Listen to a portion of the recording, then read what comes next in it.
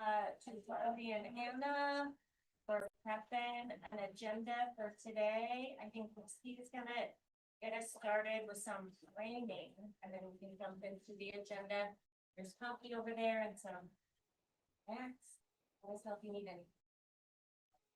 Good morning, everybody, and I'll just get us going with our check-in. And then we'll look at the agenda and get things laid out. We'll need to determine who's gonna be our note taker, our scriber for the day. Get everything down that we do. Our normal check-in is what's your name, your position in the district, how are you today? Specifically, if you've got anything that's really an issue for you, time constraints, who's missing, any issues or elephants, and then what your expectations are for the day. A few weeks ago, getting ready for a session in Rifle, I found myself driving and I was getting kind of frustrated and all these pet peeves started popping up into my head. I thought I have a ridiculous list of pet peeves that are a waste of my time. What do I do to deal with that? And I thought of this kind of question, what's a gesture or action that you do to show kindness and caring and community wherever you are, where you live especially, but wherever you go? Because I realize I spend a lot more time being friendly to people than I do griping. Usually my pet peeve is my own issue. And so what are some of the things that you do? If you could share one in the question, that something that you feel like when you do this, or something that you see someone do that really helps you feel a part of your community. Who'd like to start?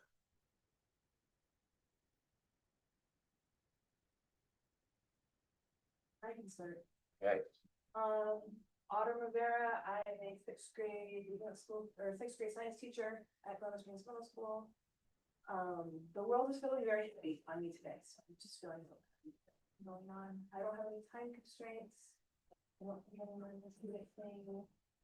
I don't have an elephant, but I have an announcement. Some of us ordered lunch from Closeby's, and I'm gonna pick it up. So if anyone else wants to jump in on that, I can throw an order in as well. Expectations.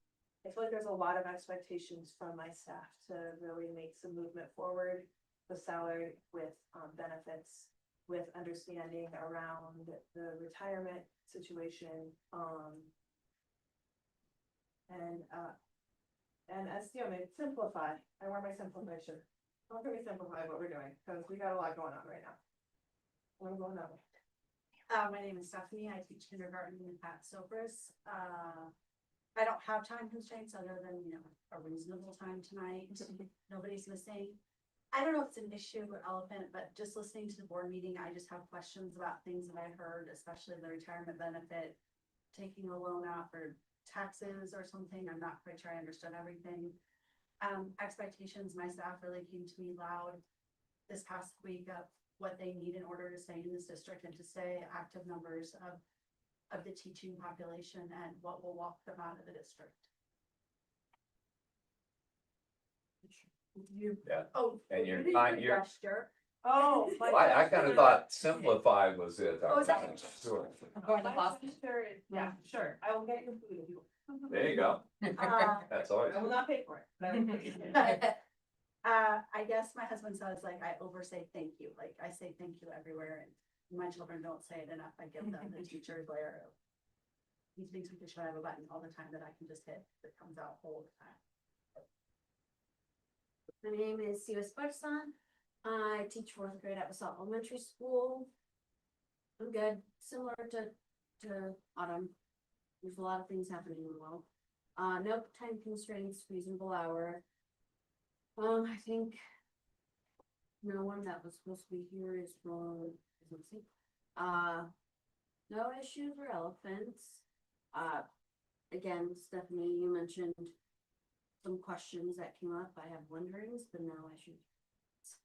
And expectations. I also have been talking to Basalt Elementary School staff, and they've already voiced what they feel like, they want out of this process. So hoping to get as close as we can.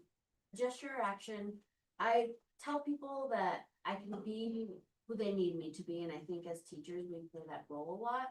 It's like, if you need me to just be a listening ear, I'll sit here and listen. If you need me to gripe with you, I will gripe with you. If you just need, a moment of like understanding and sharing mutual, struggles, also. I'm Miles Cook, Plymouth Springs High School of Social Studies. Honestly, I'm pretty angry today. So. It is what it is. We can't get stuff done by 4:30, I'm out of here. What's the point? I'm not gonna get it done. I don't know who's missing. Expectations, I don't know. I think there's gonna be a lot of conflict today. We're all here to make people to be kind. Well, I try to take care of people I care about. Okay, thank you, Miles. I'm Stacy, I'm the assistant superintendent and outbound officer. Okay, I feel like every day feels a little bit like a scene, post-apocalyptic movie. Otherwise, I'm fine. I have a meeting at 4:15, but it's in the Colorado room, and so. Like right then. I think everyone who's supposed to be here is here. Don't have any issues or elephants other than what's already been shared. I do, in terms of expectations, I think there'll be a lot of debate, discussion, and hopefully forward progress and collaboration today. What do I do to show kindness? Kind of just take care of the space around, or there's stuff to set up or clean up, just pitch in and jump. Space. It's just one person's job to like set up, but.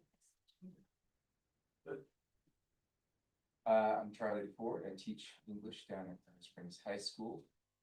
I'm doing all right today. I'm tired. I do not have time constraints. Melissa Bowman and Jean are both missing.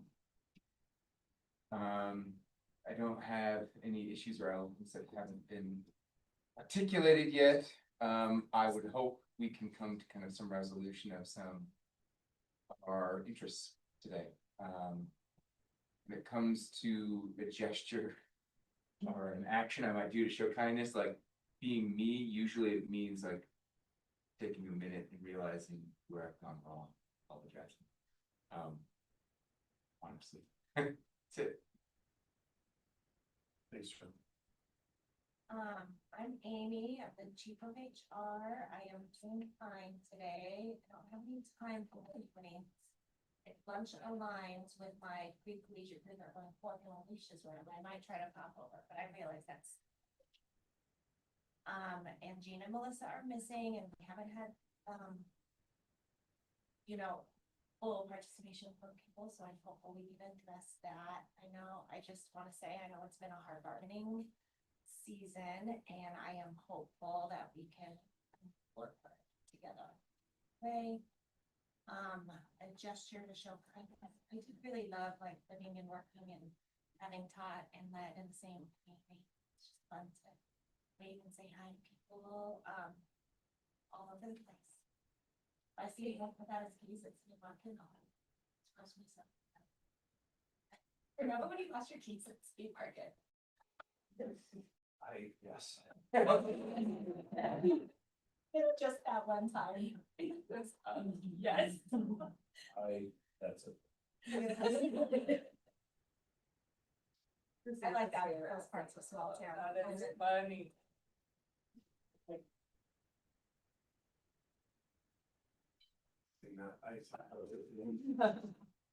At least I sometimes say nothing. I'll give you your verses. I thought you were saying skis. No, it was like. That makes more sense. Grocery run and like, Skis you are- know, skis. Yeah, Is you it- wouldn't lose your. I You're in hope aisle you don't 13 feel- or something. Yeah. I hope you don't feel called out. Oh, no, I just my space yet. My myself. my name is, I am a teacher at Bridges. I'm doing pretty well.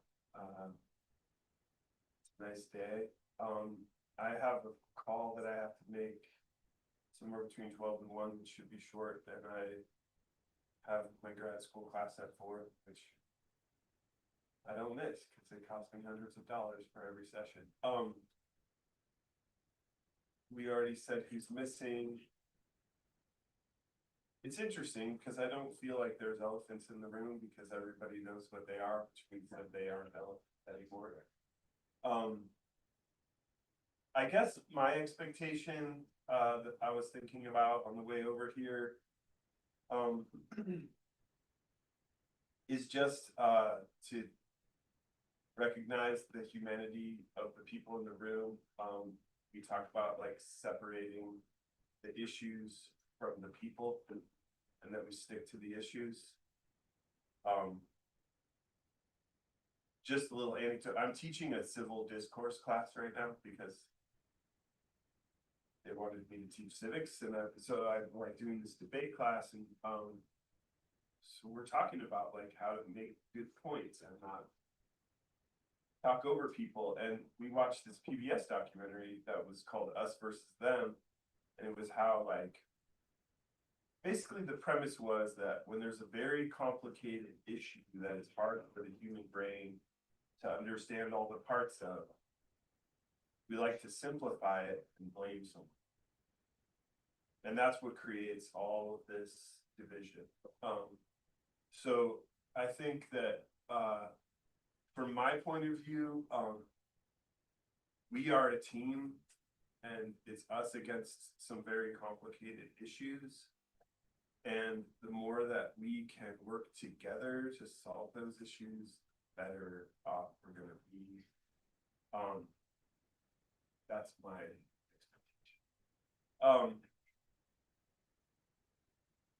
I am a high fiver and a fist bumper.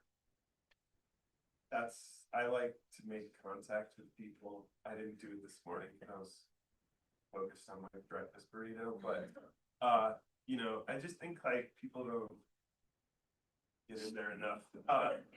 To touch people. Yeah. Yeah, appropriately. Zones that are fair game.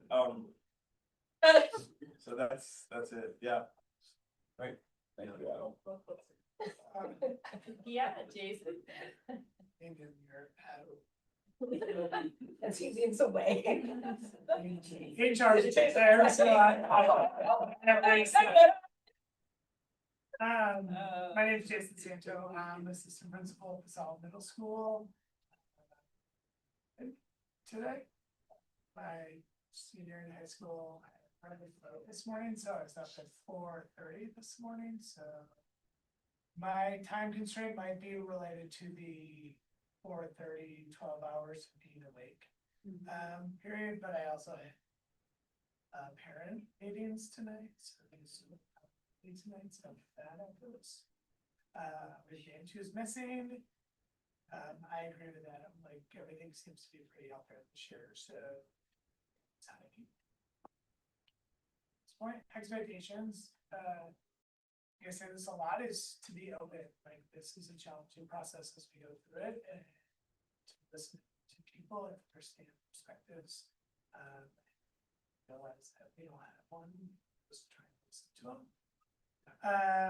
I'm similar to Stacy in that I just feel like I'm always pitching it to try to make things happen. So whether it's driving Brent home for missing keys or whatever it may be, like it's just really helping the person next to you get what they need done. I'm Jacob Wallace. I teach fourth grade at Springs Elementary School.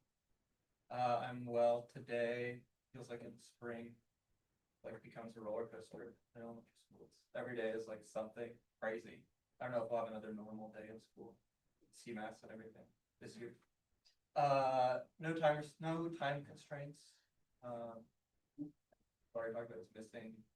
No issues or elephants. My expectation is to find some common ground and work together with a lot of really smart people here. We can do great things together.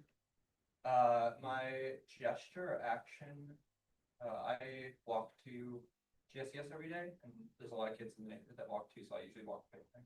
And this morning, I wasn't there obviously, And the gym teacher at school texted me a minute ago, was like, they didn't know where you were, and one of them said they think I was at something called IPP. So they don't really know where I am, but I'm not IPP. It's really close. Really close. I'm Alicia Grimes. I'm a science teacher at Marine Fork High School. I'm good today, other than dealing with some plumbing issues. The people who owned the place before us really need to be talked to, because they really didn't do any favors for the people who live there now, being myself and my husband. Time constraints, I guess, like if I end up with the text from the plumber and have to run out because I'm like a half mile away from here, that's why. You guys let us know. Hopefully that doesn't happen, but that would be bad. Issues and elephants, I think so many things have been mentioned. I love all of the anecdotes people have said about expectations. Yeah, I'm hopeful that we can make some progress. I think a lot of people are hopeful for that too.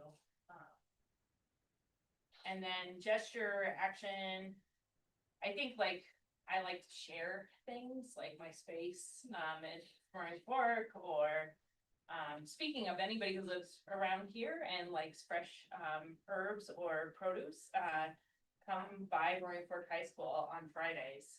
We harvest out of the dome, and, yeah, it's really great. Right now, the lettuce is like blowing up. I mean, you should see it, so. Yeah, come on by, and all we ask is that the plastic bags come back so we can reuse them.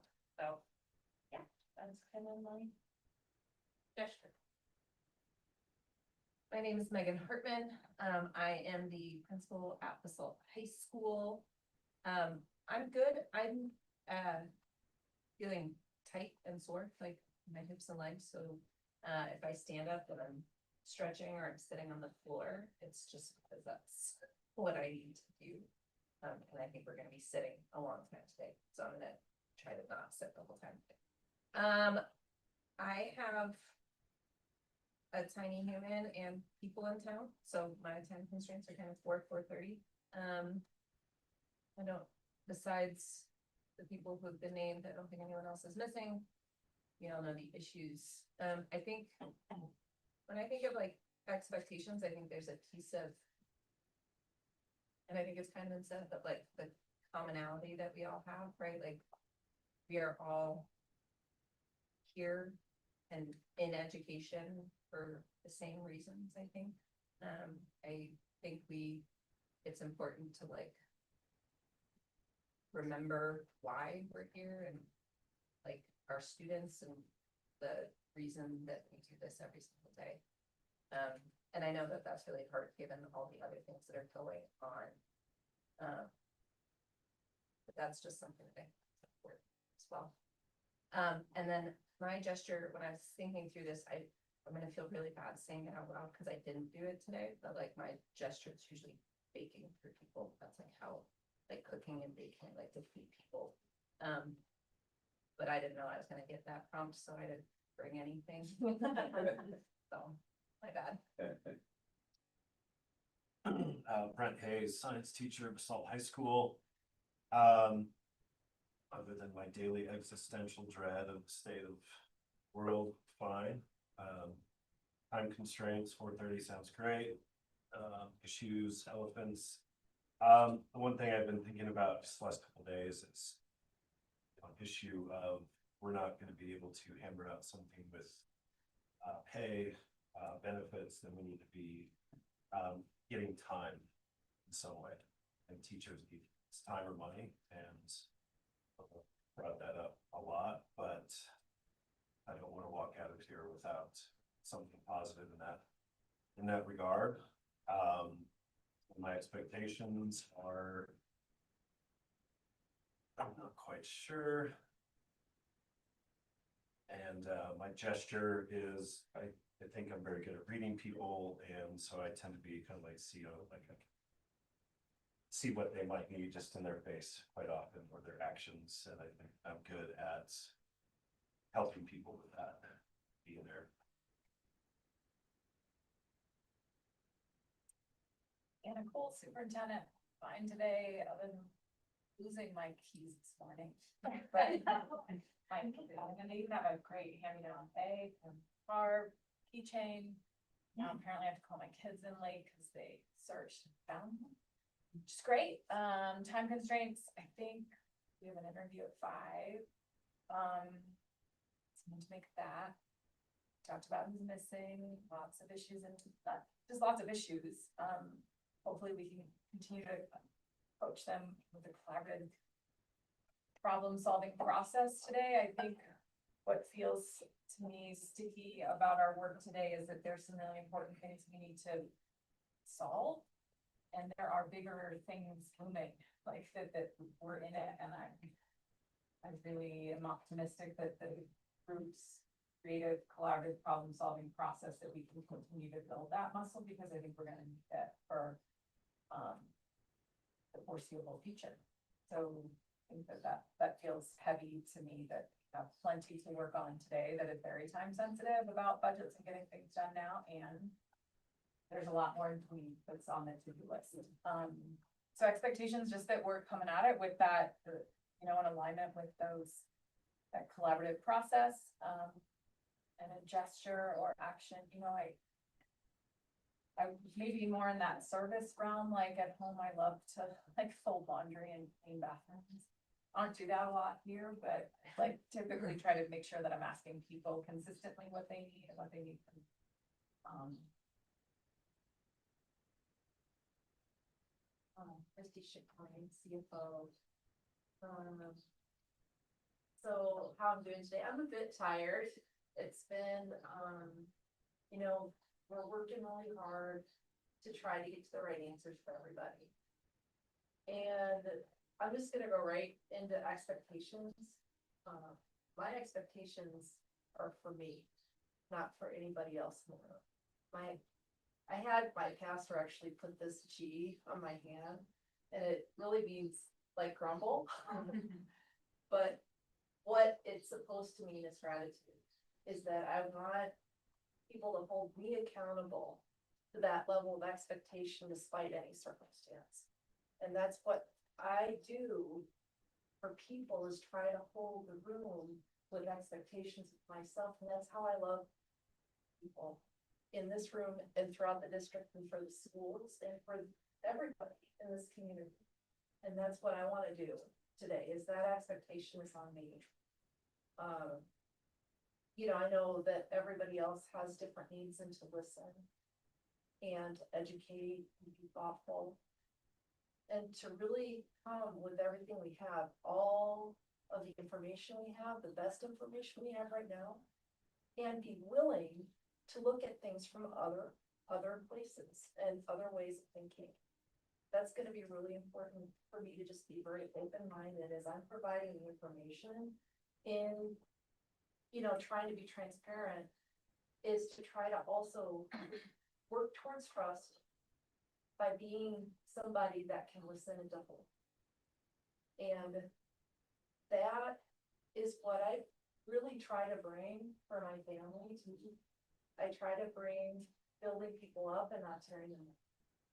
And that's how I try to do it, is by listening and by hearing about what people's needs, because there's some pretty real and dire needs for everybody in this room. And that's just where I'm at with everything. And I think that answers all. Yes, I think so. Thank you. Lindsay Betty's the board chair with the Board of Education. I'm doing fine today. I hate being inside on a beautiful day. Had somebody say that they love the weather, they hate the climate, and I think that's needed that more right now after this weekend. I am also feeling sort of just a deep existential frustration with the systems that I'm working in right now. It's every day like another roadblock, a system that's designed to create scarcity of resources, to pit people who have most in common against each other. And I am seeing it from a whole new light and this perspective, and difficult with systems mind to look at a system you can't fix and see the people you care about the most paying the price constantly. So daily, I'm struggling with that, and I feel it in this room too. Who's missing? Oh, time constraints, same as everybody. I've got kids walking home, so I need to be home around 4:30 or out the door by then. A little bit of latchkey going on. They can have TV time on a school day. Come back. Who's missing? I had wondering about Eliza, the CA rep. I didn't see her. She can't make it. She can't make it. Okay. I heard that maybe I missed him. Worth noting. And then issues, elephants. I think my issue is that I feel like we're all talking about the same thing and saying different stuff. There's different numbers, there's different words, there's grading without conversations. There's lines of communication perspective that surprise me when I hear them, which involve me. And so I'm always interested in that. And I think my expectation, one of them today, is that we can all understand where those things converge and start making sure that we're working with the same information, the same perspective. That's maybe my elephant right now is that game of telephone and how it gets played when so many people who care so much are all talking about the same thing. It happens fast.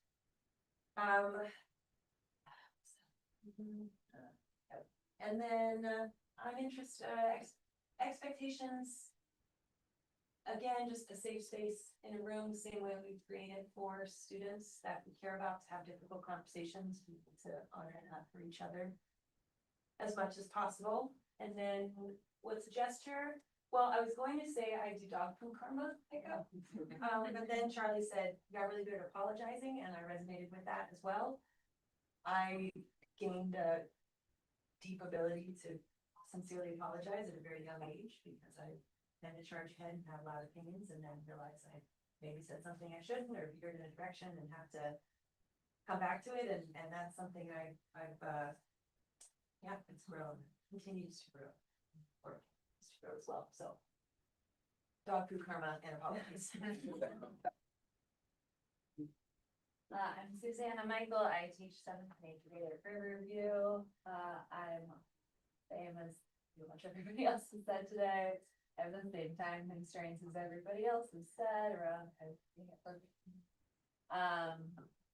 Same thing. I don't have any personal issues or elephants that haven't been said. My expectations are just to listen and to bring concerns that I've heard from staff at Riverview. And I also think one way that I show kindness is by just seeing where I can help pitch it. I'm Kendall Riley. I'm the principal at Crystal River. It's nice not having to be here till 8. I had to go for a run this morning. I think Hadley was pretty surprised when he saw me at 7:15. And we have a 3rd grade place. I gotta make sure I'm gonna go get flowers for the music teacher at lunch. And I know we already said that Jean is missing, but I need to figure out how to like communicate with my staff and who's doing that. So my staff is pretty confused about that. She's missing an issue elephant. I don't really have any expectations. We're doing better at showing up at IBB with no expectations and just. I am big at smiling and waving at people. That's my mom and dad. That's how I decided on which colleges I could not go to, was where people didn't smile back at you, and especially with a sister who looks very similar to me and works with children in the valley. I have to smile at everybody. I'm Lisa Dameron. I'm the ELD coach at Carbondale Middle School. I'm fine today. I would love to put in a solid 8 hours and come out with a resolution if possible. We've already talked about who's missing. Everybody seems to know the elephants and issues. My expectation is that we represent our coworkers as the human resources they are. I think that when their health care is threatened, they do not feel valued as resources, and especially in a profession that threatens your physical and mental health on a daily basis, people come. One thing I do is to just do acts of service. I try to hold the door open to 8th graders when they come in from recess. That's not totally selfless because it's kind of a positive interaction with every single one of them before actually, sometimes it's changing. Yeah, that's me. Awesome. All right, thank you all for sharing things. I'm going to express to George, I'm your facilitator. I am well today. I slept awesome till 3 a.m. Man, it was good. I mean, I slept so hard till 3 and then that was it, which is weird. I don't know why. I wasn't nervous or anything, just awake. I have no time constraints. We know who's missing. I have no issues with elephants. My expectations today is that you work in an interest-based bargaining way. That's what your team is called. And interest-based bargaining is about collaboration. It is about being hard on issues and soft on people. It's about working from your interests, your motivations around a problem, rather than just getting trapped in a position. What I'd like for you to do before we get ourselves going in the agenda and so forth today is I'd like you to just take a moment and write down 2 behaviors or skills. If you don't have something to write on, it's fine, just lock it in your brain. 2 behaviors or skills that you're going to utilize today that's going to help you be effective as a team member. So if you know there's something that if you focus on that is helpful for you, I'd appreciate you doing that real quick. And then I forgot to share my questions, so I'll do that after you do what you write down those 2 things.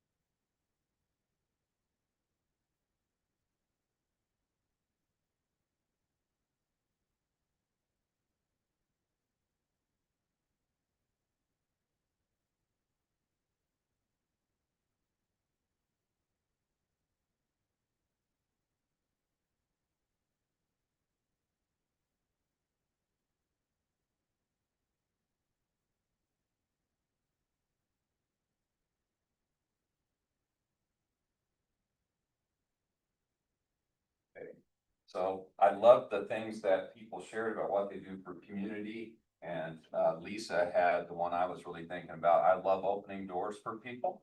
And I love when people open doors for me. It's just such a simple thing that shows I value. When somebody just comes shooting in front of you and opens the door and then just goes through, it's just like, wow, you're the only person in the world. So I don't like that. I love smiling at people.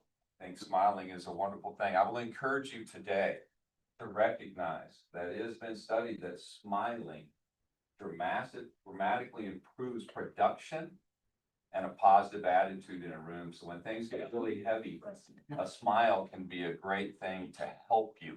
And so maybe it's you see somebody smile, or you yourself try to smile. So I think those are good things. The other one I love is yes, sir. Yes, ma'am. Grew up in Texas and I'm a sir or ma'am.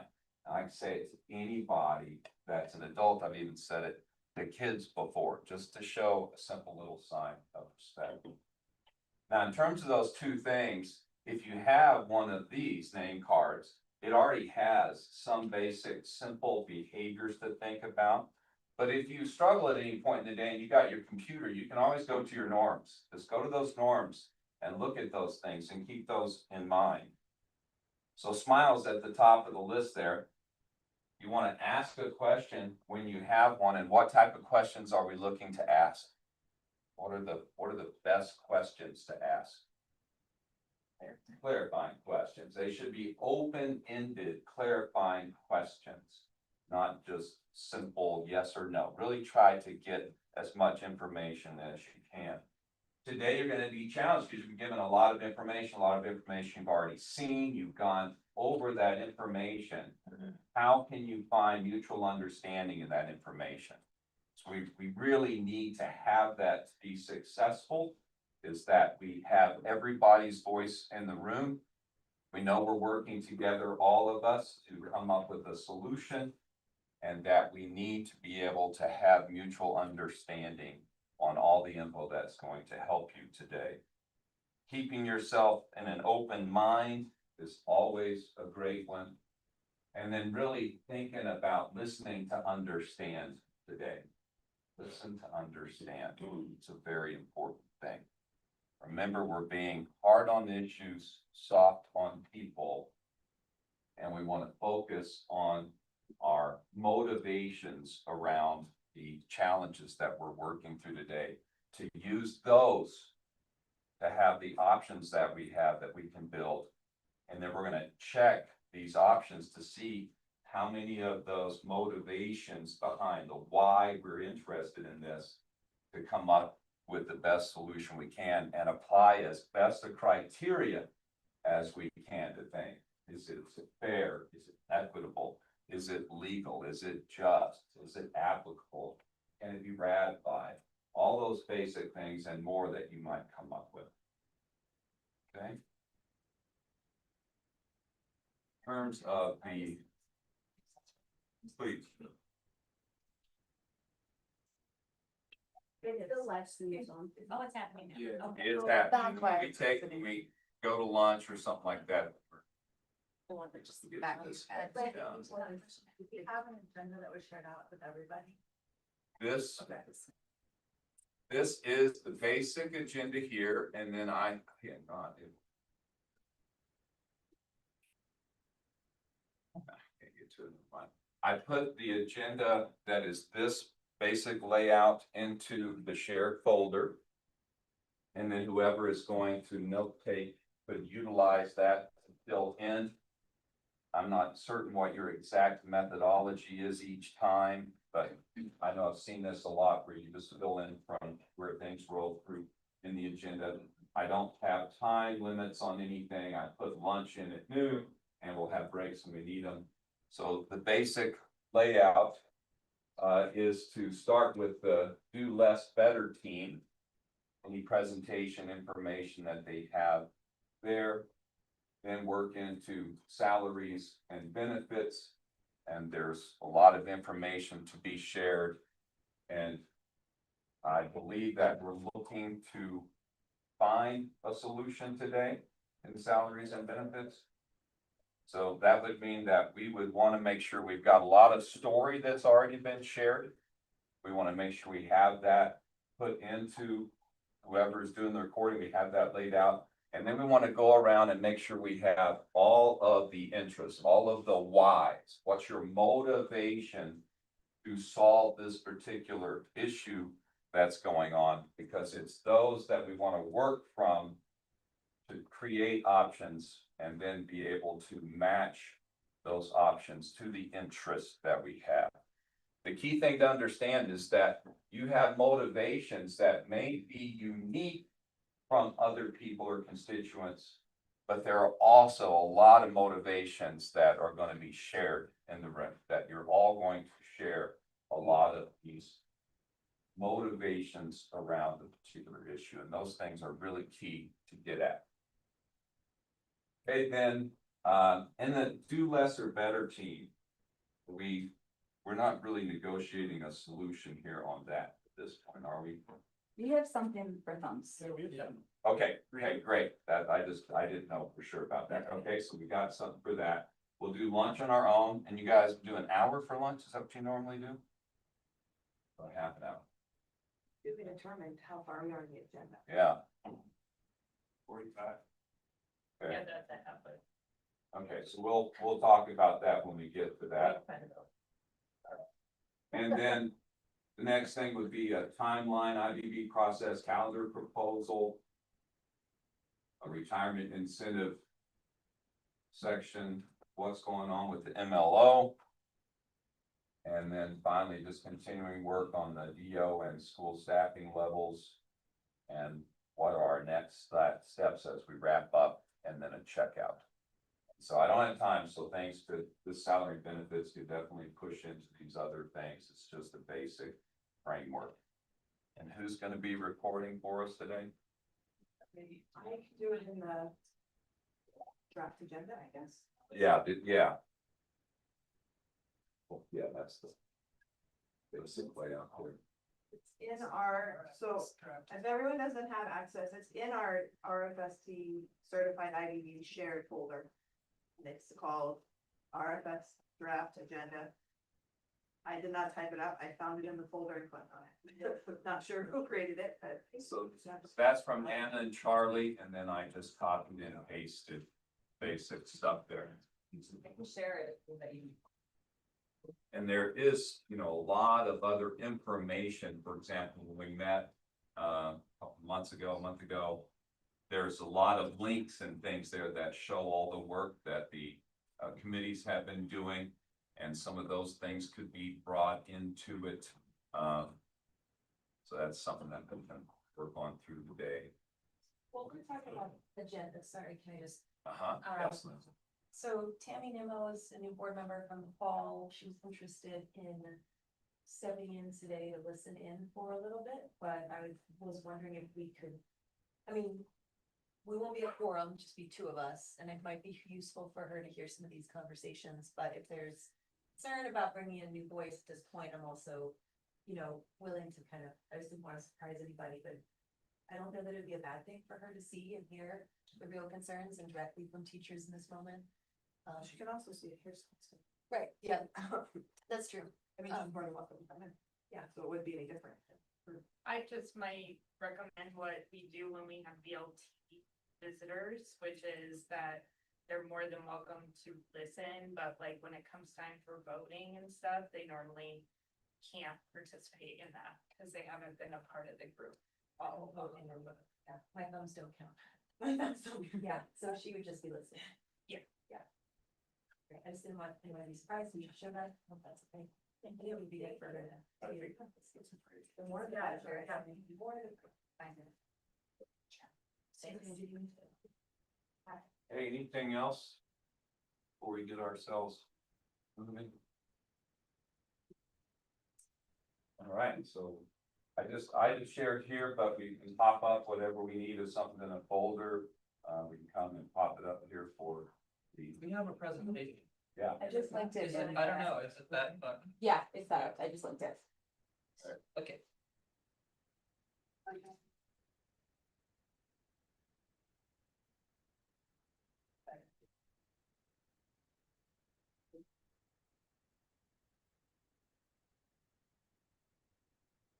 Okay, let's go. Present, I just. Autumn, you need a brain count. If you go to the first slide, like. Oh, I made it late. oh, is it? Yeah. That's weird. All right. So this will pull You up. should use this part. There you go. Yeah, okay, thank you. Thank you. Just give me a nod, We need you. move and off. All right. Should we start? Yeah. Okay. We're the other subcommittee. But our goal, our motto is do simple better. It's me, Jacob, Susanna, Adam, Kendall, Melissa, Stacy, sprinkle of Amy with retirement stuff. You can go to the next slide. I like the Dolly Parton. Yeah, we got some. Good. Got some pictures, we got some quotes. Our tasks from the very beginning of IBB this year we had 3 tasks. First, to audit and evaluate state and district requirements and building work. To evaluate, redesign, and or eliminate our ERW professional health model building. And to clean up retirement process system.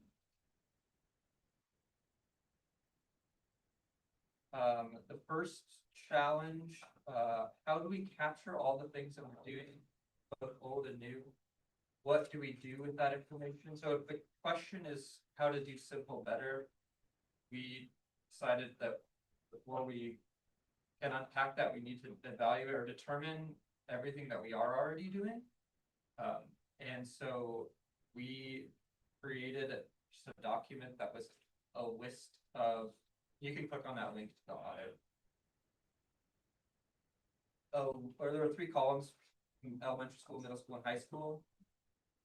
And, oops, I think I just went to the next slide. You might have to like exit presentation there. Yeah, press escape and then do it. Yeah, I can. I'm just gonna hand you roll, that's great, much better. Thanks. So we started that process here. If you have the slideshow, we can look at it too. But we made a list of all of the programs, initiatives, projects, stuff that we're working on in all 3 levels of schooling in the district. And this isn't completely comprehensive. This is the best we could do. I don't think it's like an official. There's maybe things that we missed. What I'm trying to say. And even then, it's a lot of stuff. And then we had a second step, which was to sort into groups of things that were federally or we're legally required to do these things. We have to do it. Things we choose to do, and things that are more like building specific things that specific buildings choose to do. And started moving the different things into those different categories. So if you want to take time to look at this list, I think it's a good idea. After doing this and reviewing all this information, like we're not targeting anything specifically in here or making any suggestions about any of the content in this audit, but we did create a process for buildings to look at it with their BLTs. I think that's when I hand off to Susan. Yeah. So maybe Jacob, you wanna? I'll just open keep this driving. link too? Oh yeah, Yeah, is that, it's the BLT, the protocol. So, yeah, like Jacob said, we didn't have like a formal recommendation based on the audit, but we thought it made more sense to take this to BLTs because different schools have different interests and different things going on. And so we created this protocol that we are suggesting that BLTs complete before the beginning of next school year. I think we said likely before the end of this school year would make more sense. So you guys, I don't know if you all look through the questions that the BLTs could go through. Basically, they're looking through the initiative list and like ideally simplifying, choosing things that they could possibly let go of, or that like they're reaffirming why we do this and how are we supporting it.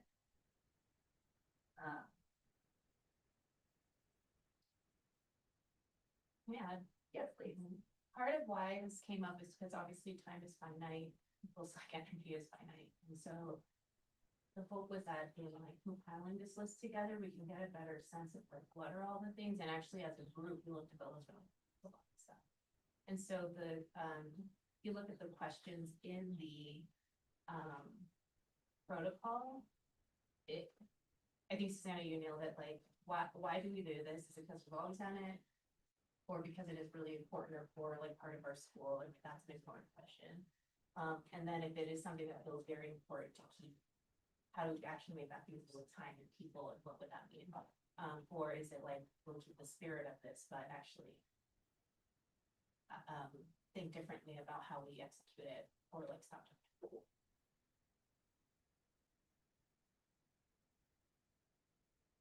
So the next slide is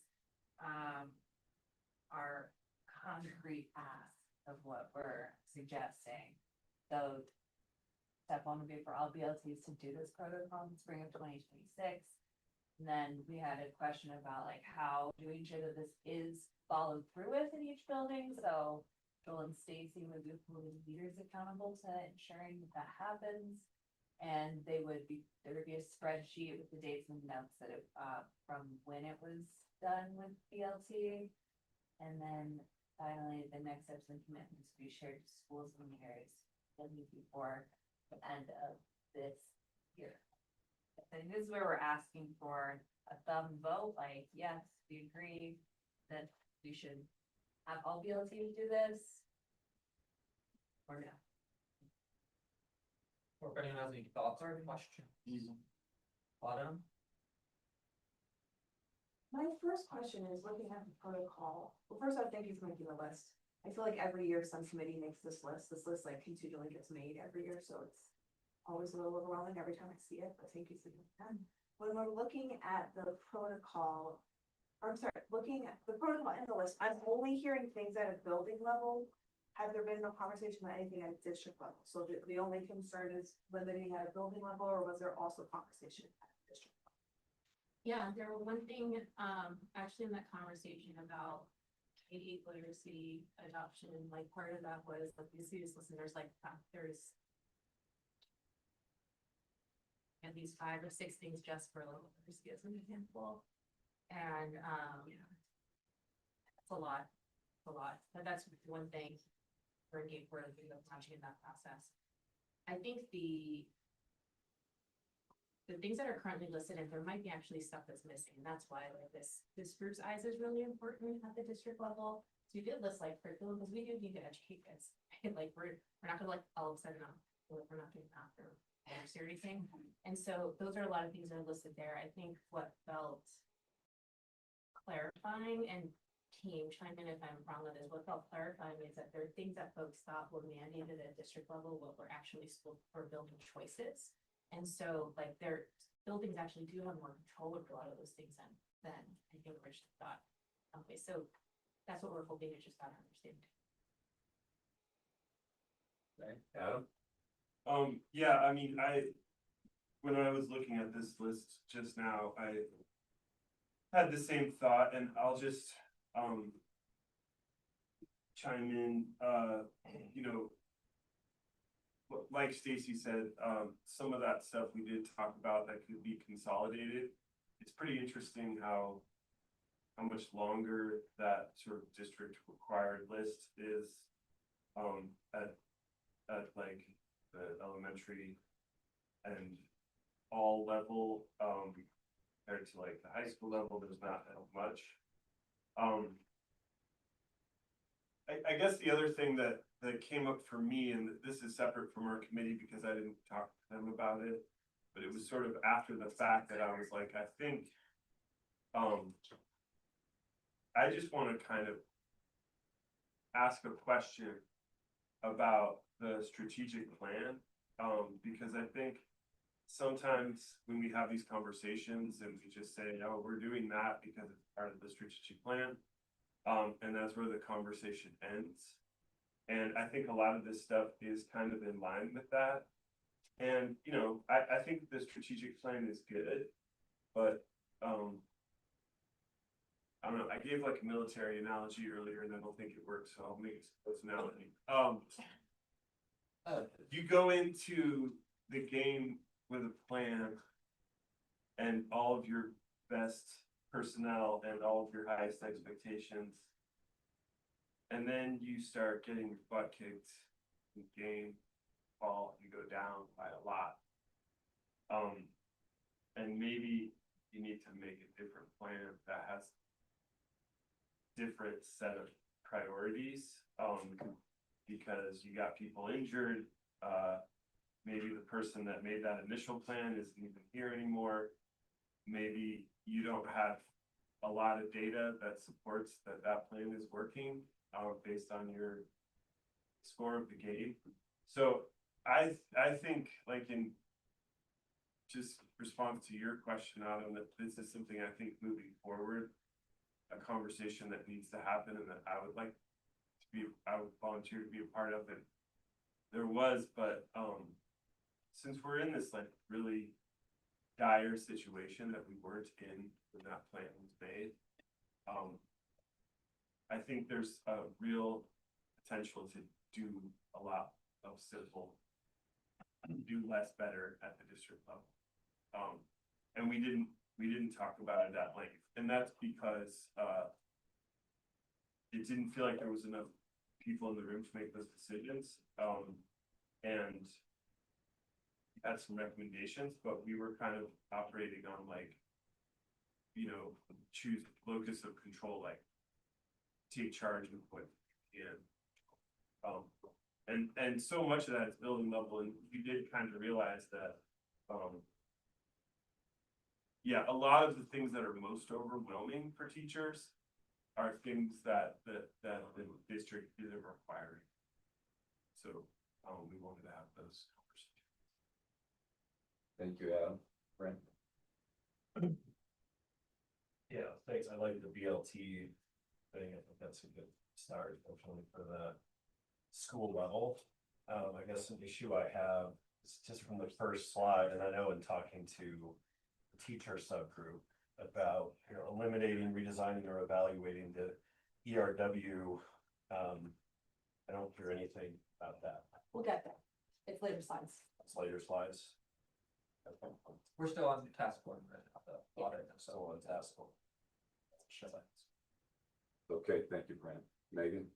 I was just gonna propose an additional like step in the protocol, because I do think that there's value in looking at the district's pieces. And I wonder if it looks like BLT's also looking at that district column, and then like, I don't know what people's thoughts would be about like bringing high school reps and lead, like joining like a high school levels meeting or an elementary levels meeting or middle school levels meeting where we could do kind of the work that BLTs are doing.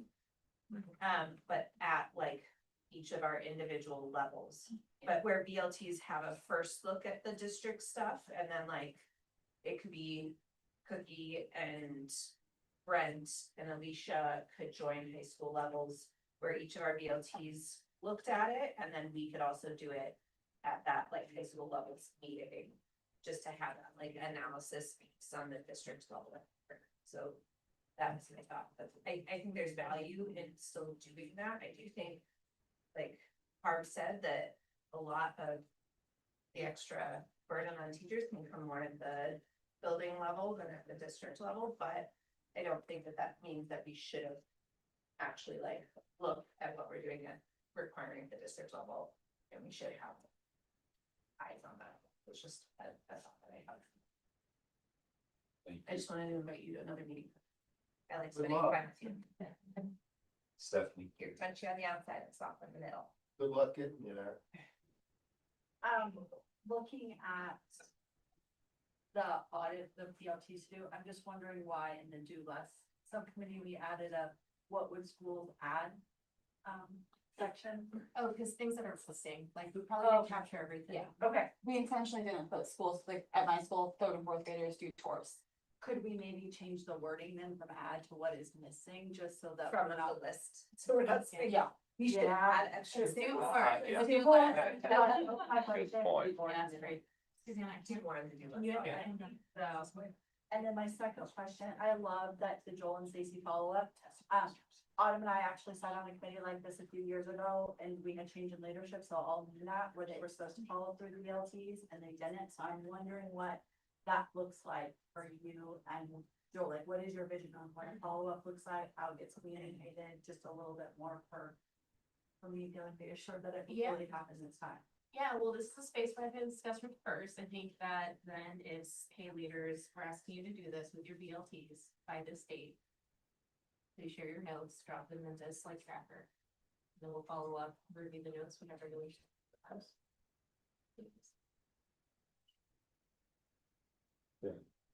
Lisa? I was just wondering, about report cards and report card comments. I don't think that's on the list. And it takes a lot of time and it seems to vary across the district as far as the expectations for length of comments, whether or not we translate comments.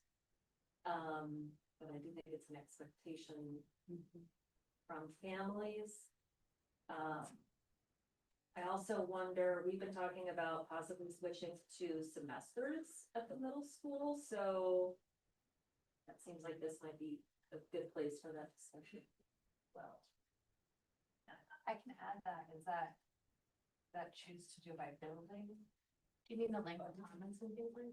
Report cards on them? Yeah, I think it's a both, there's a district there's a board requirement. policy that requires Yeah. at least like parent reporting, number of times of parent reporting, there's nothing in there that says and comments need to be, but like there, you know what I mean, but. I think that's the.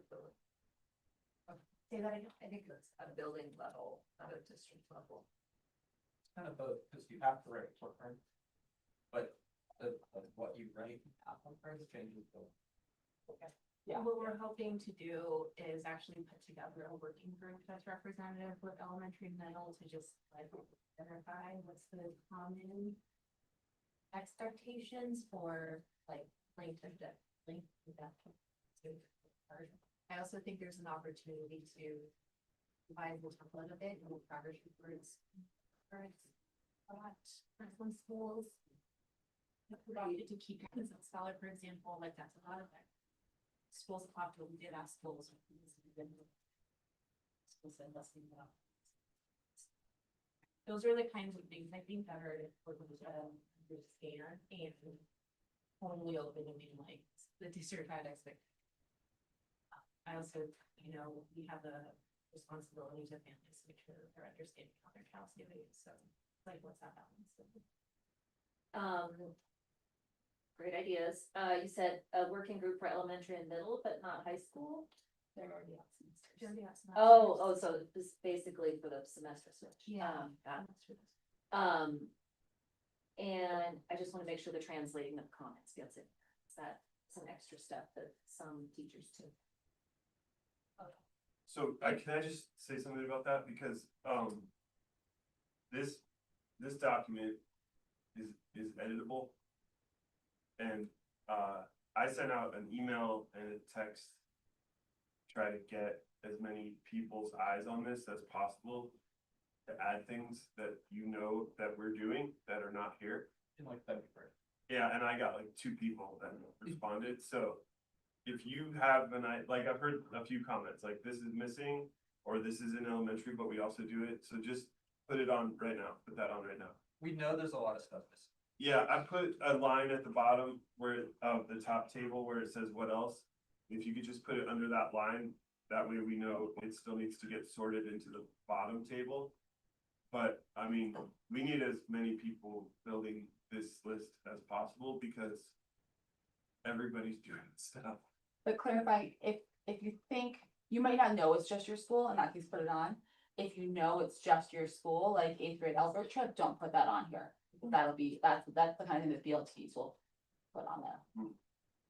Yes, thank you, Adam. Miles? I guess I'm a little confused. So is your recommendation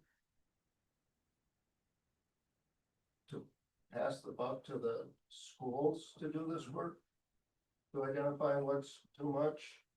Is that what we're gonna vote on here, whether we should pass the buck down to the schools or not? So, but ask if can the BLTs meet to review the list and like think about what the school-based parts are, but as a committee. And I guess I'll go back to what Autumn said, I think it was Autumn. What is the district gonna effectively try to cut out? Or that's on our too much? So I see, you know, the building level, let's look at what the building is demanding. There's a lot of demands coming from the district that aren't just, I'm just saying, they're all too important, so we're not gonna. When are those gonna be addressed? Kendall, do you have a comment on that, or Somewhat, but it's Stacy, you can go. Stacy? Yeah, sure. Well, I was gonna say, the intent is not just put it on buildings, I think it's important to actually do a district audit and understand, and I think there are things that are missing here. Things that I think, you know, in the federally required column, that we have to do. And the things we put under choose to do district required is because like like we're providing education and here's a curriculum. Like these are the kinds of questions that came up, like, are we federally required to, I don't know, use IM? No, right? Because it's a district choice on which curriculum to use. We need to educate. There are likely things that are missing that from the perspective of a teacher or the school, hey, this is actually missing in the district list. So that's why we ask the question. And does it feel like, then we can clarify too, is it something we still have, whether it's federally statutory board required, is it something we chose, whether it's related or not. And then, so then looking at that list. So when is that work gonna be done at district level to identify those things? I thought that's what the subgroup was on. remember, I mean, So who's gonna go through that and say, yeah, maybe we can get rid of this, maybe we can get rid of that? Okay, so we've identified things, who's gonna decide which ones we don't actually have to do? Maybe we could set aside. I mean, I think that's not, I think that's an I mean, important I question. thought that's what this whole committee was for, but it doesn't sound like. I mean, Adam, do you have something to contribute to that Can I question turn off or this phone? Kendall? Yeah. Yeah, to spread it out to other people in the group. We were tasked with a lot of things, and I don't think just decreasing initiatives on district level was not the stories we were hearing from the group. I'm happy to go back to the notes and look at those, but I think we were tasked with a lot of different things, and one of them was just like, what are we being asked to do as teachers and staff? The big value I see of bringing this to BLTs as a building leader, I feel a lot of pressure to come up with new school goals for next year and new things we're gonna work on as a building. And so and that's. add more. New goals, more Can I stuff. finish, please? Thank you. And this is like looking at, as a staff, at what we're working on and where we need, what we can take away and what we don't need to add. This will help relieve that pressure of what is important for our students and what is important for us to grow. Because we're all talking about how we get the same professional development on things that we don't need over and over again. So what can we eliminate there? And when I look at the district level, I was not a fan of a new literacy curriculum for elementary because I felt like ours worked and we started adding something new. And then I looked at just the level of elementary and how many there are. Counting them before. 1, 2, 3, if you're counting skills to all blocks separately. There are like 6 different things that are elementary literacy curriculum on here. And so that's one really big step that we're taking is simplifying that. And I was not on board with that before, and I'm now on board with that.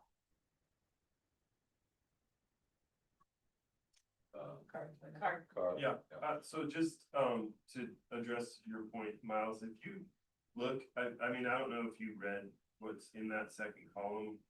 That is like the district required stuff, like, look at you don't have it on your screen, but can you scroll down to just like the high school level, Miles, high school level? Like, if you read what's in there, there's not very many things in that second box. And there's not very many things in that second box that you could like really look at and say, we shouldn't be doing that. The third box though, that is all the stuff that your school is choosing to do. That's a lot of stuff that creates a lot of burden for a lot of people.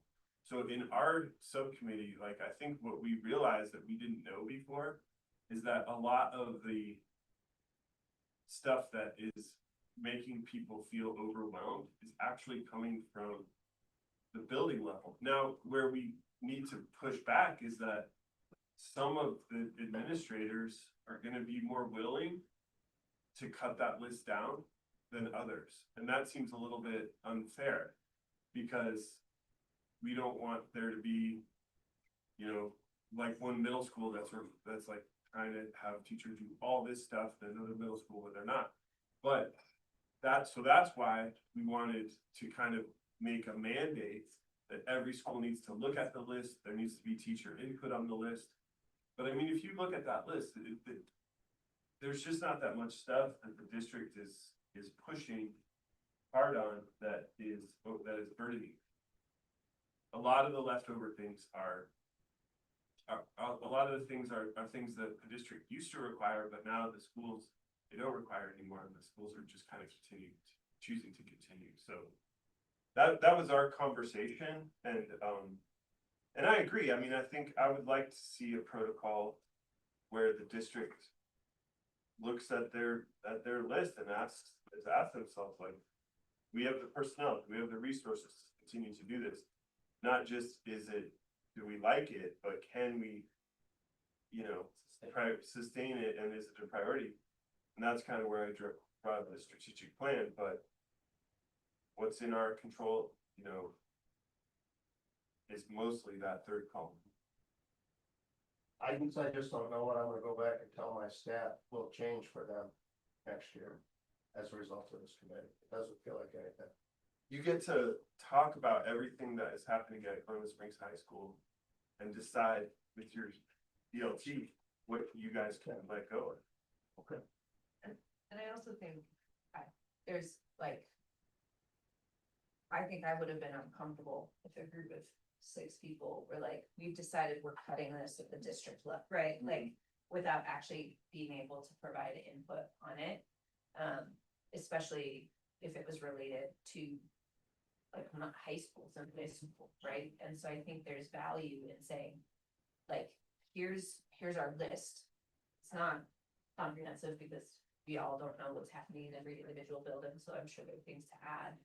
And what's our protocol for actually looking at this at an elementary level, at a middle school level, at a high school level, so that we can actually have informed conversations about it and then make those decisions rather than having a group that didn't have any representative from the high school making choices about what I may or may not be doing next year, right? And so I really respect the work, and then the idea of like, how do we make sure that the right people are in the room, right? That we are hearing from everyone, that we don't have voices missing when we get to a point of making decisions about what we can or cannot cut, or what we are prioritizing or not prioritizing. Stephanie? I have 2 questions. One, Adam, you just brought up like principals, the district used to require meetings, but now they don't require, so do principals know? Or is there a way to communicate with them before they start this with BLTs, what they're allowed to take off the plate? Because if it was a district mandate, you know, how do they know now it's not a district mandate anymore? And the second thing, Stacy, I heard you say, like, in Kendall, like, we're adopting this new reading curriculum for K-8 to take stuff off of our plate. That's one of those things that we're supposed to be here to do. And so when I look at all those things for reading instruction, whether it's in a new curriculum or not, I'm still doing all of those things. It's just whether it's in 1 book or 7 books. And also the training, the time, when you get a new curriculum, all the stuff we have to prep, all the stuff we have to find, all the stuff we have to familiarize is actually adding a huge burden back on us when we are just like, especially this year, getting into the writing revolution and figuring it out and doing great work. So I hear the conversation that it feels like it's taking stuff off our plate, but a new curriculum always adds a tremendous amount more onto our plates, especially at the beginning. So, and that's one of those things I don't think any teacher is asking to have literacy taken off their plate. Thank you. Stephanie, can I answer that first? Sorry, Sure. am I answering questions? So, yeah, if you could answer how principals are gonna know, like, Well, one of the things was to make that school, like, that 3rd column, where it's choose to do. okay, Was one, and again, there might be some that's missing, and it's a good time to comment in there and say, hey, what about this? This used to be, where does it go now? I don't think we captured everything, but we tried to. And then, This is actually my show, right? Make the whole thing available or just a 3rd column? oh no, I mean, our group wants your input on Sorry, this list. to if the there's- principals, were you saying? Oh, they would make it see that. available? Okay, They- I just wanna they make would sure totally I'm see us. capturing this in the notes script, yeah. And then the curriculum piece, there's a lot of input that we've gathered, like through surveys and through conversations from like what's working, what's not. And you're right, Stephanie, I think when you adopt something new, there's like training, of course, that happens. I think what the biggest challenge is that there's a difference between getting training on like 6 different things. Getting training on writing revolution, getting training on integrity, getting training on ELA and all for a teacher than like in one. I don't think it would reduce the training by like 6 times, but I think like trying to switch between very different resources and only using a part of it is really hard. And that's actually what we've heard from teachers too, where there's a lot of disparate things. And so when I have these 15 minutes for phonics and I'm using this separate book over here, when I have the modules, now I have to wrap my head around how ELA is set up, like, and doing that. Okay, now actually like writing revolution is to supplement a thing where like the writing content wasn't really helpful. So now I'm like wrapping my head around a brand new thing. Like those are the things actually the mental load and lift is something that we've heard a lot. Has been really hard. It's not going to then say we're not teaching literacy, right? But hopefully streamline that. We also have a lot of people who are like, we don't want to change anything, but I mean, think about it when you're like, it's a lot, and elementary teachers, we know, teach math and social science. Thank you. Autumn? you might have, sorry, I had to make a phone call, so you might have already, I was trying to read the notes to see if it was in there. I remember probably 10 years ago when I was on BLT, we had talked about how some, or on IBB, we had some, or IPP. We had some BLTs that were stronger than others, and so we were trying to find a way to like get them support, and we were gonna use, the recommendation was to use feedback from the panorama survey. And if they scored lower than a certain percent, I feel like Amy, you were on this. I feel like I was there too. You scored lower than a certain percent on the IB or the panorama, all the acronyms, the panorama survey, then you were gonna get some support like with your BLT. And I don't actually know if that ever came to fruition, and so my only concern with this is BLTs are functioning at different levels at our schools, and so how do we ensure that this is happening and then the follow through happens? Like, I really, I 100% agree, like, looking at this list, I assumed so many things were district that are not, and so this list is very helpful to be like, oh, we are punishing ourselves, like, make a decision, like, we can go through and like have the choice, but then who's gonna like, just reading a notes thing is different than like actually seeing it happen, so is there some sort of like short cycle that's going to ensure that this comes to fruition? can try to answer that Anybody one. have it, anybody have an answer for that? Yeah, so. The power, like with group accountability, I think is really helpful. We have a document as leaders that we have to put in like. Our daily schedule and our fire drill schedule and like all those different things and it's links that all leaders can see, and so we'll have to. That's where the date that this happens and the notes from this will go into that. So So, just because you type notes in doesn't mean it's actually happening. I oh, guess is you mean what not I'm the saying. protocol, you mean the follow through? The actual, yeah, like, will, like. That's I pretty much know it. We went back and schools forth where a lot, BLT like when we will talked not about the ERW pieces. And like, one thing we talked a lot about is if we tried to write enough guidelines to protect us from every bad actor. We'd be writing policy for days. I'm sorry, Eric. Can I say? Yeah. It is a vulnerability and like, Yeah. I really think that's a really valid concern. Like, Yeah. BLTs could do a ton of work and make a decision and then have, someone could just let it sit on their desk and rot and nothing happen. I'm really worried about that. I think the point of this whole tool, the audit tool, is to empower teachers to like see, this is the crazy huge list of things we're doing. How can we simplify this? And hopefully to have a partnership with district administration to work together to make that work. That's the goal. Okay, thank you, Jacob. Charlie? I was reticent to kind of add these things because I kind of see them as district kind of mandates, but I don't see anything here about the new cell phone policy. E-Hall Pass or the lesson plan template that is kind of being unrolled across the district this year. I also am looking at some of these things that are ostensibly articulated at the building level that I don't really think are really accurate at the building level. For instance, I think homecoming and prom at the high school level are cultural mandates, whether or not a district wants to do it or not. I think, yeah. Let me put it this way. There's 0% chance in a BLT meeting, we're gonna get rid of prom. It's just never gonna happen. Similarly, I also think sports and athletics are not a building level decision. We've struggled with that. I've also made field trips at the elementary level. Yeah. But like Bridges doesn't have sports in the same way, so. All those kids play sports somewhere. They do. Yeah. So they have sport. Yeah. Go ahead.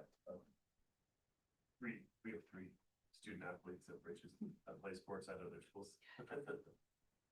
I think that we put those on there, not necessarily because they're on the chopping block in any way. I don't think that's realistic either. But just to show that that's another thing that high school. Right. It's like more gravity. Oh, I'm with you. I just don't believe that they're really a building choice, is what I'm Yeah. trying to. But say. maybe they're all Like, they need categories. to be in some more kind of the more kind of mandated kind of. Yeah. Do you know what I'm saying? Like, Yep. and some of those are cultural mandates for sure. But like, I can't imagine this district kind of taking on that particular bear, like, we're gonna get rid of all of athletics and all. It's not a choice. It's not a choose to do. It's not a choose to do, is my point. It's not a conversation that's gonna actually be meaningful in a BLT. I agree. But I do think the cell phone policy, the E-Hall Pass and the lesson plan template, they're all newish things that are kind of being unfurled. That They is. don't know. Yeah. I'll put it on there. I added them up there on the high school, like under the what else stuff. Cell phone is, everyone did it though.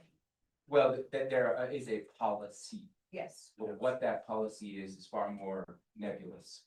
I guess I was gonna, I do think athletics is a choice. I mean, I'd lose my job, but I do think it's a choice, right? Like, if I were like, we're cutting it, right, the.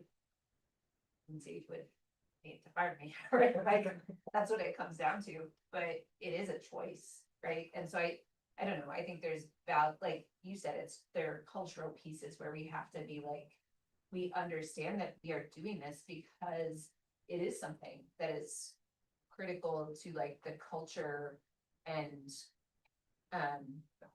like well-being of our school, right? Like student sense of belonging is actually like critical to student success. And we understand that. And so, yes, we also need to focus on academics as well, but we also know that if we don't have these other pieces, then our students are less likely to be successful in school. So they still are choices, but they're not choices that we would ever choose to give up because of the other benefits that they have to our students being successful. Thank you. Alicia.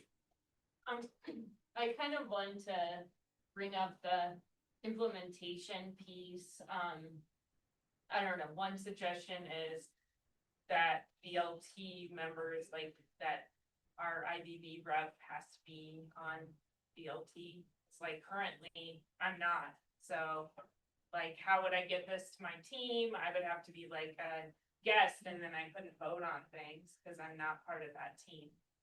And then the other thing is within the admin IBB, I just like, maybe this could be something that you guys take on with that team to really iron out where there is wiggle room from the district level and some strategies for, you know, taking things off the list, you know, because right now I feel like it really varies so much per the building leader. And really, in addition to the personality of the building leader, it's also like longevity. I just feel like, you know, Paul's been around for a really long time and I think he has his way of operating and it doesn't get questioned as compared to people who are newer in their roles. They probably get questioned a little more. And I think that this is part of the conversation that needs to happen, I think, but where does it belong?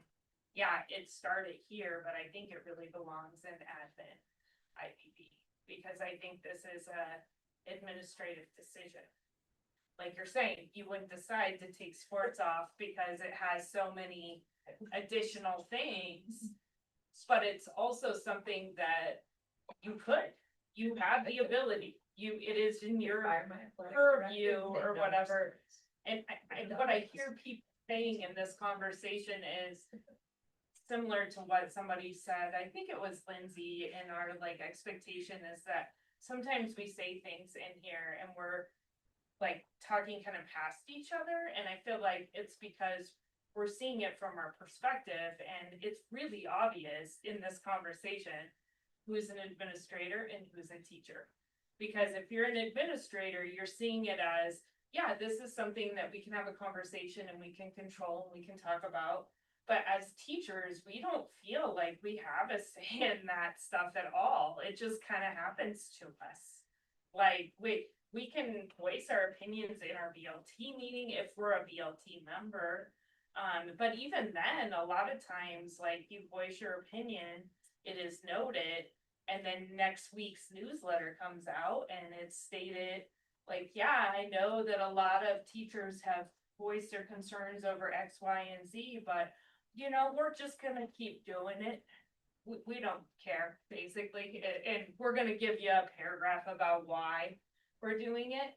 And so then it feels at times like, why did I even share my opinion that this was like putting an undue burden on me and negatively impacting kids, because then I'm all stressed out from this thing. If it's my input's not gonna be done with. And so that's why I'm like, I feel like this lives in admin, IBB more than us. Because I feel like that's where the pivot point is. That's where things could, like actionable items can happen. Yeah, we as teachers can voice that these things are driving us sometimes, like people have said today, like out the door. You know, these might be the thing that breaks a teacher and is like, I've had enough, I can't do anymore, you know? But besides stating that, we really have no control over it. We just get the list of things and sometimes it changes even mid-year, so. Okay, thank you. Autumn? I guess two things I wanna say. I know it feels weird to be on IBB and you feel like you're making a decision for the whole district and there's like 6 of you, but that's also like the job of this group. And yet your committee is not making a decision, they're bringing recommendations and then we as a committee make a decision. I feel like, IBB has continued to be like, oh, we can't actually make this decision and it continues to get passed around and then every year we have sort of the same situation. So I just wanna empower us of like, that's the job of your committee. Like I've sat on committees where we've changed major policies and yes, we brought a recommendation and then we talked as a group. But like, that's the job of that group is to like have that, and it feels weird and it feels awkward to be like, I'm making this major decision, but also trust that like, you're not setting it in stone, like. There's a group of us here that will have that conversation when and if that needs to happen. And the other piece is. The thing I don't remember anymore, crew, oh yeah, thank you. Crew, I see the crew is on, school, our district mandated, is that true anymore? Like, I feel like for a long time it was, but I know that like high school doesn't do it anymore, so I guess it's just a clarification, is that true statement, that crew is district mandated? So then should it be in the building too? Well, I'm just saying the K and 8, I think every elementary and middle school still does it really. Not sorry, routine is not the right word, but it's like baked in and it's like part of it and everything. And then high schools, the choice in how they do it. And it's true over the last 4 years, most of the high schools have stopped doing it. Someone brought it back. So I would say like at high schools, it's that choice. We put it in elementary and middle because no elementary and middle have said like they don't want to do this. Well, yeah, I think going back though, of like what Jacob said, this is not a chopping block list. This is just a list of things that are, who has decision over it. So I just wanted to make sure, like, not that my school at any point is like considering doing that, but like, if this list is just like, this is who is requiring it and not this is what is free to go and what's not free to go. I just want to make sure crew is. Yeah. So it should go with the building. Yeah. Building choice. For elementary and middle. Okay, Anna? You know, I really appreciate Autumn your framing right there, because I do feel like if this group were to lift up a recommendation of we ought to look at athletics because it is a burden at the middle and high school level, I think you're right that then the obligation of this group would be like, okay, what's the right way to do that? You know, like, cause I would say like, it's not off the table. Do we need to cut athletics by 25%? It costs a lot of money. It's a lot of time. Are we getting the outcomes we want from athletics at this scale and scope? And I would say, I don't have an answer to that. And so I do think you're right that like, I wouldn't say it's off the table, but I do think it's the obligation of this group. You know, if someone said we should cut athletics or cut it by 40%, I'd be like, okay, well, I think that's worth looking at. Let's talk about how, and if there's other voices we need to get input from, but I do think that we can start that kind of work here. I would say I feel that like it's not at the table, and maybe it's a how, and maybe it's and to be honest, we've, you know, started creating these lists of like deeper cuts for the future, and reducing athletics by 25 to 40% is something that's on that list. Would we get that crap beat out of me for that? Yeah. So how we would do something like that would need to be really thoughtful and strategic, but I might be in that world. You know what I mean? So I don't know. Jason? I would say, the idea of just putting it back at admin IBB just transfers it. I think like that doesn't cast a wide enough net. I think there are levels of meetings that this type of topic about BLT could be brought up. And I wouldn't say that like, I've been at 2 IBB, or sorry, one IBB, 2 BLTs in this district, with 4 different leaders at this point. And the reality is, I feel there's a lot of voice that happens in there and a lot of listening. And I don't think that the decisions are made without process of going through and hearing those voice. Sometimes, unfortunately, that process still ultimately ends on the leader's decision. They have to make that call. And it might feel like they weren't listening, but they are listening and they're hearing it. But it just comes from a different place where they have to make that. And I have found leaders tend to like own that and not just drop them. That's my perspective, and that's one of those things. Thank you, Jason. Okay, so I've got, Amy put your card down a while ago. I got, Stacy. Yeah, Yeah, I got that. Charlie, I just want to respond. I appreciate that we're clarifying this isn't like chopping block, but I wonder if it would help feel like these are school decisions, but would probably be very hard to stop, like I'm coming from, it's like something really, or traditions. So I wonder, I don't know if that would help to do like a read knowledge is a hard to stop. Or would have real big. I do agree with Kenneth's point and Megan's and something like athletics, and I also don't think it's like, just to clarify, it's not do it or not, it's more like the extended number of sports. And it adds, right? These numbers of games and things like that, so that's the kind of thing. And the intent, I think, open it up to, is it something we'll stop? And a lot of those might not be, but probably, I think in my conversation with leaders, when we think about it in a way of doing this. After it is like overnight trips is a big load. It doesn't mean you like just totally stop doing field trips. I think they're really valuable in a lot of things, but for other ways. And I also agree, I think actually levels meetings is a better idea. So Megan, thanks for suggesting that, because we do have all the leaders there. And I think then like we'll get just a much more comprehensive picture. Thank you, Megan. I was just gonna, actually, I felt like Carb had his stuff before mine.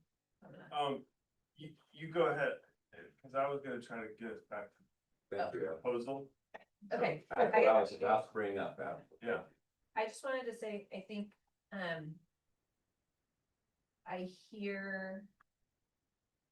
do think levels meetings is important. I do think going to BLTs first, and when I think of like how we ensure. I agree, there are times where, right, like. I have to make a decision that might go contrary to like what I've heard in BLT, right? And I think there are times. I think at all times, it's really important to hear teacher voice, right? And so I guess when I think of like what Kendall talked about, with like having a note catcher of what those concerns are at BLT, I think it is really important to like have that information from teachers and bring that to like a levels meeting when we then actually discuss those things. If I didn't have the notes from my BLT, that would feel, I don't know, I want to make sure that we hear teachers' voice and teachers' concerns when we are talking about it. And it's also why I think you should have high school teachers, like a representative from each school for each BLT in that meeting as well, so that it isn't just leaders in there, but that teachers are being heard and the voice is being represented.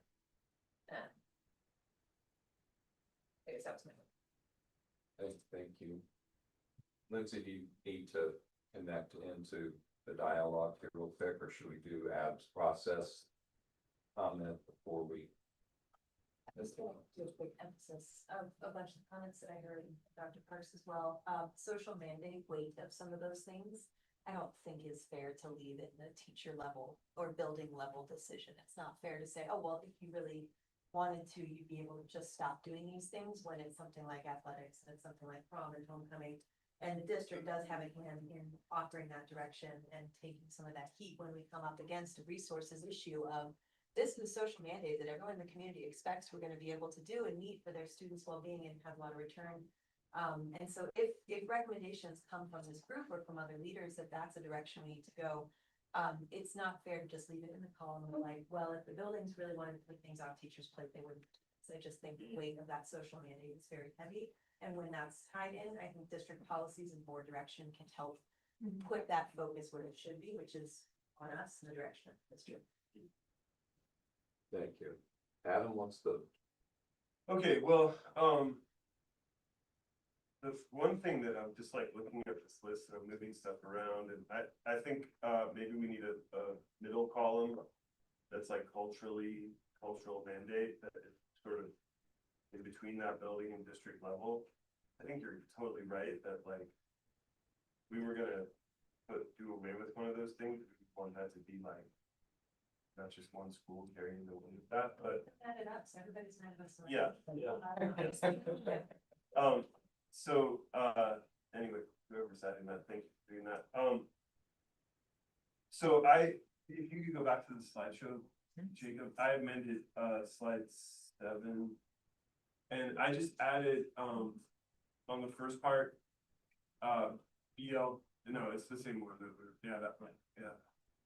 I just added where it says and levels meetings, because it sounds like, admin IBB isn't the right place for the levels meetings.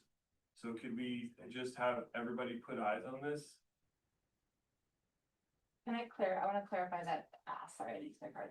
I've heard it go 2 ways. I've heard one, levels meeting is where it's getting introduced to admins. They can see what is actually district mandated before their BLT meeting. And I've also heard it coming back to levels after BLT meetings. Is to ask for both? I'd say after, when you have the informed opinion of your at least BLT team about some of those things. Sorry, clarifying question. What are levels?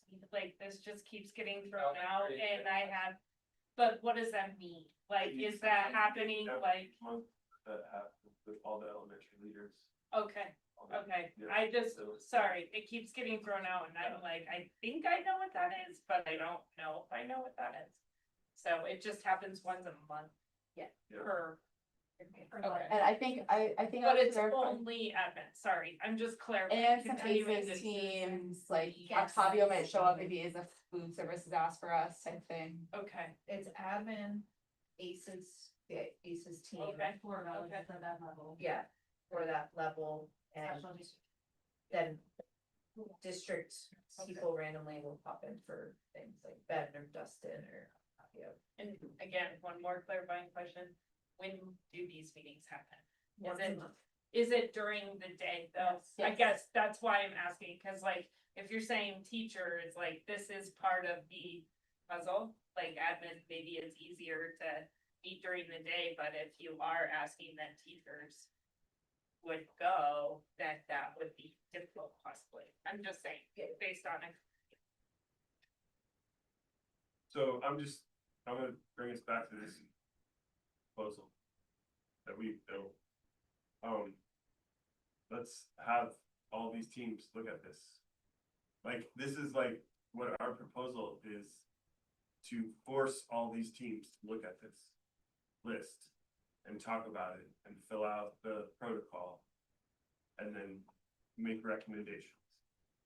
And that's really as far as we can go. I mean, like, maybe next year we can, if those recommendations are ignored, then we bring that back to the table and say, all the teachers at this building asked for this to go away, and, you know, like, but for now, this is where we're at. So, I mean, does anybody else have a question? Can we do thumbs on this proposal? You need Okay. to say something there, Amy, or you okay with doing a Go ahead. thumbs on this Yeah, sorry. basic thing? I don't need to, I'm trying to wait till everyone's done.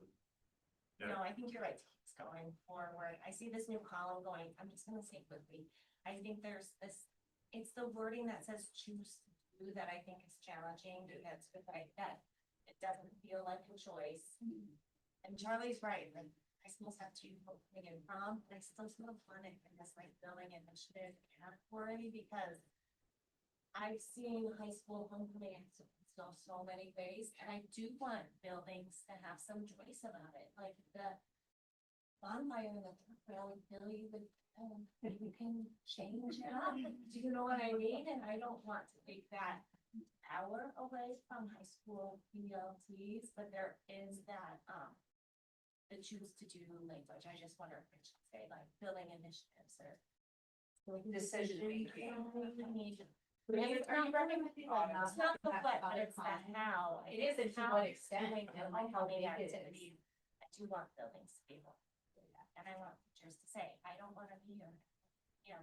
On Wednesday night and Thursday. And So just some more nuance needed in this document, it's gonna be going out to these BLTs without context, right? So if you have homecoming or sports in that category, context is needed, right? Reductions in the amount of sports offered in the building.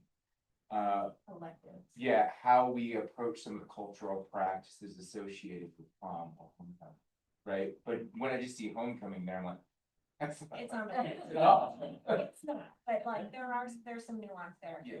And I realize bringing this up now is a diva, so I'm just. No, I mean, it's true, and that's why this is editable and it's a living document, and if you're. I mean, I think as a school, you know, you might wanna make your own thing that is different than this one, you know, it's just like. Yeah, it's an organic process, what this question is about is can we force the conversation at every building and levels meeting? So the proposal is to have all BLTs do the protocol. Dawn states will hold leaders accountable. There'll be a spreadsheet with the dates of the meetings and the notes that will be shared. And then the next steps and commitments will be shared at school and also shared at the levels meeting. That is By the end of this school year, By the end of the school year. yeah, So for next year. my clarifying question with the levels being, because I love that we threw that in. But I feel like you guys were very succinct on like how the BLTs would work, there's a whole protocol.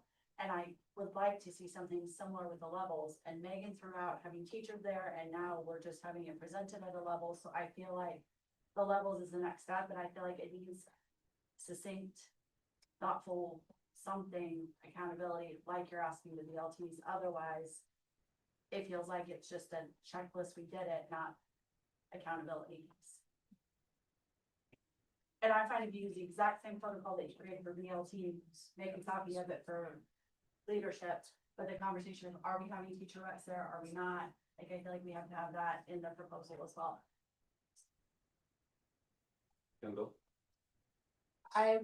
What I wonder and worry about teacher reps, because how do we pick the one teacher rep for the BLT is gonna represent that school?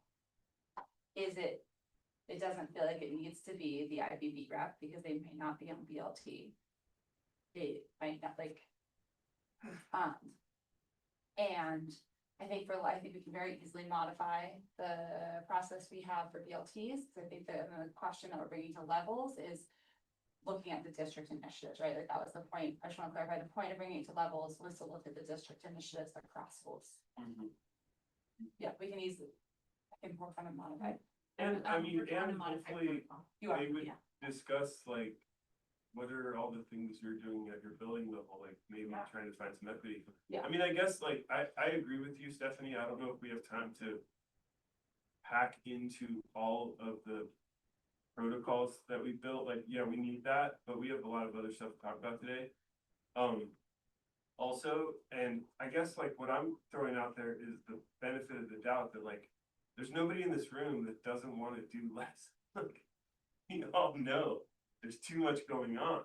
And even at a building leader level, like, yeah, you want streamlined like processes and you want your stuff to be efficient. So it's a weird question of like, some things matter to some people and they don't matter to others. Some of those people are teachers, right? It's like, okay, some of that stuff, it's like, if you tried to get rid of it, there'd be 3 people on your staff. You're like, oh no, we're not getting, that's like. We tried to get rid of the stupid truck rally, man, it was gone for 2 years, and they brought it back. Nightmare. Joel and Stacy can create a modified protocol. I think for Yeah. levels meetings, Yes. and then Yeah. it's on building leaders to work with their BLT to find a teacher who can come to a levels meeting and then be arrange a sub, which I know is a pain in the tuchus, but it is what it. So Alicia, one last thing and then we'll. do Yeah. our thumbs here. I guess because we're voting is why like there's clarity necessary or whatever. It's like, what is my role with this as an IBB member for like, I'm a bit confused on like what my job besides saying we're following this and then the other stuff is outside of my job. I don't know. That's It's, right. it's pretty gray Your or only whatever, job, yeah. so Your job is it's to my vote. only Your job like. is to vote right now, that's all. Yeah, but I'm voting on what? That's You're what I'm. voting on your the BLTs will do the protocol. Yeah. And then Okay. you're voting on JC, Joel and Stacy, Jason Well, hold says- them accountable. And you're voting on them, we'll have a spreadsheet with notes, and then we're voting on, it'll go back to levels by the end of the school year. That's what we're voting, and I put it in the notes and it's highlighted in yellow so people can find it, because there's a lot of notes. Okay, and then if there will, in my school, any questions, like, who do those go to? Because there will be a lot of questions about all of this when I present it to my staff.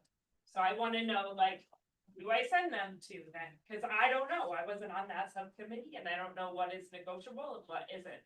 Because I voted on this and so we said that this is happening. They go to your BLT, your school's administrator, who will know about this also. Okay, so you think just send it to admin? Yep. Okay. But it has felt like in my listening to all this, the implementation part is the piece that's everybody was still a little unsure. A lot of it has just been analyzing, and evaluating the different things that are going on. But the basic things that have been stated now by Autumn a couple of times, do you feel good on thumbing that? And then should the group try to create, just make sure it's a clear set of directions that's going when it goes out to the buildings? Because it's already on that form in some way or no? I'm the protocol. Yeah. Yeah.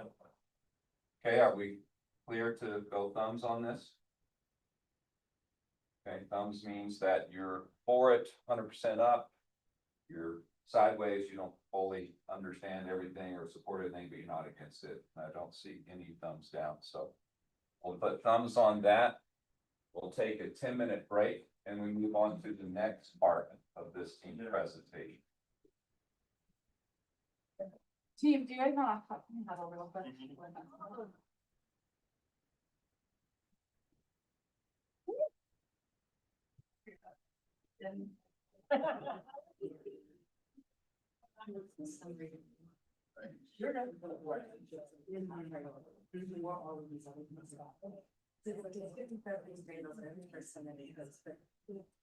Just that was slows over the you know, you're sharing stuff like shooting all of this.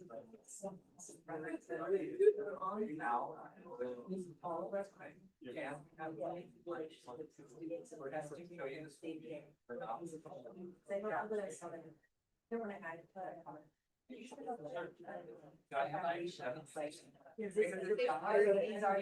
Yeah, like. As a parent back outside. Okay. Just whatever. Yeah, that's, you know it, and everyone just understands it, but I need to. But having it, I hear your words, I hear your words. That, I hear it. I wasn't on that. Oh, That's gonna be right there. But I 100% agree with that. Yeah, we didn't. I'll check it with them. You're Sorry. amazing. You're taking notes. No, you're so good. You're amazing. Thank you. Close. Watsky's. Slam right. I'm gonna put a dose for your dose. Okay. Maybe I'll, if anybody wants dose instead of Foxy's. Right, we'll learn it. I love it. And then we can meet in the parking lot and like have a whole Sharks versus Jets. Yeah. I'm gonna. You want a burrito? It really is a Sharks versus. But did you want a steak? Right. What is your preferred? I know. I was thinking about bigger boats. They use that over there. I like to touch people.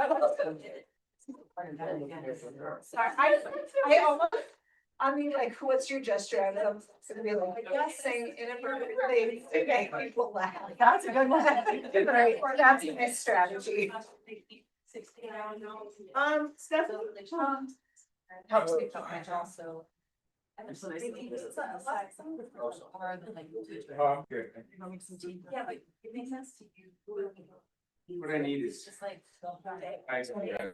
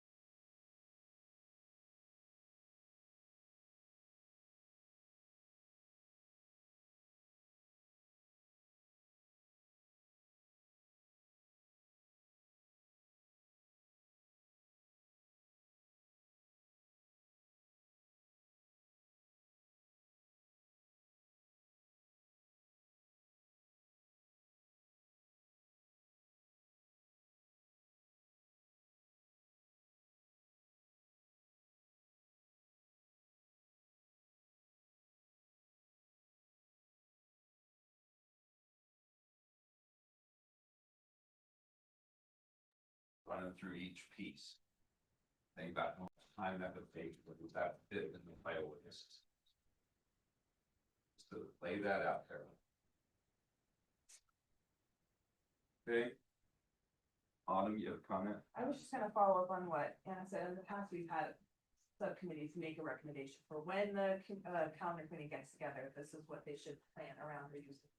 So I do wanna push also with what Brett said of like, I don't think the decision is do we get rid of ERWs or keep it, it's how do we make them work or not work or whatever. That was sort of what the conversation was, should the. Okay, Stacy? Thanks, I was trying to look at the mid-year check-in notes, because I know I wasn't there, so, so I forgot that, like, these slides, some of the slides were already shared.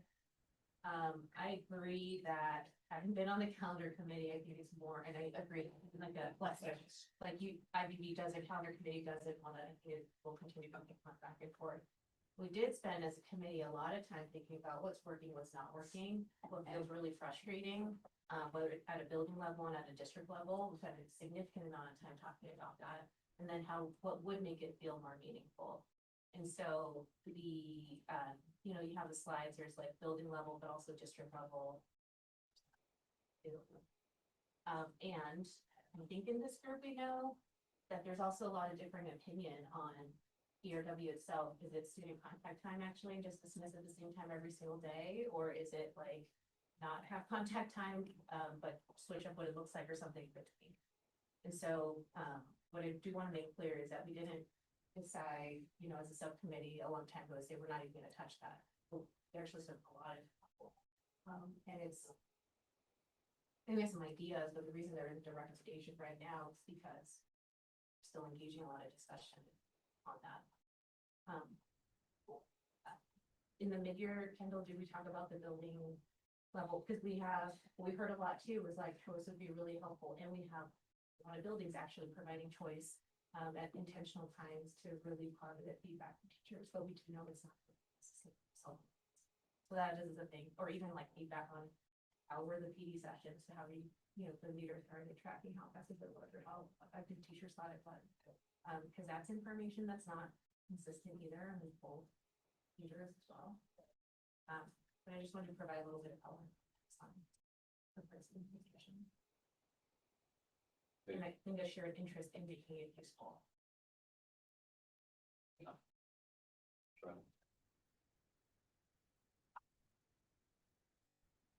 Well, I mean, like many people in this room, I've been here since the beginning of ERWs. And I've seen them go through many different iterations, and I've never seen it done successfully. Primarily because I just don't think it's a meaningful chunk of time for collaboration to happen in a meaningful way. Like if we were coming up here to Carbondale, to Lindsay's classroom at the time, no one even was here until almost 2:30, right? And then we were leaving usually around 4:15.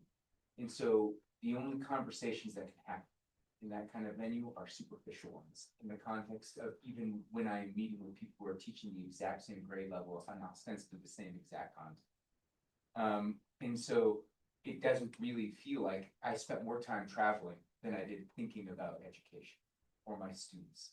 And I don't think that early release Wednesdays will ever have a meaningful chunk of time for that collaboration to occur. And all of the things that have happened at the building level, we tried many different interventions for students. If you look at the students' data about attendance or their scores in classes or on standardized tests, you're seeing none. Okay, so rather than that dialogue around ERW that goes nowhere, do you want to come up with a recommendation as a team in regards to ERW, so that what Charlie said is story that goes into it, Brent said story that goes into it, Miles is coming, probably shares some story there, that we have that. And then why do we want to solve this problem? We lay that out, then we build options for it. We see which options meet the interest best, and we choose the options that we want. That is the final solution. I You want to do like, that. I like that idea. I just wanted to ask if like we could present the slides that we made that have the ideas that we came up with, so even though we don't have like a formal recommendation, had a lot of conversation and we had a lot of good ideas. So I think whether or not we do that process, it would be useful for us to share the ideas that we came up with, and then Well, those are key parts of the process. Yeah. I just don't want you guys to sit here and have dialogue that leads to no solution for you, that only builds your frustration and burns 2 hours of time. Yeah. So I just want to know, is this a process that this group could do? Is it and how is it done? Is it a mutual agreement that you come up with? Is it, because you can't do anything in the contract right now, is ERW even in the contract? So like, what can you do right now that fits within the, Maybe we'll be able to answer that after we go through this. we might be able to. I didn't get you already rails slides earlier too, Yes. it sounds like you'd already seen the slide. Yeah. Or like repeat the whole thing, but we should, if you wanna repeat, if you wanna do it, yeah, it's not a lot. Yeah, the slides are soft recommendations that we don't think need thumbs, that we think can improve ERW without amending the contract. I'm sorry, I thought it'd be quick. but it is possible to generate an MOU on the thing. So do you wanna see these things and then decide? I just don't want you to burn time that's not going anywhere with all that is left to do. Miles? Well, we have a lot to do, but I think from what I'm hearing with the frustrations from teachers, I think, I have to speak for everybody that's be here and speak for themselves. We wanna talk about this. I guess we need to hear from the district. Because I don't think it was the teacher saying, no, let's go back to calendar, no, let's go back. I don't think that was coming from teachers. So we need to hear from the district whether they wanna spend the time going through this in good faith or whether we should move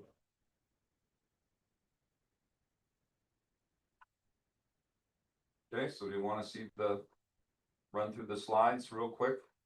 And then we need to make a decision as to what would be the next step, next course of action. Slides.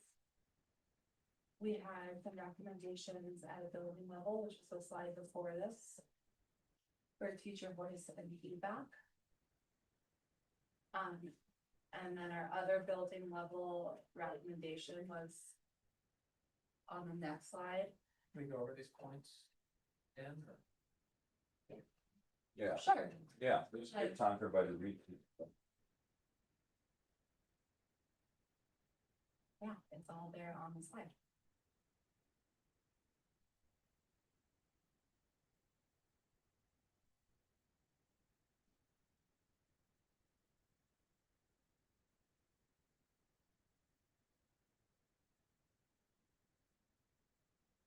And then there was suggestions, we know we cannot require this, but suggestions of intentional plannings of cycles and blocks and choice to reduce the fragmentation. This goes with our other work. I know that I got taken as a building leader by surprise with the writing piece this year, and it messed up my IBB plan, and it felt more fragmented. It's like, how did all those pieces work together?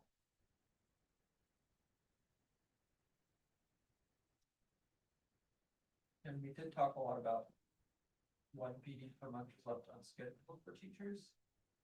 Kind of like what you were saying, Brent. And something that I remember hearing in our committee is that since district PD is just reserved for the first ERW of a month, that it could be presented to a building to decide like how they use the following weeks and if one of those is left. But that was never like a policy or a guarantee. Does that make sense? And then the last one for the content collaboration, there's an asterisk stand first Wednesday of the month in 26, 27, partially it's like the calendar, but also it's not always 100% of the time on the first Wednesday of the month. We have time for some trainings that are built in. We talked a lot about seasonal academies that come through, and all those are after work hours, and teachers saying like the content is interesting, you can't come because it's after school, and so is there a way to actually make that like an option during that time? And I think there are pros and cons in like how to do that. And then this is more newer, and I don't really have a chance to talk about with our committee, but one of the ways I was trying to think about how do we streamline things too. Charlie mentioned the RFID lesson design. I just want to clarify, it's not intended to be a template where everyone's turning in scripted lesson plans for everything at all. Really thinking about how we're providing access to all kids, especially emerging bilingual students and students with disabilities daily in lessons. But there's like components of that. And so could that actually just be the like bottom line focus in, during district content collaboration? Also, so it doesn't feel like content may feel like they have to come up with a focus, which is different from the school focus, which is different from the district focus, but again, in the spirit of streamlining and simplifying things. And again, I think the core thing is how do we make the time better and more impactful? And like, what does that feel like for folks? And I think what we hear varies often based on what the level of experience is or knowledge on the teacher level of comfort. And so just want to name just a wide range of stories and goals. Thank you. Is that the last slide? Okay, we already took our break. So I guess just thinking about like one of the things I wrote in my card synthesis, like trying to take different ideas and put them together, and going back, I think you're right, Rusty, that like the next thing we have to do is decide if we actually want to try to come up with a recommendation as a big group. And if there was one, I mean, and Jacob, if you go back to that one, you know, we do have the word proposal up here. And it feels like that proposal would alleviate like some of the frustration,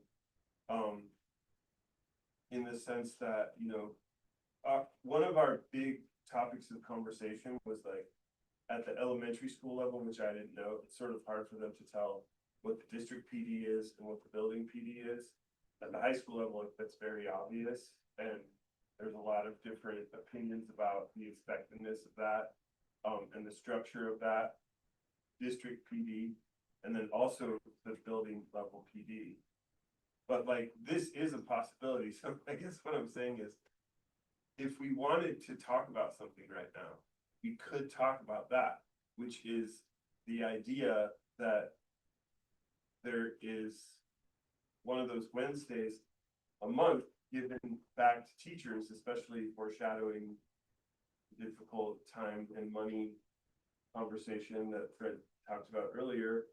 Like, to me, that doesn't seem huge, just because there's already one or two, you know, there's already a few given on the end of the grading period, you know, like teachers have like a Wednesday to do grades. And I think that's where we got stuck, was because that Wednesday is different for high schools than it is for elementary because of the trimester quarter thing. And I think that's where we got stuck. But if it was up to the building, but to say to like administrators, you're planning 2, district's planning 1, and 1 is given back, that is something we could talk about. Okay. If we choose to talk about that right now. We also talk about the next slide, like could that also be the district content team.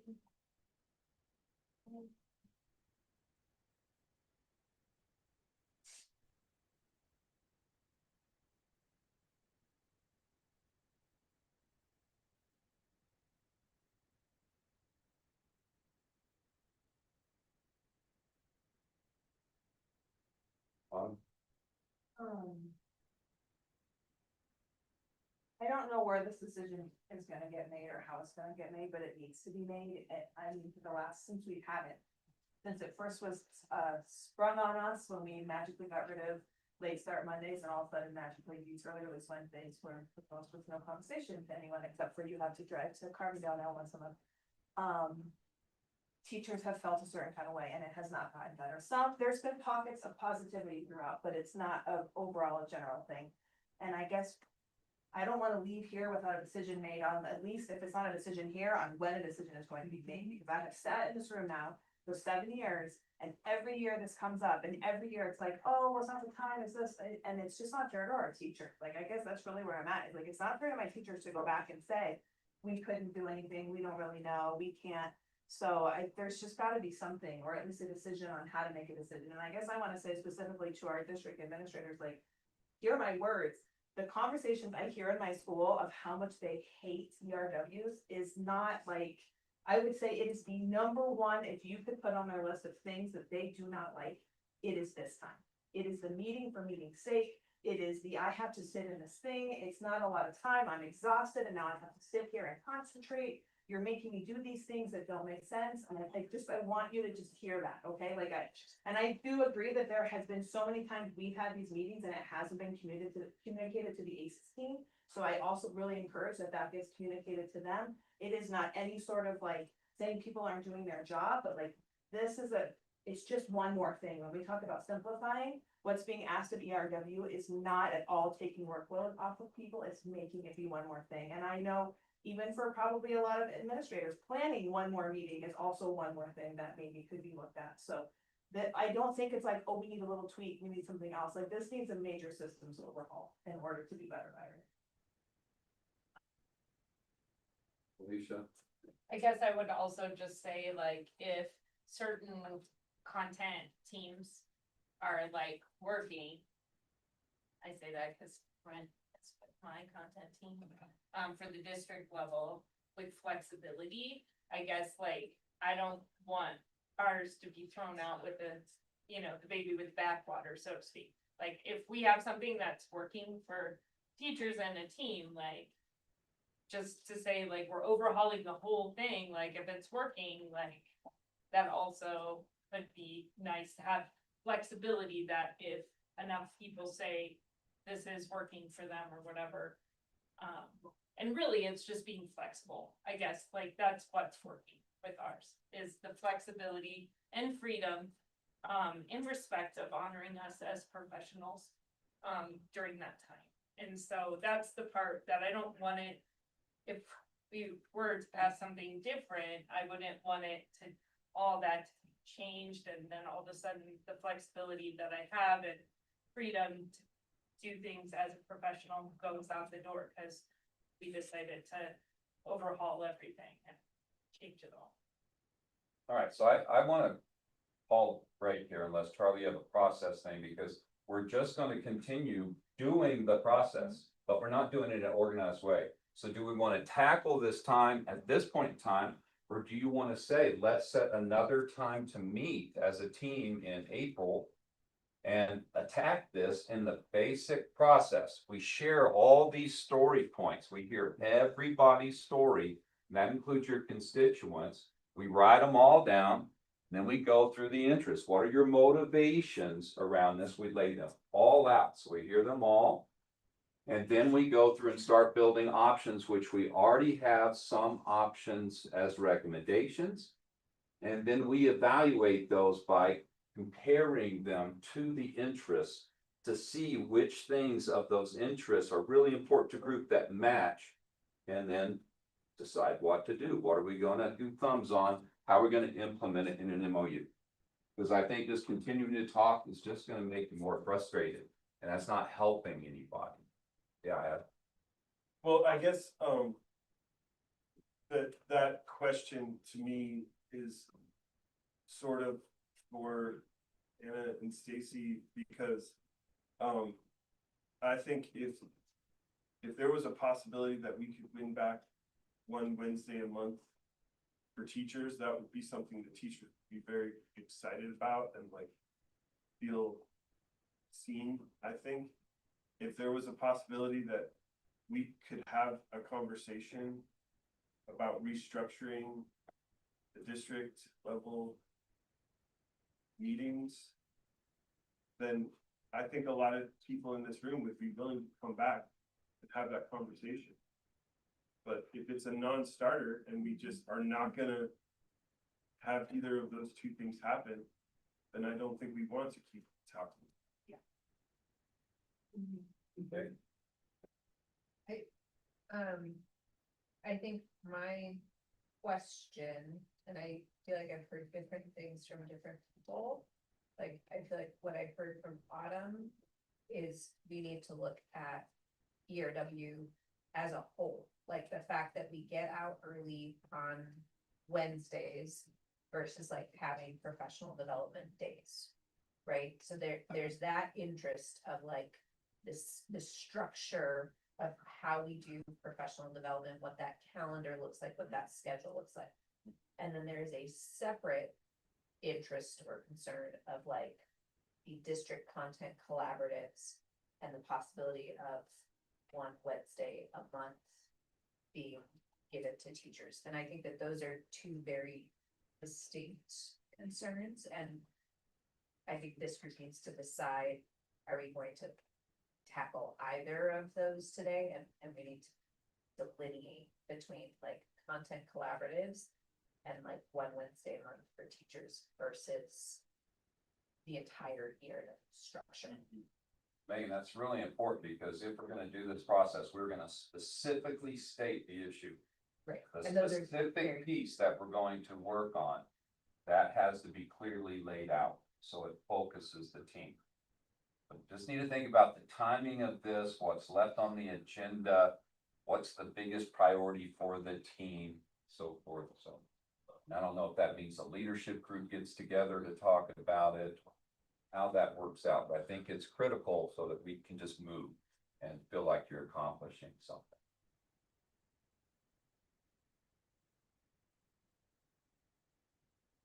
Stacy? Yeah, or maybe make a proposal.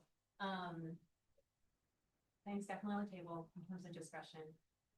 I do agree, I think that, you know, a lot of different experiences that folks are having on that first Wednesday. And I think there is, I don't remember who was saying it, maybe Alicia, it was you, for like teams that are able to collaborate and leverage and within other buildings, actually helpful to have a set time, so you're not trying to coordinate within buildings, like what is your freedom, what is this, when is this, and anyway, so I wonder if, and I think I'm trying to just better understand what we're trying to accomplish here today, and whether it's actually a time run subcommittee, we need, again, specifically on this, because I think we have ideas, but we don't have a landed like recommendation, I guess. And so I'm trying to better understand, are we trying to get to a recommendation here in this phase now? Today? Or is it like, if this is a process question, or are we hearing more story?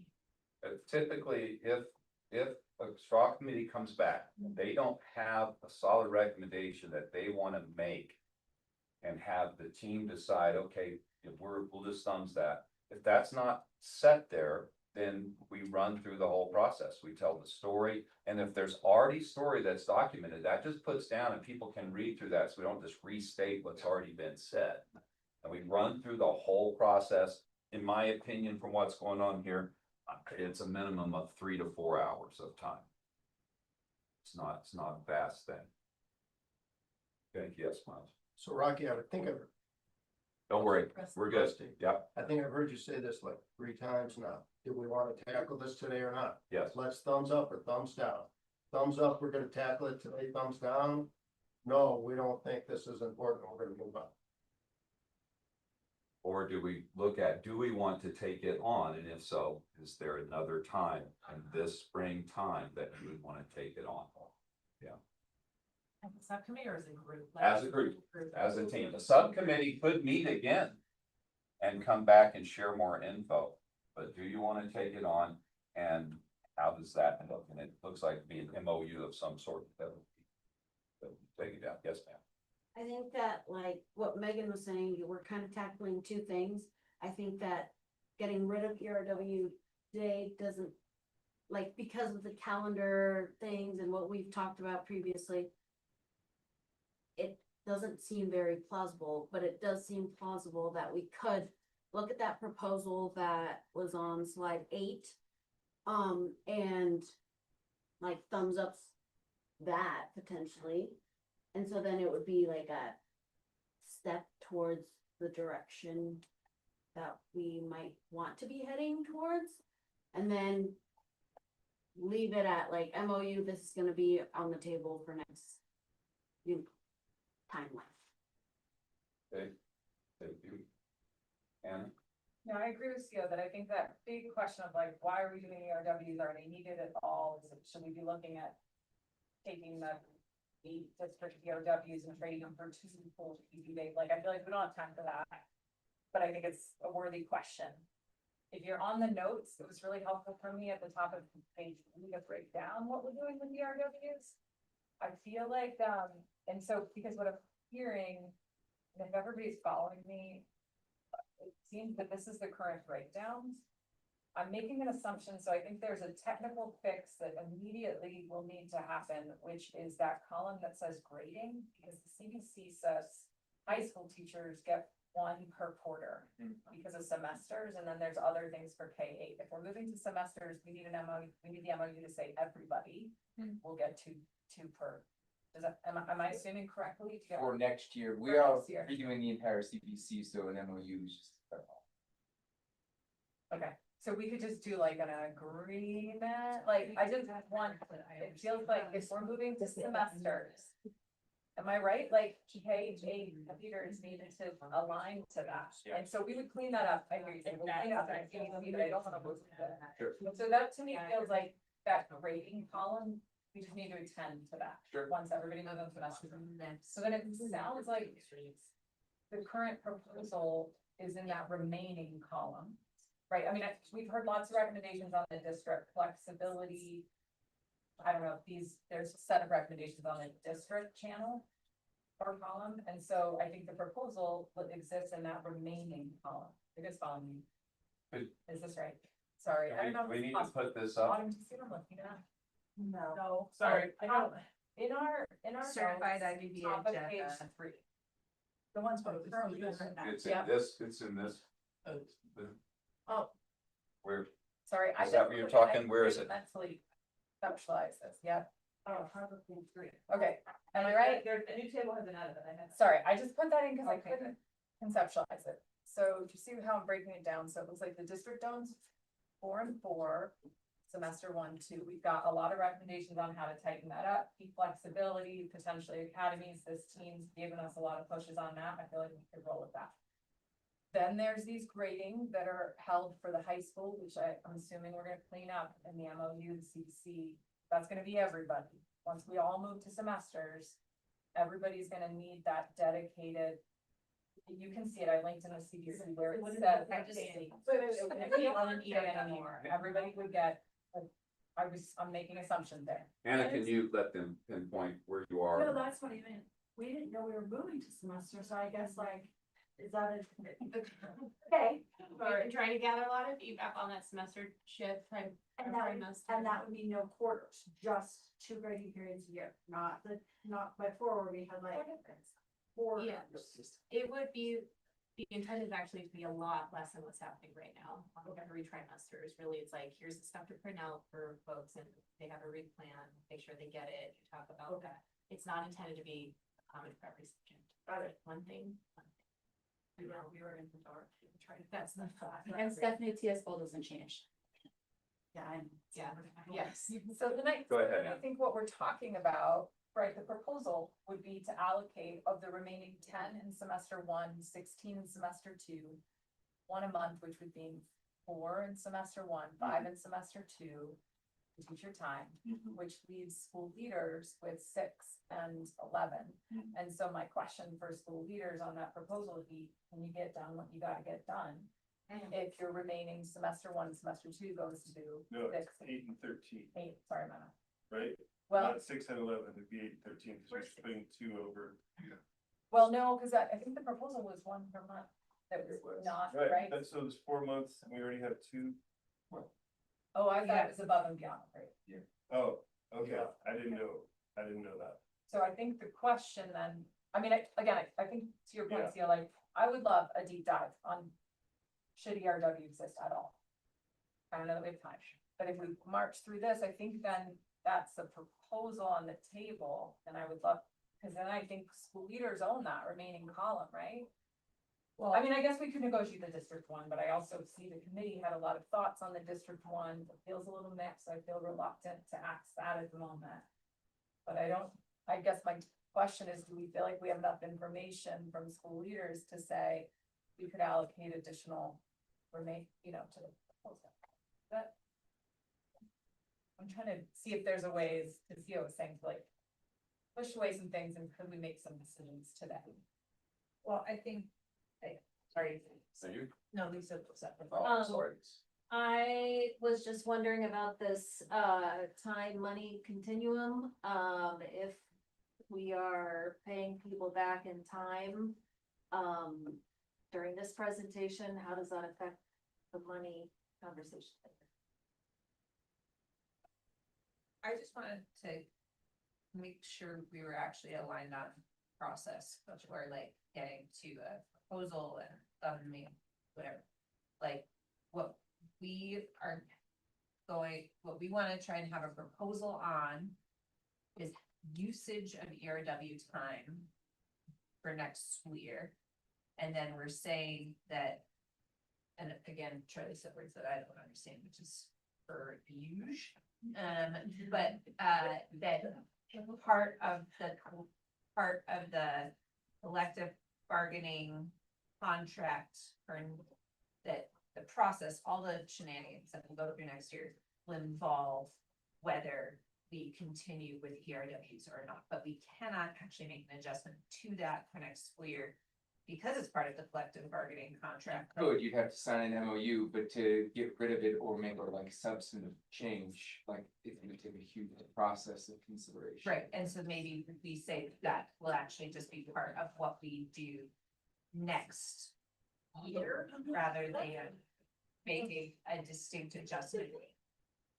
Trying to change that. Yeah, well, my perspective is it's gonna have to happen next year regardless, because we're gonna be going to the contract itself and looking about Right, things like this. Do we want to continue? so then we should just do that next year, and that makes a lot of sense, and right now, we should come to an agreement on a proposal for use of a year. Does that, I guess, like, does that seem acceptable Seems like we could execute that today. today? That's just like, that I just draw the picture. Right, W's meeting our professional meeting, just don't see that as. Okay. I'm not trying to dismiss the interest. right. I think that usage of ERW time seems like something that we come to an agreement on in this group today without taking 4 hours. Correct. We've got one, we haven't even finished one item on our agenda, but I'm just put that out. And Brent? Charlie needs to be a negative. I just wonder. There was clearly to me a proposal on those slides, which was giving teachers a day back. Yeah. I don't think it would take hours to thumbs up or thumbs down that, and I'd like to meet with teachers for a couple of minutes and see if we want to go down that road, or just doing thumbs right now. Let the teachers get a day back. I think there should be. We just want to clearly write down, we make sure we have the things that we're thumbing that relate to the usage of the ERW time laid out, decide.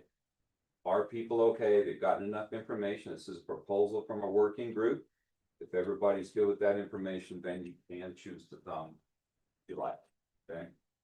If it's not, if you need a little bit more, we can work through some things, but that is definitely something that can be done because this is a proposal from the group. You just decide if you have enough info for it.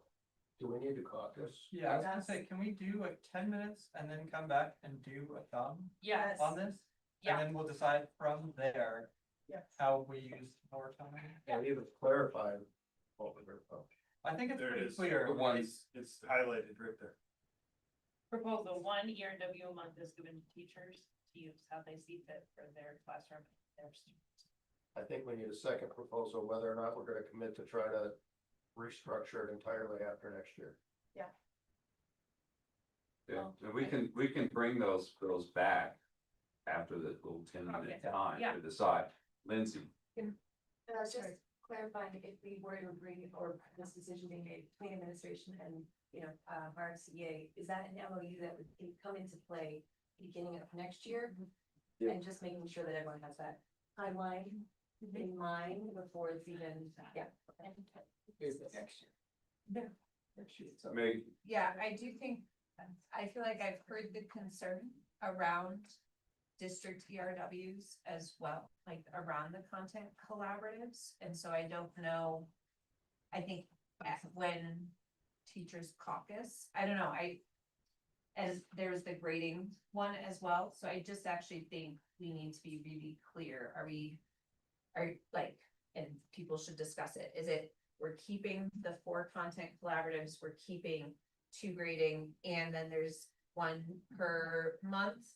Are we saying, are people saying we don't want district content collaboratives? Cause I feel like that is something that I have heard. And we want 1 per month, and then the one that was content collaboratives goes to buildings. Like, I actually think that there were a couple of different pieces there that should just be discussed in groups so that we're really clear about what is what. For Are- clarity. are we in agreement that we want to do this? We can caucus and you can talk about this. Yep. Do you want to do this? What are the things that you're interested in this process? Make sure we know what we would want to thumbs on. And then come back and decide if that's what we're gonna do, and we write it all down, make sure everything's clear. Do we want to do that? Yes. I think the teachers would like to have a moment to chat, yes. Yeah. Okay, good with that?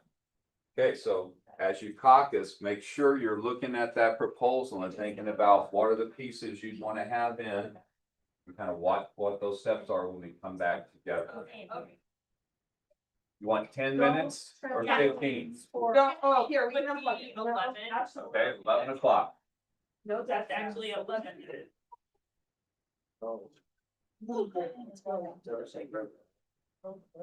Yeah, well, you should know somebody.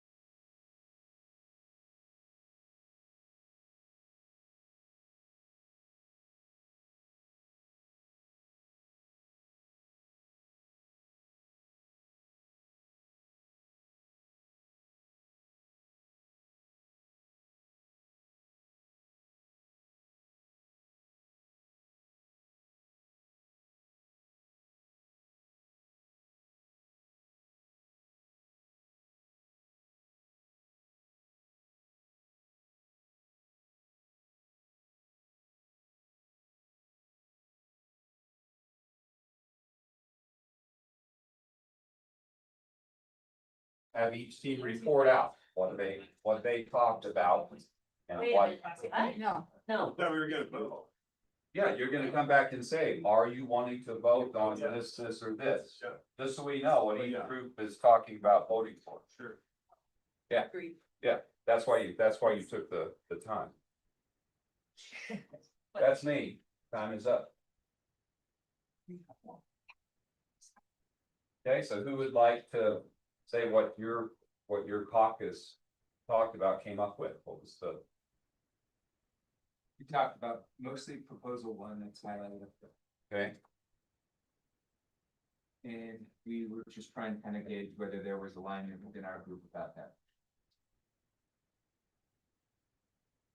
And so Right. that's kind of what we'd like to move thumbs up or thumbs down.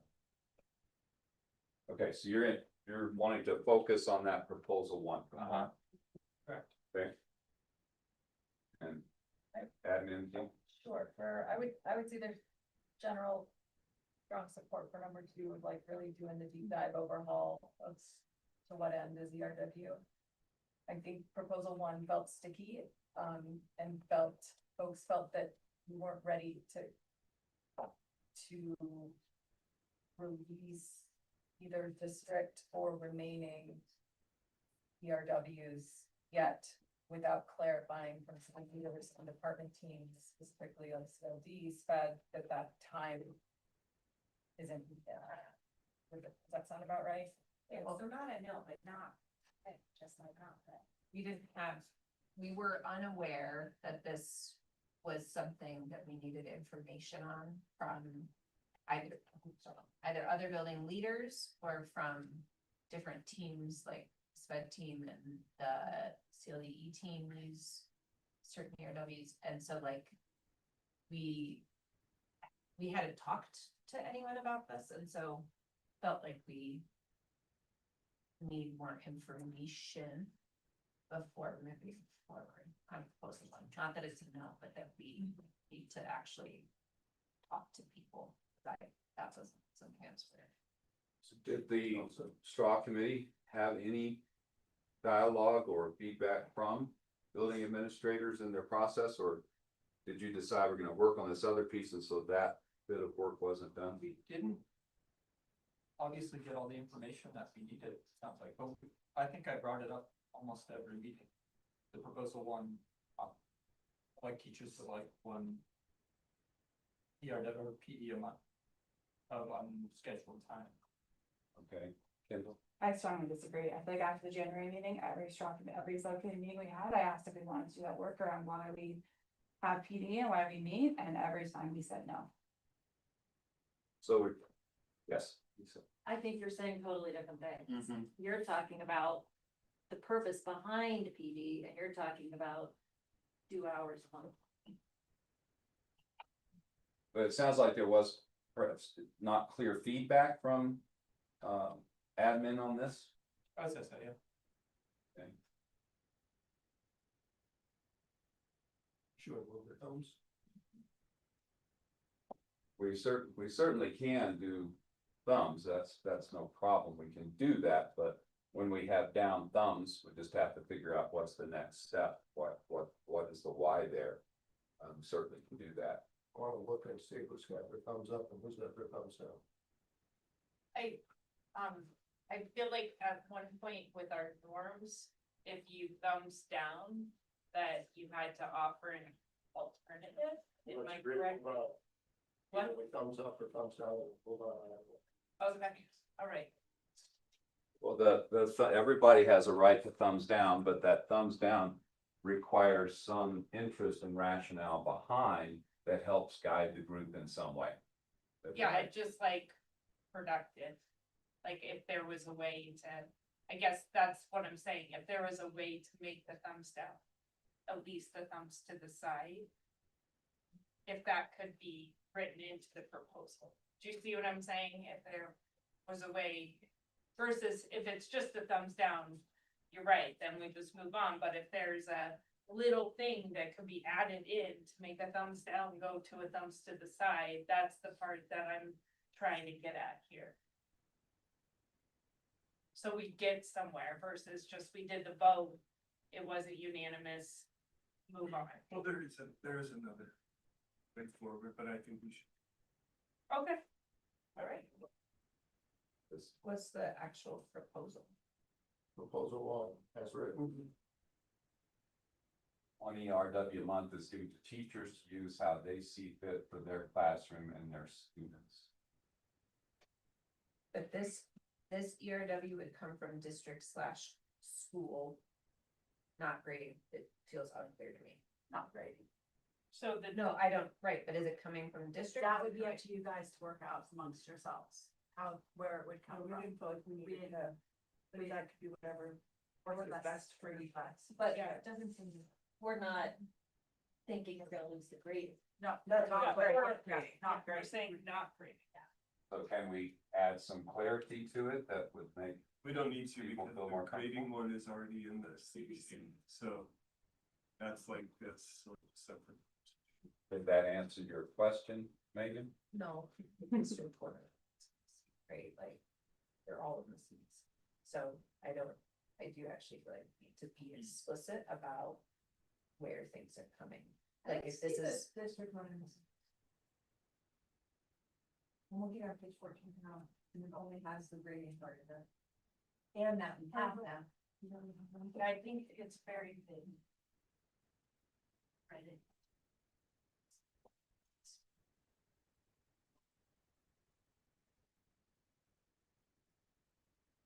On page 14.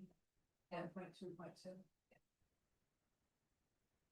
But I think this is illustrating what Anna said, that the absentee feels like not quite ready, like it's not. So I'm not sure that getting into the weeds, right? Well, we're recording this and potentially hundreds of teachers could go back and watch this, and I would like them to see who says what. So I would like to know. Like, well, Nothing that we should, I'm just saying it's like deep dive into the. Not totally sure that that's what we should be doing. I don't. and the key thing is, regardless of what comes out with the thumbs, it is possible for the team to say, let's meet at another Yeah. time Yeah. to deal with something. If it does, you don't have to just throw it out, it's done. You have still time in this semester to potentially answer these questions that the admin has.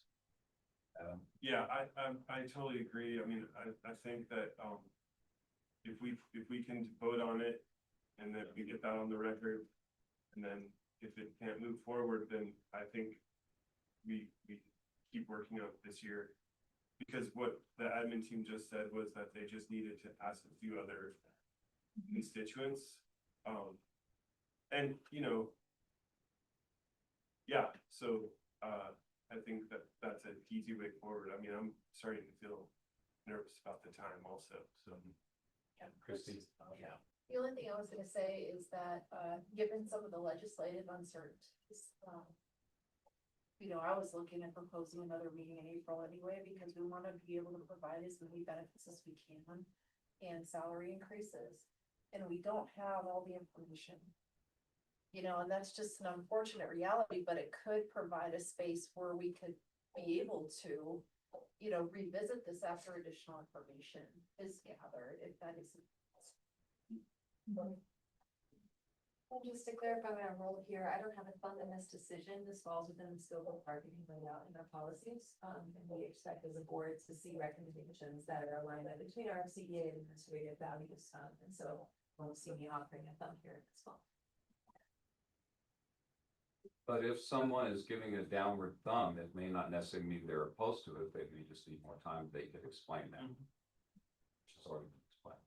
So is admin good to thumb? Okay, Stephanie and I both have our cards. open. sorry, guys, I please, just wanna say, so we're just thumbing the proposal that was brought to us by the subcommittee. that's right. So that's just clear. This is not like a new thing. It's what the subcommittee is recommending. Thank you, Laura. There's that. Stephanie. I guess I'm gonna build off what Christy said that I was already thinking and adding to, like. I know we don't wanna have more meetings, but this is meaningful work and I don't wanna keep saying we have to rush through something.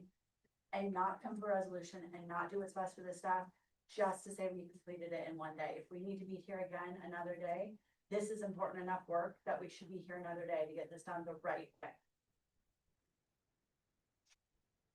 Okay. Red thumbs on proposal one.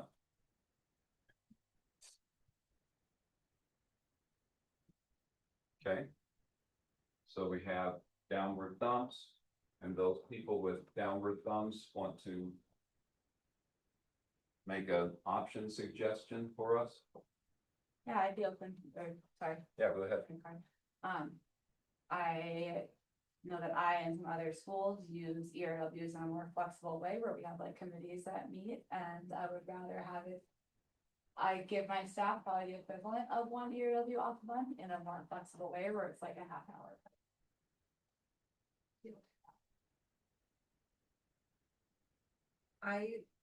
I want clarity on whether it's district or school, and I would like, if it's school, then I think we need to clarify, like, I wanna make sure that that feels tenable to the other high school building leaders, and just check in with them before actually, voting on this. And if it's district, we need to make sure that the district team feels like that's something that they can navigate as well. Similarly, I totally open to, I just need more information checking in with folks, and I do agree with the idea of an April meeting. That's like a set time once we can say like that's not. We'll have had that information. Yeah, I'm the same, it's negative as well, it's like, there's just needs more time to be able to work with people who are in this room to make sure that it's lined up the right steps. Okay. Autumn. Can you go back to the slideshow? I've never been an idea in a situation where a group brings a proposal and then members on that subcommittee feel like they don't have enough information. When the proposal was brought to us.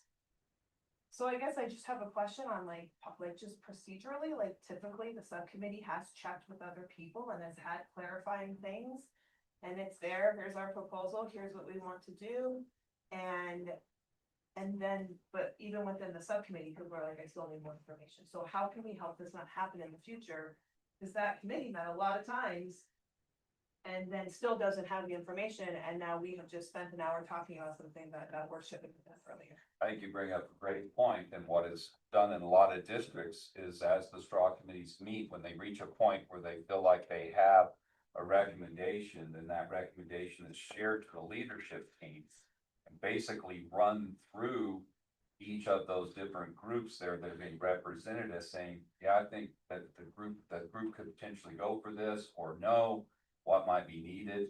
And then what often happens, if they feel good that we can put this up to a thumbs, then they do so. If there is a thumbs down, then it's go back to the options or interests and see what needs to be tweaked. So oftentimes there's a feeling that, hey, this could work. Sometimes it's one side says, this isn't working for us. We want to do the full process on it.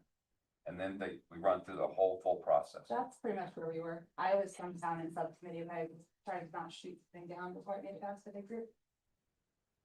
And I think I could have just done a better, faster, more corrected job getting information on these proposals. I just have never had usually when you bring it as a subcommittee, everyone on that, like, that's how you trust the subcommittee. It's like, you have done the work, everyone on the subcommittee has been consensus, so. But one of our norms that we don't shoot things on a subcommittee. So I guess that's where I was confused, what I should do. I think you don't shoot them down at the initial part, and then once you get a recommendation, you do have to decide what you actually wanna bring. Like, that nitty gritty work is supposed to be done in subcommittee, so we don't have to do the whole nitty gritty work as a whole. I think that's why we divide and conquer that situation.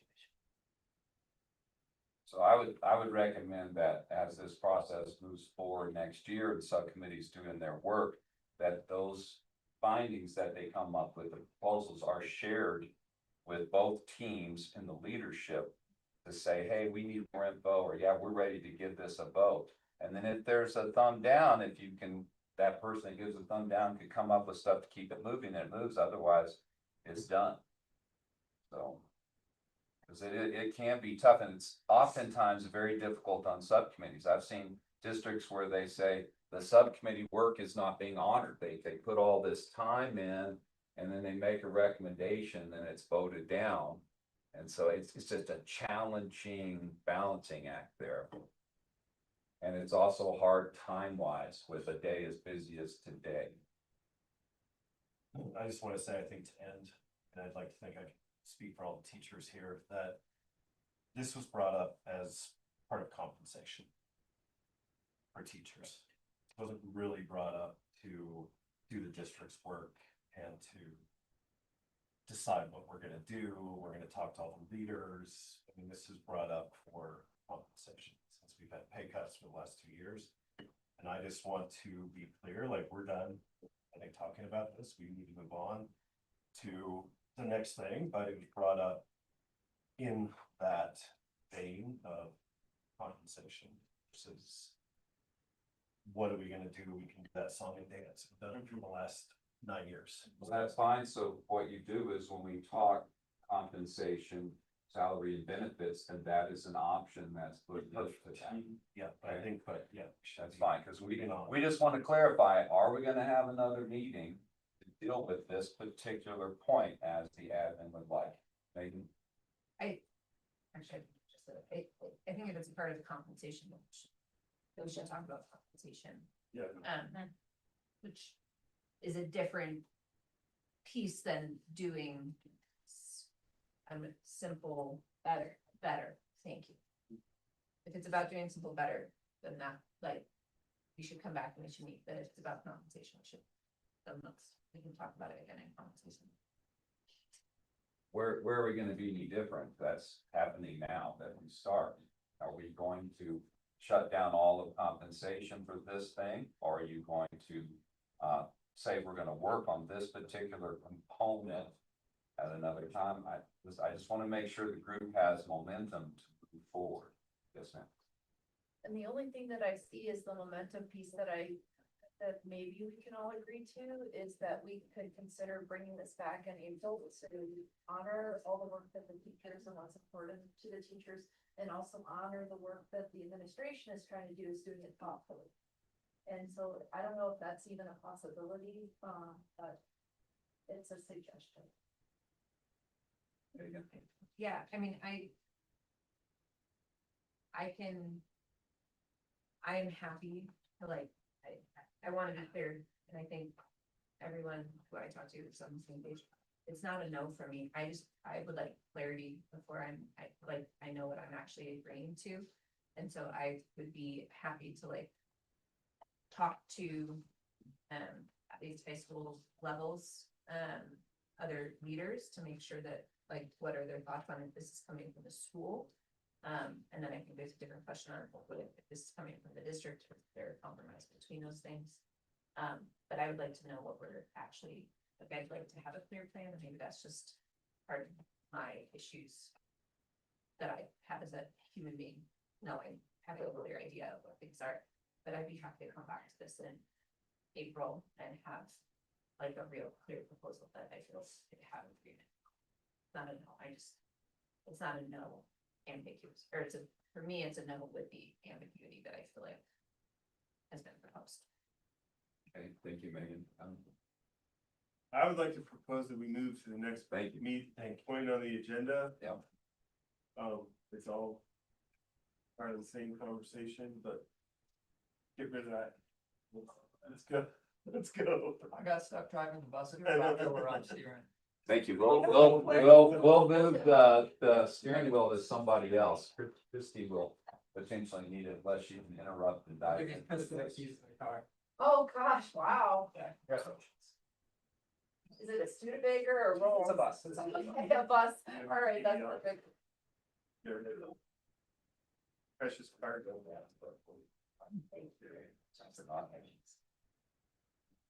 It is, that bus driver was. I already know the truck driver was. And minibus. Minibus is relatively. Yeah, less pressure. Yeah, fewer. I think the cost benefit analysis there. Question. with this being the focus on talking about 26, 27 decisions that we have to make around employer employee contributions to health insurance plans, around salaries and benefits. Question for the group, in the interest of trying to have the same information and data, could we begin with a discussion on where budget is after the March forecast yesterday, last week, from Christie, and you can see some slides that are, she's prepared, that are some of the similar slides that the board and finance committee, but do have updated information given state legislature, some shifts in department budgets that impact kind of what we're looking at, and I guess we have an interest in having Christie share some of that stuff, wanting to see how the group felt about. Questions, comments, we good with that? Can I just say one thing? The intent of the information is what I said earlier, and I'm gonna hold really fast too, is to educate and to inform. It's not to be positional, and any time that it comes across as positional, I will personally apologize for it. That is the intent around the information, because the thing is, I just believe, I mean, this is part of the reason why I believe in education is knowledge is power. And if we shut down the information with concern of being positional or anything like that, then we've lost the information. But maybe holding people accountable, making sure that the voice in the room is something that's thoughtful and with the right intent, is that feels right to me. And I'm willing and very willing to be held accountable to that high school.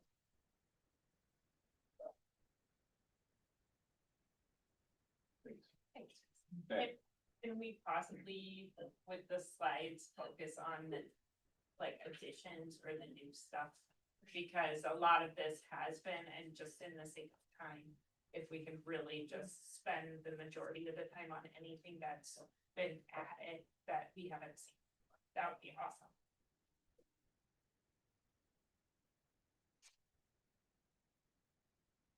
Guess we just need to get Christie's computer plugged in. Or can you press on that? I think you can we push just out press the. on that button? Is that what we want to? No, I think we just do this and then, okay, so the only thing is that I might have to use my knee, to do this, or maybe Anna, if you could drive, and then just to make sure that I can look at the group, so I don't have my back over here, and that it's like kind of odd. Okay, that's perfect. There you go. Okay, thank you. And then, so, okay, so, but, yeah, so we'll just go on the information update.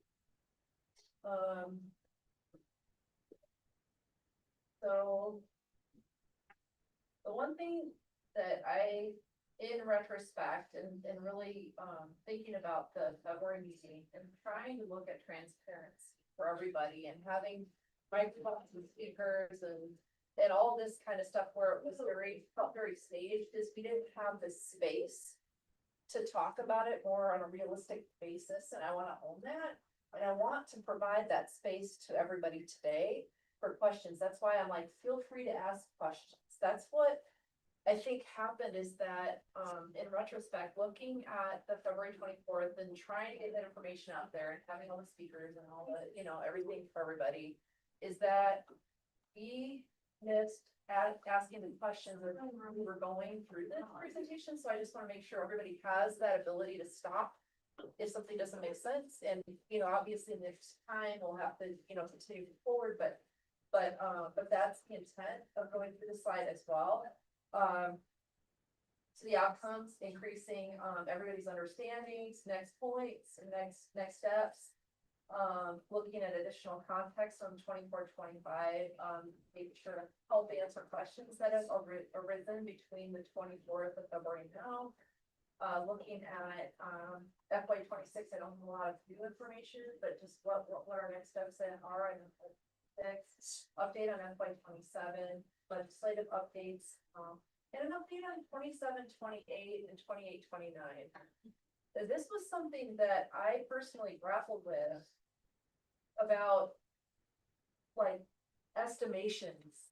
I mean, that's moving into a world of uncertainty. And you're having to make a lot of estimations in a world of uncertainty that possibly could or couldn't come true.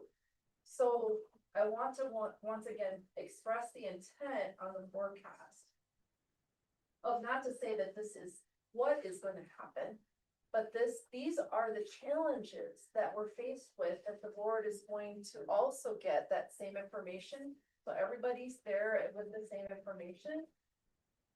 For 27, 28, and 28, 29. My best hope is that we don't get to that. I don't want to use that as a bargaining chip. I'm not saying the sky is falling, but I want people to understand the challenges we're faced with and how we're trying to get to some sort of potential for a soft landing over these next couple of years financially as we go through some major shifts in education. So, so I just want to note that as well. And then, once again, feedbacks and questions, that's the most important part of this. Okay. Audited actual results, this is the same information as I provided. I wanted to provide additional context and be able to answer any questions on the fund balance with the audited FY25.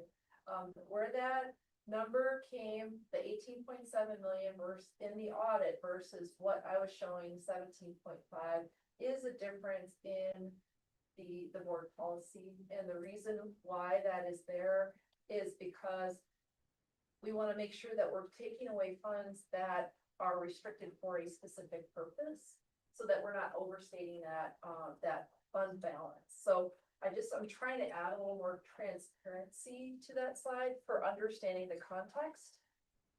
Right. Looking at 25, 26, this is the same as what I said last time. The one thing I want to note, and really, I mean, trying to come to the table with all the information possible is the last bullet. We're going to press hard between now and if we do a potential April meeting, which it sounds like we may, to look at those projections that I'm getting from all those budget managers, because what we build in the systems is that people are starting to understand their budgets better. And we want to utilize that information so that we can see if there's any funding available, if there's any funding from the turnover we've seen, if there's any funding from lost, like positions that have gone vacated. We want to tease that out, and that is a lot of work that we are working on right now.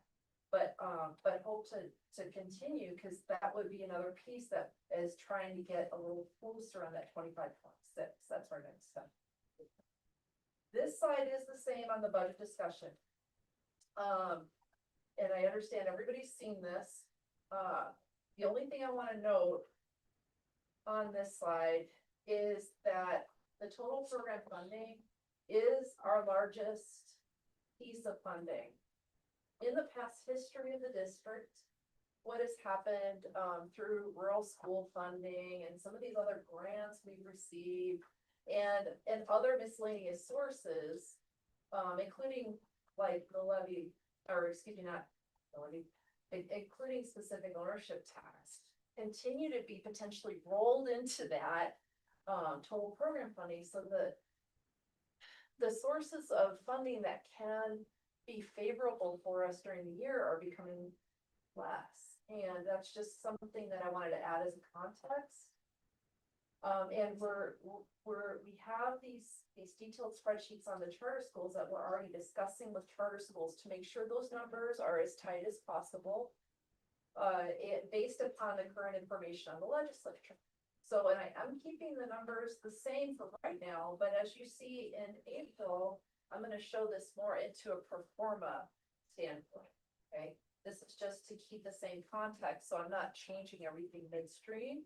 So everybody the information becomes understandable as we continue in the same vein. Estimated additional expenses are the same. The only thing that has really changed here is the estimated retirement incentive cost has increased because of this volatility in our budget. That's part of it, is that people are talking and wondering whether or not they want to go for this and whether or not it's going to be available, and that has hit the funding for next year. Looking at reductions, Okay, so pretty much the same, except for FRC, Family Resource Center savings, we put in the yellow, that used to be 400,000, now it's 270. Not quite as much money there because of CDEC cuts at the state that are being proposed, had to take out some money. Grant funding is on the decline, as everybody is aware. So we're monitoring that closely. I went through everything with Ruth, in detail yesterday to get that number as honed in as I could. Okay, so then what that really yields is that, that we have that deficit of one-time funding on that 96,000. I'm still holding it there, trying to keep aside that 2,080,000 for our conversation to try to keep that the same despite some little movement there. The only other thing I'm gonna say on the step is that step, just as far as additional context in education, is based upon everybody in the current position. Okay, that is based upon everybody in the current positions in 25, 26. And what I also did, because I don't want to understate either, is I cut the teacher, the front office specialist positions, the ELT positions at the 26, 27 rate, as though those numbers are higher. So that is how that's why the bottom line is correct on this, and there isn't like additional funding somewhere there that I'm trying to get as tight as possible, but I understand where the question came up. So I just wanted to let people know that. So and the other thing about the specific ownership tax, it's still on the table of the state. There won't be any recurring funds for staff raises or benefits. It becomes one-time money then is the impact to 26, 27, which is part of the challenge that we're faced with, and why 27, 28 becomes part of that equation is because of these, these frustrations with the state, waiting, saying they're gonna cut something, and then we have money this year, but then, okay, so then we're gonna negotiate based on that money, but then it's gonna be gone for next year, so there are some impacts to our decisions that could be one-time funding that we just all need to put out in the room and be aware of. Can I ask a quick question, just so that I understand? My question is the one-time funding of $96,000, would that come from the unencumbered reserves of 3.7-ish million on slide 3? Correct. Okay. I wanted to understand, so where that would come from. Okay, and so then there still are additional unencumbered reserves. Yes. Okay. Correct. Which I also understand there's complexity in like allocating money towards staff raises, because those are year over year, and then you would be year over year deficit spending, which is problematic. Is that? Yeah, that's Okay. that's the specific ownership tax if that was to take place. Okay. The one thing I wanna know, too, is that this is, still a pretty high level estimate summary. And what we're putting together on the general fund is like the actual results of who principals are planning to hire. We're still finalizing those budgets, and we're gonna try to roll that in to see if there's any money anywhere. We're gonna try to look under every rock, but that's the where we're looking at for right now. That's not knowing anything more than I know right now. Most of these changes are based, especially when we're talking about, because the most substantive increases to our revenues are reductions in staffs based off FTE ratios, is my understanding when I look at this data here. And so I see definitely where classroom teachers are we're reducing our expenditures there, right? Where are we reducing expenditures to general and school administration? They're not. Yeah, no, it's a good call out. There haven't been adjustments, that school staffing ratios, those have not been adjusted. Didn't change any of the school staffing models or ratios, we ran everything. So effectively, in dealing with these demographer projections, teachers, classroom teachers are gonna be bearing the brunt of the cost changes rather than the administrators who oversee classroom teachers. Until we change those models. When we talked about changing those models this year, however, those conversations were like they were kind of pushed.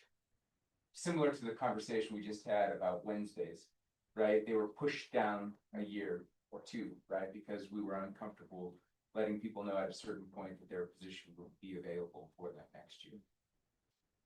Yep, that was, that was the salary committee subgroup on staffing. If you look at our mid-year update to this team.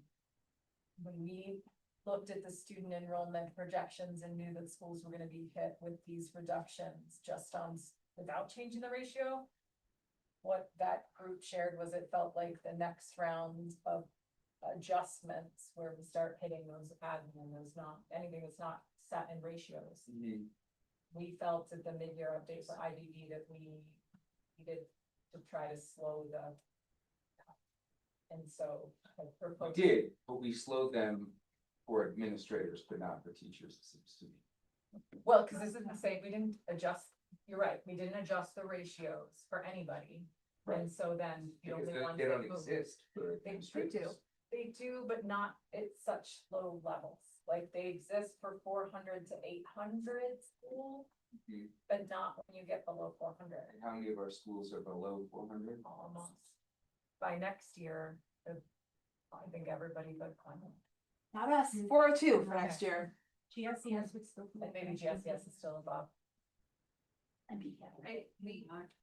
We were, Oh, sorry. Stephanie. I was just gonna add on to Charlie's, I'm concerned when we have buildings where you have a building where a dean chose to leave and we lost 4 teachers. And as opposed to replacing a teacher that's in front of kids, we're replacing a dean. So it's not only in the backs of teachers financially, it's on the backs of teachers working. And that building has an assistant principal and a principal. I think the values speak loudly to where we rank as an important part of this district. My understanding, I mean, and I was on that staffing model, our hope was to have staffing models for schools smaller than 400. And then we stopped meeting, and so then that's not something that we were able to create. And I am happy, like, if we want to meet between now and when we come back in April and have adjustments, but we also, like, we did say that it is, and I'll use my school as an example, right? We were, I usually know these numbers. We were budgeted for 403 this year. We came in at 384. I'm budgeted for 346 next school year, right? If we're like, it's a very significant jump, right? And so I think there's a piece of, we need to have like plans in place that if we're gonna have a school staffing model that's based on being less than 350, which is where I'm going to be at next school year, that looks significantly different than being staffed at above 400, which is where I was at this year. We need a transition period, right? Where there's a way of like thinking through what that like progression looks like. And then in 2 more years, I'm below 300, right? So like, I think that was what we were at, like the conversations we were having was like, how do we get schools to the appropriate levels of staffing and what does that look like? And I'm happy to go back to the table with that group and create staffing models for schools that are, I don't know where we make the cuts, but that we set some really clear guidelines. And I think that it is valuable and it's something that we do need to do. I don't disagree. And just to add like further context to this conversation, when we walked away from those meetings, it was already made pretty clear to people in LMC that none of these conversations and changes to school staffing ratios would be implemented next year. Do you see what I'm saying? And so Yeah. that's where the frustration came from, because I knew in that moment then that teachers were gonna bear the brunt. Because we weren't gonna be substantively changing administrative or student supporting ratios in the interim. Right, we're just kicking that conversation down, even as we know that ratios govern certain kind of staffing ratios for classroom teachers. Yeah. Right, and so it wasn't a problem with the notion of having a conversation about how are we staffing our schools, how are we staffing the district? But when are we gonna make the choices, and who is going to kind of be hurt in the interim before we make those choices? Right, and the answer is, based on this, classroom teachers. Right, and it's a similar kind of pattern of frustration and alienation that we feel when we talk about Wednesdays, which we've talked about since they were created. Right, and it's just another, we can't make that conversation happen now, we can't make those decisions happen now. Right, which just kind of makes people not want to engage in the process, because no substantive changes happen that benefit teachers. The only changes that happen are articulated years ago and that will already impact teachers without us doing any. Thank you, Charlie. Okay, Any other questions on this slide? Oh, one more, sorry. Yeah, you're fine. These are all based off of our demographers' projections of student enrollment next year. That is correct. And these are different than CDE's projections of our enrollment next year as well, correct? I don't believe so. I believe that I've aligned them because I've been working with the state to align that. Okay, Yeah, because I only bring this up, and I kind of wish Eliza were here in this moment. Because Dr. Siegel has different projections from CDE as far as our demographer is concerned. By about 100 students, actually. Higher, lower. Higher. I would be interested to see that. So the reduction that the demographer's office is seeing is 126, which was what was budgeted in. And the CDE and what I'm referring to is total program funding spreadsheet, that detail one. It matches to what the demographers were, because we aligned on it. I mean, very simply. But the interesting thing about being lower or being higher than that I think 126 is too low. But I'm not saying that, except for to say that because we're losing 75 kids a year just because of the difference between our kindergarten and our 12th Sure. grade. And that doesn't include the massive increases we've seen to kids moving to online, which we can potentially expect to be 100 just for that. Right. You know, so that's why I see those numbers even being undercut potentially. But I mean, that's just based on the data. So that's, to me, like, you're accounting for kids who are gonna be leaving to other schools, including online schools in your numbers. And you're saying that the CDE numbers are just looking at our year-over-year enrollment. They're looking at kids entering kindergarten versus kids leaving 12th grade. Thanks for that clarification. Actually, those numbers are aligned with our demographics forecast, Okay. meaning that's supposed to include online, but I'm questioning, looking at the data, whether or not it is low enough. Okay. So that remains to be seen. These numbers were based on a projection of about 207-ish student reduction, right? Well, so the 270 is taking into account the impact from being too high on our 25-26 projections, plus another year for 26-27. That's why I'm saying only 126 extra from our actuals. I see. You see? So that's the rollover you're talking about, the rollover in the missed projection this current academic year? Yeah, and it's because, that was largely, from what I saw, due to this large increase in online.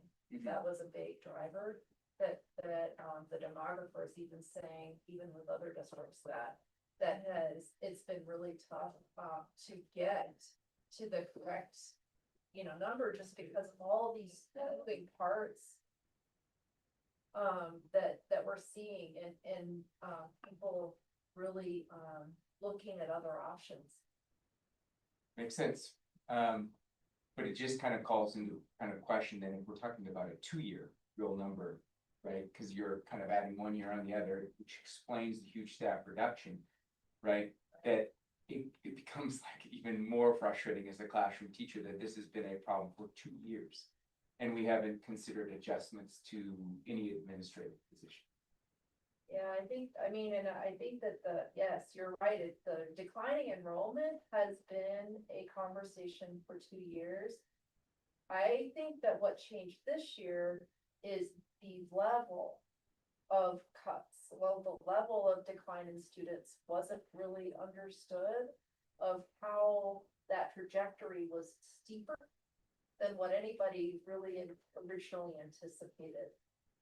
Because the 25-26, because we were trying to be conservative with that too, because we missed it in 24-25 before I got here. We were trying to be conservative, moving to 25-26 and using a director and saying, okay, we're gonna go with the expert. The expert missed it.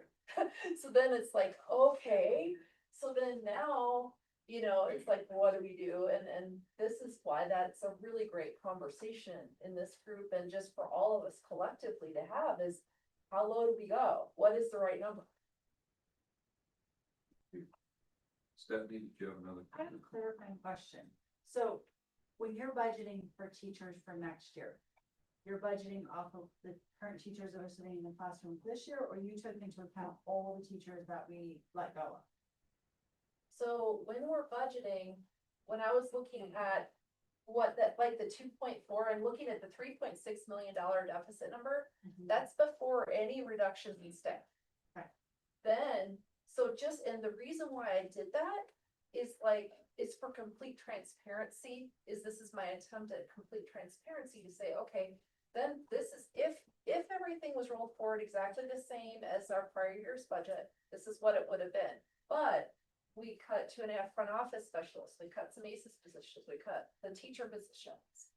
And then so people can see those numbers too. But yeah, good question. I mean, I see the 4.5 teachers for ELD, but I don't see like the 3 teachers at Sopris, the 4 teachers at Roaring Fork. I don't see. That's like 13. Okay, thank you. Yes. Okay, thank you. 13. Okay, Anna? Mine was just on the sort of point of order to maybe try to get through the information prior to lunch and then lots of conversations, just because the request first off was to identify what's changed and actually looked at the economic forecast, which is worth adding to as well. I should be able to get through things in about 10 minutes. I mean, depending on. I don't want to close down questions, sorry. And I just wanted to stand, Charlie, make the point you're making, absolutely. That like, our ability to even have a balanced budget is because of those existing ratios, and you're right, like, that is a big reduction in certified teachers that is making this possible, and we do not see comparable in admin. And so I just wanna note that, like, you're right, absolutely, which is why I do feel very motivated to keep working, and I get that there's a tension point there, that, you know, this just naturally moves, right? Because we have these historic agreements on teachers, but we don't have historic agreements on admin. You know, I will name, I was one of those people beginning of this year when folks were like, CLD interventionists, why aren't we talking about those? I was like, cause they're in the strategic plan, we can't talk, you know, like, we're waiting for that plan. Feel very differently now, because of the things that have happened, because of the conversation, work in our salary committee. So I agree with you. That's the thing. We need to fix it. And I know it feels not fast enough for teachers who've been saying since the learning acceleration plan, why are we doing this? Why are we doing it this way?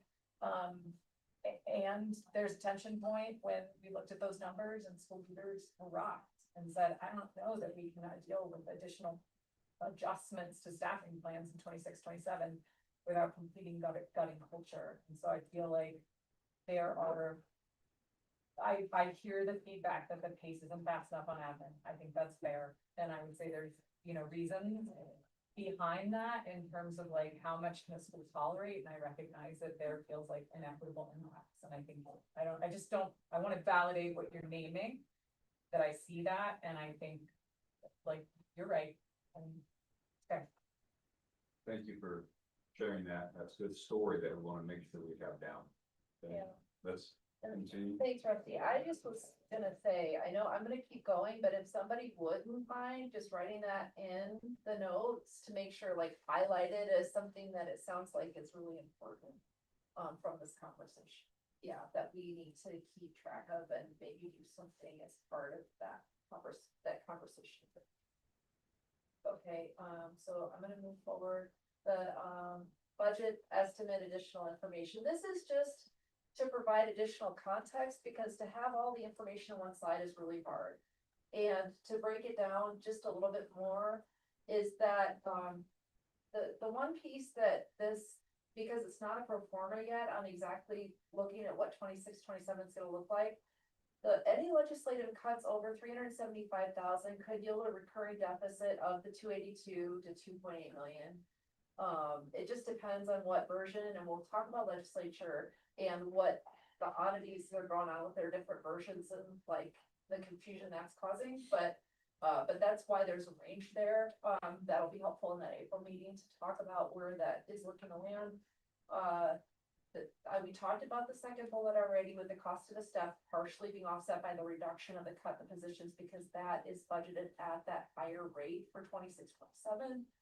Looking at, I just thought this was another question, like a frequently asked question that came up, is looking at, well, why doesn't the cost of a step include any savings for turnover? Because, people are right that usually you do have some sort of a savings there for people that leave.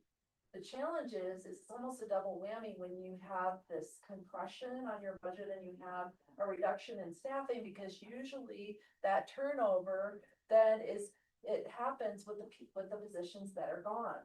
So the people that are staying, you just don't have that amount of savings, in this. So if there was an expansion, if we were to change this to an expansion approach, you would see a number in there, for that turnover, as a reduction against that cost of step, and that's the challenge we're faced with in this compression kind of an environment.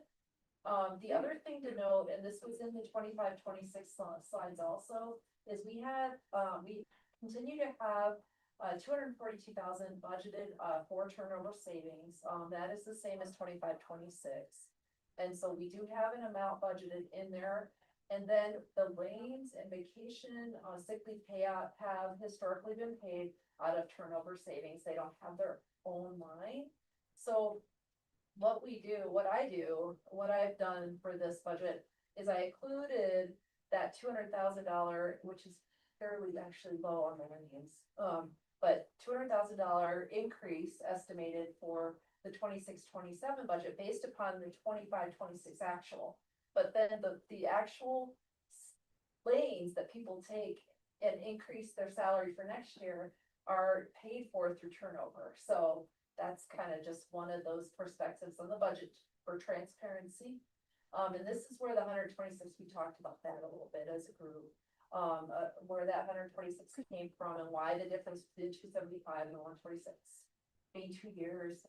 Can I ask a really small clarifying question? Yeah. Lanes and vacation sick leave payout line, that is not that doesn't come from people leaving, paying out their vacation sick leave and lanes. Yes. That comes from people advancing lanes, and that comes from people who don't use any other 10 days or whatever the number is where you get the lump sum. Yeah, that's any payout for vacation and sick leave across the board. If somebody is leaving, if somebody. That's both of those. Yeah, that's all of those are included in that. There's not a separate budget there. And that's once again coming back to the April review, not to, continue to discuss that. This is gonna be a really interesting slide and have you guys been following what's been happening after this craziness on Friday, with the economic forecast? Okay, what I'm gonna do is, there was some highlights and there's a lot of information. I have a link in there from the Colorado School Finance Project. They have a lot of information. I would really encourage everybody, because this information is very impactful to K-12, to Medicare, to all these state funded programs, to look at. And then ask questions and to talk. So that is just there, but the three things that kind of stuck out to me is that, first of all, they're below their minimum fund balance of 15%. And they're estimating to be below by 1.01 billion with a B shortfall. As of June 30th, 2026. I think it is very interesting to me that they have a para is, a part of para's fund balance is included in that. So the fact that they continue to deficit spend is, it just seems like they're kicking a can too far at the legislature, and this is what has caused part of this problem. Is that, oh, we're just gonna just wait, we have the structural deficit, you know, and now they've got this shortfall in their fund balance. And then not $1 billion structural deficit, now they're saying it's $1.5 billion. And that was worse than the worst case scenario by 50%. And so, but then now they're wrangling because of that $1.5 billion is that the governor's office is like, but no, we don't wanna see that, we think it's gonna be better than that. And I'm not even sure where they're getting their numbers from. And we just wanna hold on tight to the OSPB, Office of State Planning and Budget, governor's request of what K-12 is gonna look like. And then you've got Colorado School Finance Project going, oh man, with 1.5 billion, that means that we're not gonna be able to do the phase in from 15% to 30%. So who do you believe? And so I have decided, I just had to decide that last Friday with the board update, to put in both. Because who am I to say what the heck is gonna happen with all this? But, so then looking at Colorado School Finance Project, so that's the first one. The phase into 30%, from 30% to 15% would be a $728,000 reduction, to the funding, for Roaring Fork School District based upon the total program formula on the website, okay? So I already had 375, reduction baked in, and then you take out the 72 grand that charters would be looking at reduced, then we would be looking at a $282,000 reduction over and beyond what we've been talking about in our budget, and that's a recurring deficit. Then OSPB saying, no, we're staying and holding up this SOT, this is the current governor's request, we need to keep this on the table. And they were kind of wrangling back and forth in emails, and I'm like, all right, and they said, no, we're gonna continue to phase it. So anyway, and then the console with Tracy Rainey is saying, oh man, this forecast, they're gonna have to do a lot of cuts. So that she was recommending to maintain it as the hold harmless level, which hold harmless is something that the legislature put into effect in I think it was 24-25, that holds everybody on or harmless at the 24-25 total program funding dollar amount. Okay, so the only thing for 26, 27, and 27 and 28 that or maybe no, I'm sorry, I think it's 25, 26, and 26. I can clarify that, my apologies. That we can rely on, unless the legislature changes it, is that we at least would go any lower than that number for next year, which would be a $2.8 million hit above where we were at. We're currently at our budget. This is yielding all this legislative update equals uncertainty. That's why that's the slide. Why the slide says that is because I'm just like, I kind of I'm like, I don't know what to do except for say, throw it out there so people understand. Are there any questions on this legislation? Or should we just continue? Okay, I'm gonna continue. Anticipated, we've talked a little bit about this. The only thing that is new is that, we have been hearing, we have heard, from people that are looking, with Bill Christian, to start a private school in Glenwood Springs High School, between Carbondale and Glenwood Springs. We talked to them last week. That's why this is coming out now. This was a surprise. That this is something that is potential, and they've said what their vision is 160 to 400 students. It seems like a credible organization, but who knows how that's gonna move forward. They're anticipating that the school would open in the fall of 2027 or the 27-28 school year. So that is an additional loss, potential. So, that's, I mean, these are the challenges, and this is the thing that is on my mind, and the urgency that I'm operating under, and really trying to go and be as transparent and, working with people as much as possible, is the importance of getting those salaries increase for the staff really relies on this snow levy, with all of these funding challenges and uncertainties. So, this is just, this is just full transparency. Just take it at face value. I'm not saying that this is what is gonna happen with the forecast for cuts. But I just want you guys to know where the numbers come from, so that you could see that there is some validity in what I'm saying. You could say, well, maybe health insurance won't increase. Okay, take that out. But, that's not the trend I'm seeing, but I mean, this is just for transparency in saying what we could be faced with that specific ownership tax, which could or couldn't come off the table in April, May. But, and this does not include if there was a new private school, because I'm like, I'm not trying to paint a sky is falling picture. I'm saying here are some of the things that we could be looking at, because I really grappled with this hard, understanding what happened with the district's self-insurance plan. And a lot of people being taken by surprise with what happened with that health insurance plan and the cost. Is that I don't want anybody to be taken by surprise with these challenges of what could happen. And what we're trying to avert. And I don't want this to come true. I want to try to avert it. What if we start an online school? What if we do this? What if we do that? But just to say that, that this is some of the things we're grappling with, as a district. And I love what Adam said about we're in this together. As a district, this is the big picture of what we're grappling with, and some of the uncertainty. Right, Christie, Yeah. why is there a sped increase of $200,000 each year and this all other increase of $100,000 each year? So, the special ed increase, we had 200 and what was it? Something like that for 5 SSN, addition for stuff. Because a lot of the kids that are leaving are to online enrollment, we usually keep our special ed kids, so we see a trend in special ed of that population increasing as a percent. And that we're still gonna be needing and requiring according to the law to maintain those increases.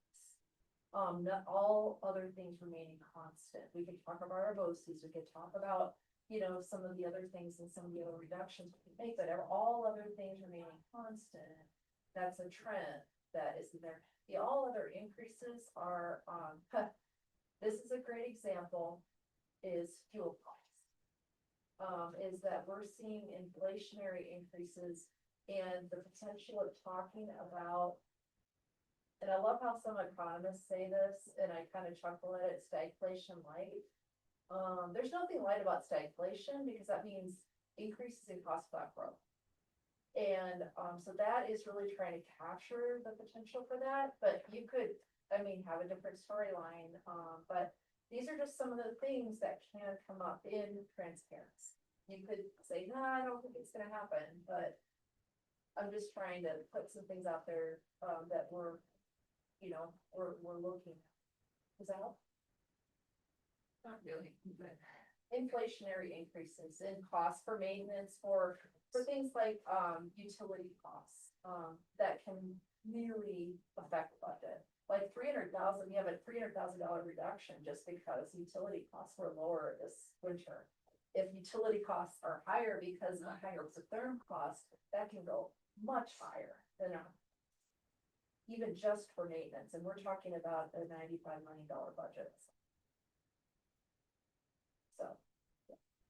Christie, even if the percentage of students on IEPs increases as we lose enrollment, is the actual end increasing?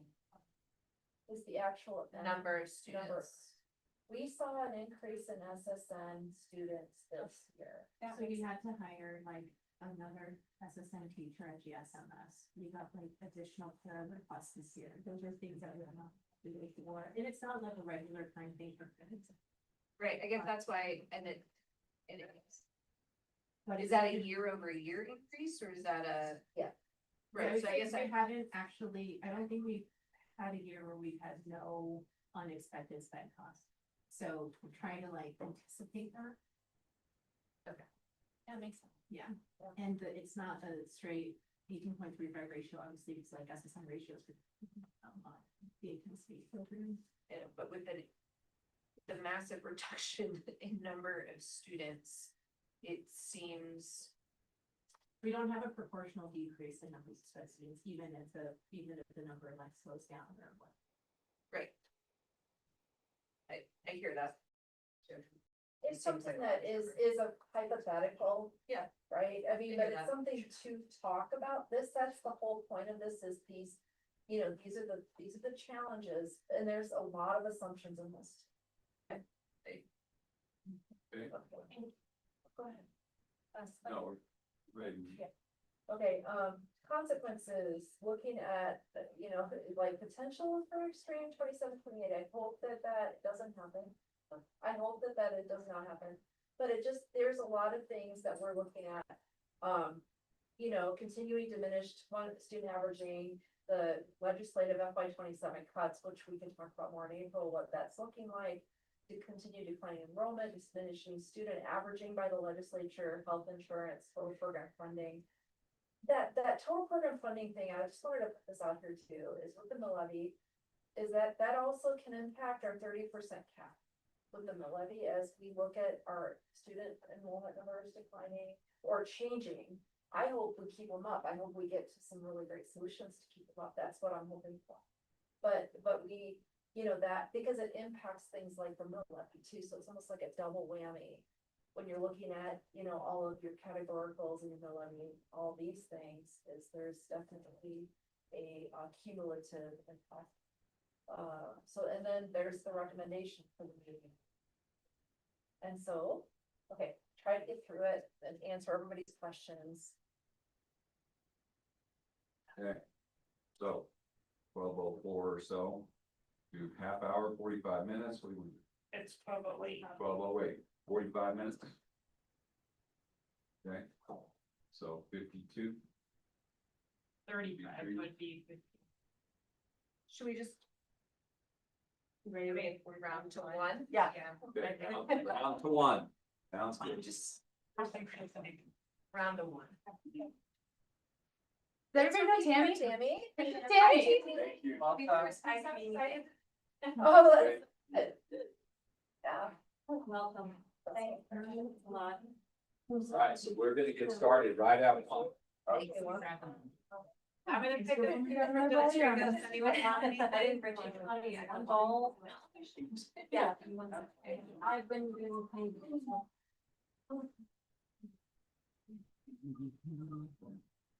Who knows how to stop what's going on here? I don't wanna mess something up. getting the sandwiches. Just text me, I got it. Great, thank you. Yeah. That's it up. And the ball's on.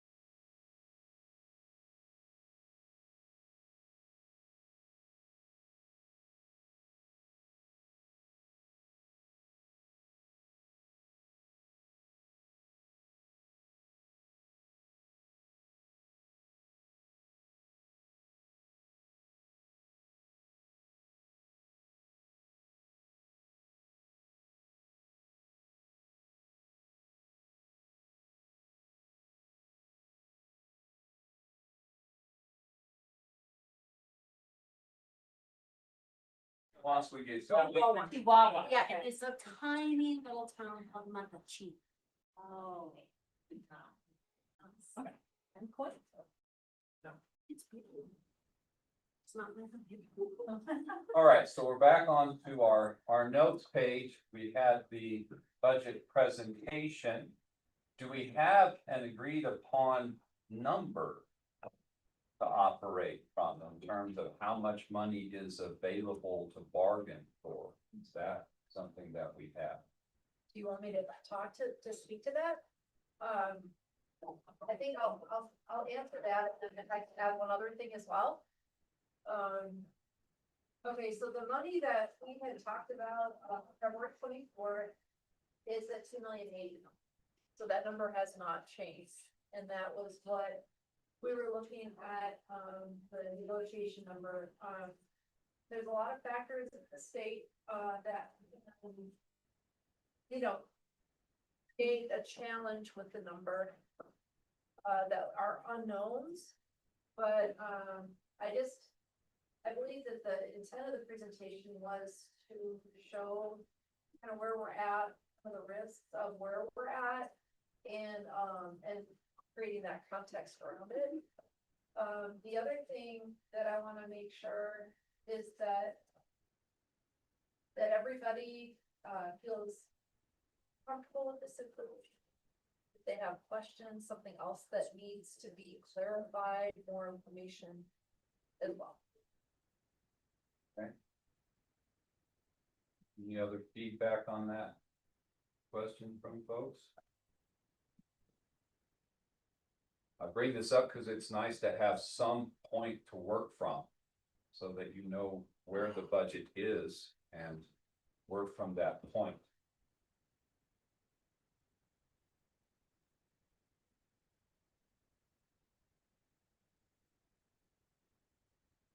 The only question I have about that number, and I think Christy would agree with me in both ways, is that so much of that number is a projection. Right, it's a best case, well, not best case, but it is an estimate to the best of our knowledge with the information. Right, and even if we even go up in the notes just a little bit, we see that you're kind of projecting like in next year's salary, not salary, but next year's budget, a reduction 375K. Yeah, for the legislative. Yeah, and we won't know one way or the other if it's gonna be bigger, the same as or less than that number until, right? Most likely, I mean, I think we should, I mean, my hope is that we can have a better, better clarity and April. I mean, at least. Why April and not May when the actual legislative session ends? What will change in the interim? JPC can often make during budget committee, a little faster than final legislation, so sometimes you have a better. That's right. We have better context around it to show like it's more on working on a probability instead of an actual, I'm with you. Yeah. My concern is what happens as has happened in the past when those best effort guesses turn out to be too conservative and there's a surplus of funds. That I really love that question. And that's part of the work of transparency in this community, in this whole process, is that let's just say that, and what I did note in there is that these are high level summary estimates. Let's just say that as we roll those up in all the budgets and we found some additional savings and of X, Y, Z, and we can do that work for April, for meeting in mid-April, to get to better estimates for that than a high level summary, because we're still working through all the budget stuff. And I'm willing and able to provide that, that as an update to this team, along with some of what Lindsay was saying, just like where everybody is at in the legislature. Yeah, I understand. I understand it's always good to be cognizant of what our lawmakers are kind of thinking in this process, but and I can kind of point to examples of this in the past 20 years in this district, when we do have surplus, most often what happens is that money ends up in the fund balance and not in teachers' pockets. Right, and so I'm copacetic with this notion of meeting in April, but I think I wouldn't be doing this position the way I think it should be done if I wasn't advocating for those dollars to go into the pockets of people who are doing the job of educating children. And as we've talked, I don't disagree with that at all. I mean, I understand the importance of keeping our teachers here. Recruiting and retaining is one of our highest goals too. And we want to make sure we're putting all of our dollars to work. We're not wanting it to throw it into a fund balance to just make sure that, act as scaredy cats for the future. We want to make sure that we're operating somewhat aggressively, but still, responsibly financially, and that's the needle we're trying to thread. So, I mean, I believe that this, as we're moving forward and the 375K cuts is not a lot. Given what we're seeing in the legislature, that will probably most likely under either scenario see more. And that we can tease out any other savings that, that we can be open about that and have further conversation about what that looks like. And if we can find some additional dollars, and we've got the really great thing about budget transparency and people knowing their budgets is we have the information, we can back up what we're saying. It's not like I'm saying, oh, I think it might be, I'm not sure. I mean, no, we can say, here's where we're at. These are the people that are gonna be hired in the positions. This is what it's gonna cost, and that's when finance turns to pretty, no, it's just all the other legislative issues and whether or not, and the timing of that. Charlie, it sounds like the April meeting is a possibility that you don't feel comfortable with meeting in April. Are you suggesting meeting in May, or what was your idea there of waiting till the full? I just don't know how much because of the nature of the state legislature, like what are we gonna suddenly know in April that we don't know now? Would be my perspective. Like really, when we actually have hard and fast details, will be in May. Right? And not in April. And so if we're looking for clarity and, absolutes, we won't have that. The only thing that we really need to confirm today is what we're doing with health insurance benefits, because that deadline is the soonest, because Amy has open enrollment coming up for the district. And so that would be good to come away with what we're doing on our health insurance benefits. So if we had to look at delaying the meeting to late April, early May, I don't know. I mean, I'm open to all of that. I'm gonna have to be pretty creative about how we can get the budget done for the board in a short time frame if we do that, but I'm open to those suggestions to make sure, because I want to make sure we're not holding anything out. I mean, that's not the intent we want. Yeah, I'm with you. I just know that last year, for example, $1.8 million were put into our fund balance at the end of the year. Right? And regardless of where those funds came from, right, we could have had a kind of quick negotiation session. We talked about something like bonuses for teachers. Right? But we didn't, right? It just went into the fund balance. Well, I mean, that's something that we can definitely that's why we put this out now, is because we did have that negotiation, that conversation. And that's why I continue to put those in those slides, so that if that is something that the group wants to bring forward as a recommendation of what to do with those funds, that's what this group's for. Megan and Lisa? I guess I just, when I think about that question of what happens if you go into conservative, there's a budget surplus, to me, that almost feels like our next, not our next agenda item, but of the certified IBB timeline. Because my recollection is that we discussed that we need to actually have a check-in, I don't actually remember what the timelines were, but like in May or in early August, where then we can, if we do have this surplus, we are infusing it into staff salaries as soon as possible. At least that was a reflection I have of when we were discussing timeline. But maybe I'm seeing. Okay, Lisa? Question about the retirement incentive addition. One-time additional expense, $366,000.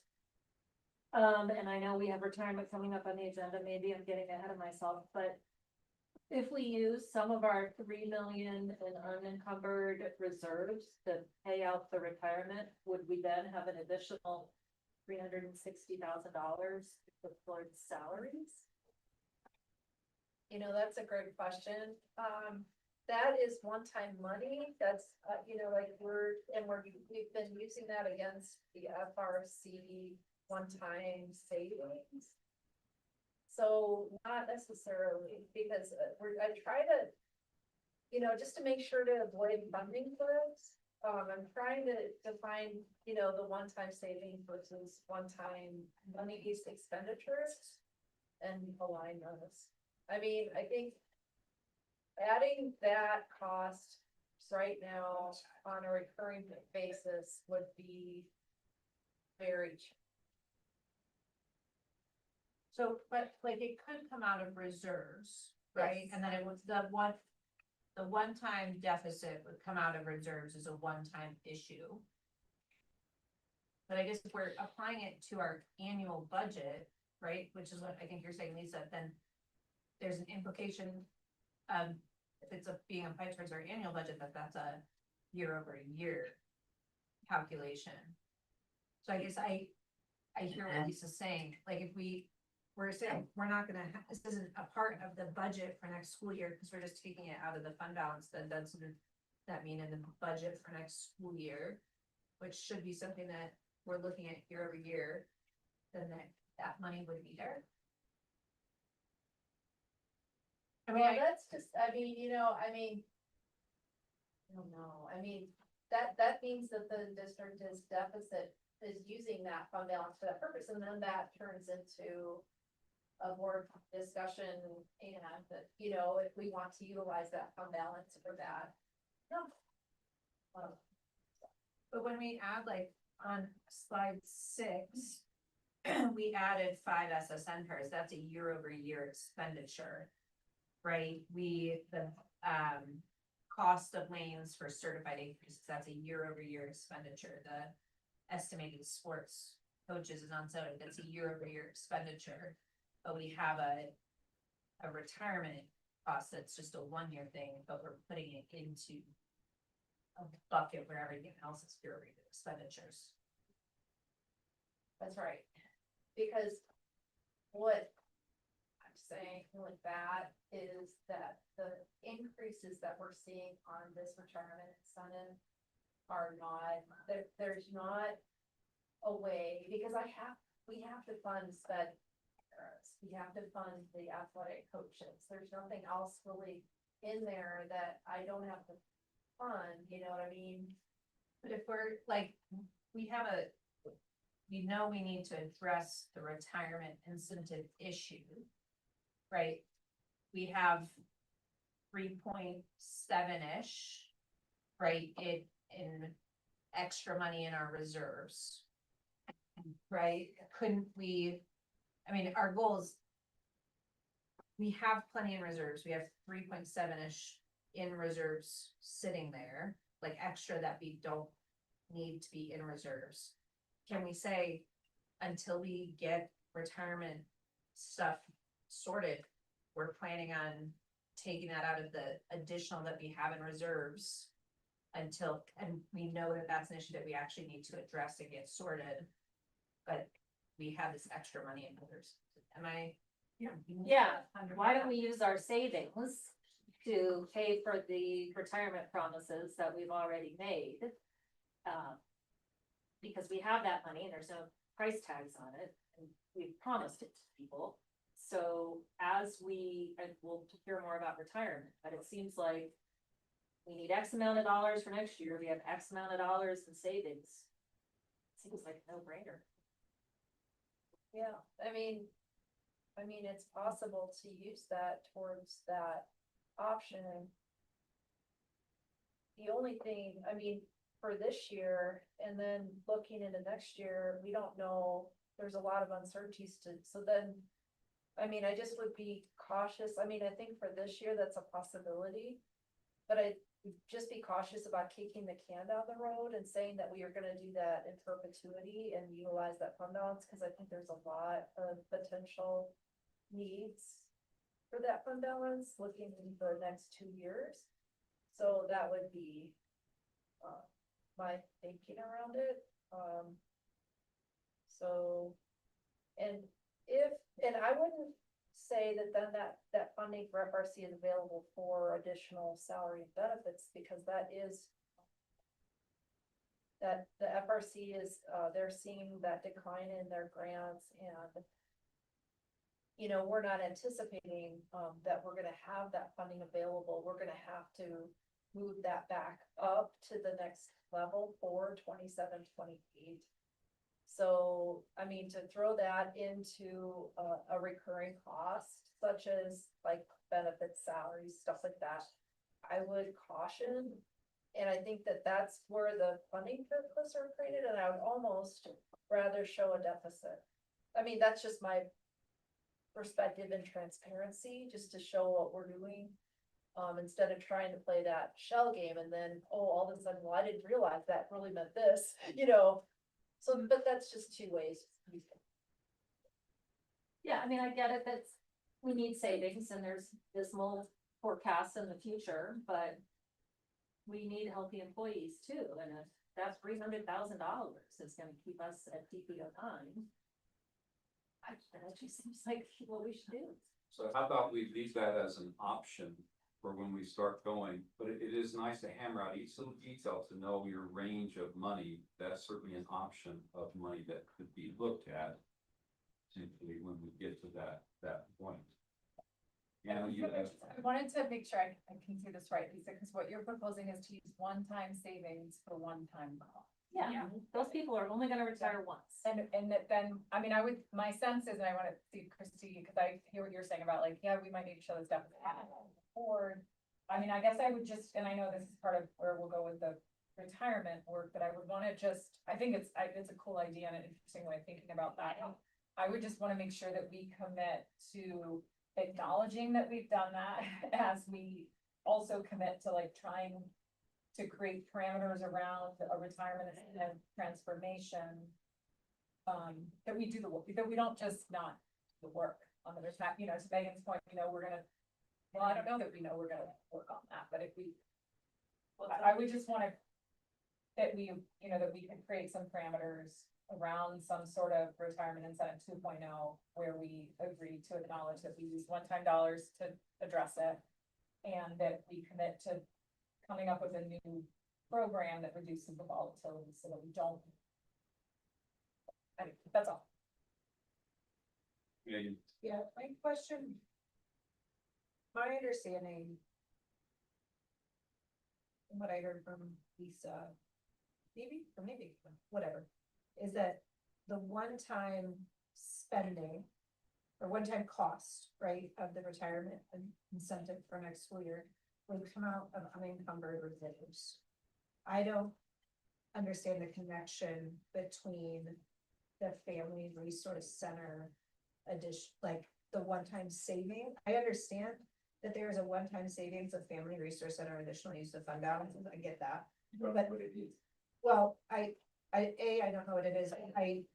Those are like, they're different things. Like there is this pile of unencumbered reserves, and you're just talking about using the unencumbered reserves to pay for the retirement incentive.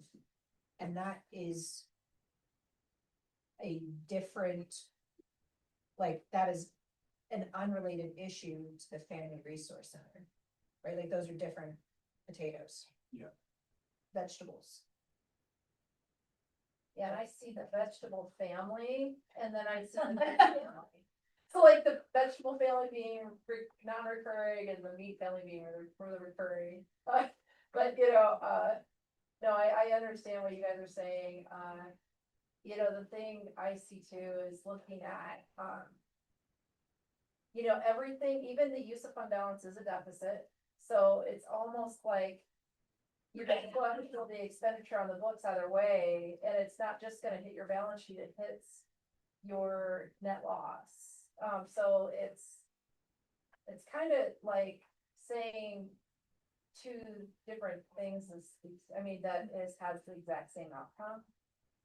But first of all, and then the second thing is just, the reason why the FRC is the situation is because that is one-time funding that we're using to fund that. And so then that means that we've just created like, I don't like to use the word budget cliff, but like a budget cliff for the next year, that we have to be thoughtful of those consequences of doing that. So if this team, you know, proposes something like that, I want to make sure that everybody understands that, you know, I mean, that we all agree to that despite the looking at what the future is going to bring, and that it will create a small funding cliff, additional one above and beyond what is being proposed currently, which is between -282 and 2.8. So that's, in transparency, then everybody understanding that is my. I think Dan was. I'm sorry. I was gonna go back to like to Charlie's conversation about like process and what decisions we can make now and when we need to go back. So if anybody else wants to talk about this piece, maybe it's better. Well, all I was just gonna point out is this exactly highlights the nature of grant funded positions right here, because they all come.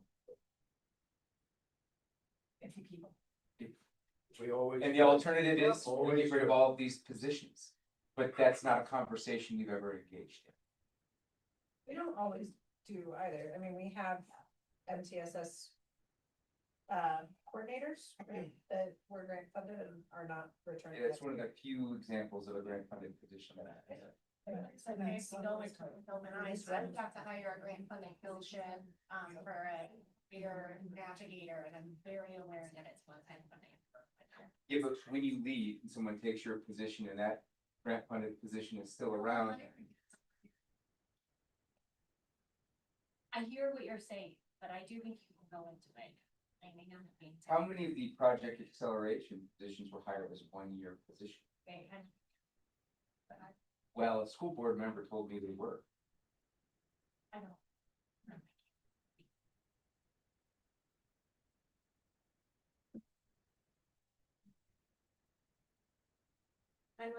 Mine was in regards to the retirement.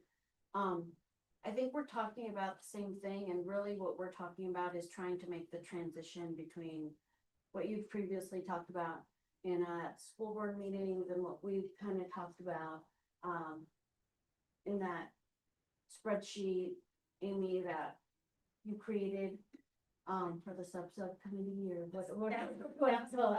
yeah.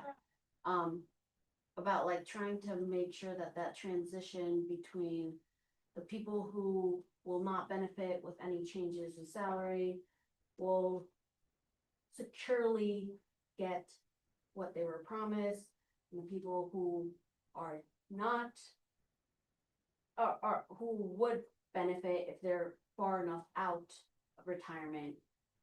So it really is a one-time thing to try and bridge those two gaps, and that's, I think, the best idea that has been thrown around so far. It's like a 3 or 4 times. Yeah, 3 or 4 time thing, but I was just gonna say to the, like, do we come back in April? I would love if, you know, Rusty, you asked the question, like, do we generally agree with what we've seen in these projections? And I think there's various levels of, comfort, discomfort with the current projection. I think everybody gets that, like, the wheels could fall off at the state in the next 6 to 8 weeks. We get that. I guess I'm curious, could we try to make decisions now about 26, just based on this, not, well, based on this, and hold for a minute that the things could fall off at the state? make our best decision right now with the information we have right now about health insurance benefits, 26, 27 salaries. And agree that if the wheels fall off and shit hits the fan at the state, we will come back together to the extent that's possible, to do what's possible at that point, which we might be limited because we've already committed to health insurance and, you know, so we would just recognize that. And then I wonder, to your question, so like, can we make our best decision now? If things get worse, great, we come back when we know that. If things get better, to your point, Charlie, I would, like, if things don't fall off at the state or somehow it looks better, I would still say, can we just wait till like September to make sure student enrollment is reasonable? And then could we find a time and commit in our calendar committee to coming back to huddle to say, are there savings? Did we, you know, did we not lose 126 kids? Did we lose 25? And then could we revisit and talk about bonuses, one-time hits to, you know, recognize. Anyway, I just wonder if we could frame things and say, yes, we all understand that we could take those sorts of paths and we would agree to that, but let's see what we can do now. So we don't get buried in the way that is. Does that make sense? Lindsay, the thoughts on that? I just want to go back to the timeline real quick in April when the session's still in. So the law bill is very, just checking this both, is very likely to be introduced in the next 2 weeks. It is up for debate once it's presented, but it usually is a pretty clear framework of the direction of what we're going to see with education funding. It's unlikely that elected officials want to be on the floor taking chunks out of education. So once that framework is presented in law bill, it is not 100% guaranteed, but it's a good indicator. And that's why the April date was to try to balance where the board needs to see the budget by the end of the year and vote on it by 2%. That was why April. Yeah, there's very few surprises I've seen hit us after that time frame, even if they don't quite finalize it till May. So then clarity for process, and that you were stating that we want to reach some agreement on the dollars that are here now. But if we came back in April, something's changed, then it's been open. Again, I'm trying to understand what you said. Yeah, I mean, I guess I just, could we get some work done now? And if April looks much terrible, yeah, then we can get together. But if it looks about the same, we've already made it, and we can move forward. Okay. Sorry. I was just wondering if we could put majority, maybe of our energy on the health insurance, since that is where like the timeline is, right? And then potentially with that April legislation that Lindsay was just talking about, then maybe it would be less of a projection and maybe a little bit more, we might have more wiggle room, like, and then at that point also, I think school budgets will kind of have shaken out a little bit more, and maybe we'll get a little bit there too, like, and at that point, maybe potentially the conversation could look different. Do you see what I'm saying? If the pot is bigger, I just would hate for us to make a ton of compromises unnecessarily right now and leave a lot of people feeling, you know, frustrated in the process because when potentially we could, you know, put all of our energy into making sure what Lisa was saying, that we have a good health coverage for our employees, right? And then that April would be more focused on salary, just because then projections are less projections and maybe a little bit more actual numbers. I don't know how people feel about that, but.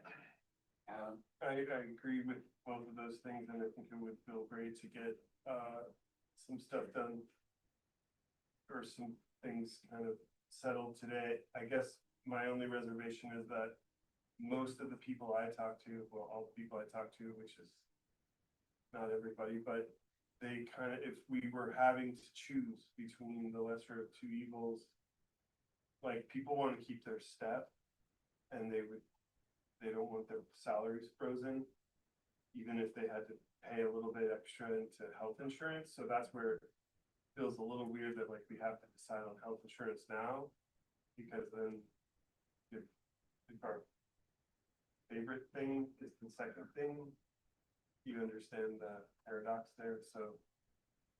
Yeah. And for clarity with my lack of understanding about everything, you had an insurance committee that has created a recommendation? The Or have insurance they only committee, laid out what the increase is gonna be and what things look like? the insurance committee has a recommendation about plans to bring forward, good plan information about the costs. And then, they're not able to make a full decision.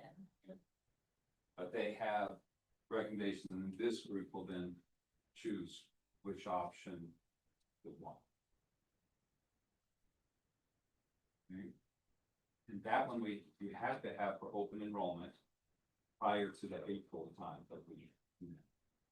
At this point, we have this 2.08 million, that's the total money for the two things. Compensate salary and the benefits. Well, With, For the entire employee base in the district. The challenge is it's just shy of what is needed to keep our current health insurance plan of 200. Which is Plan plus stuff, less than, plus the stuff, right, there's. which is less less than than 360. Whatever that. yeah, then 240.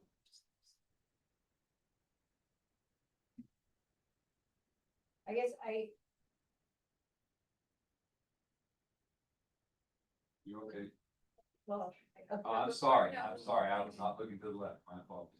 To Carp's point, I guess, I'm wondering.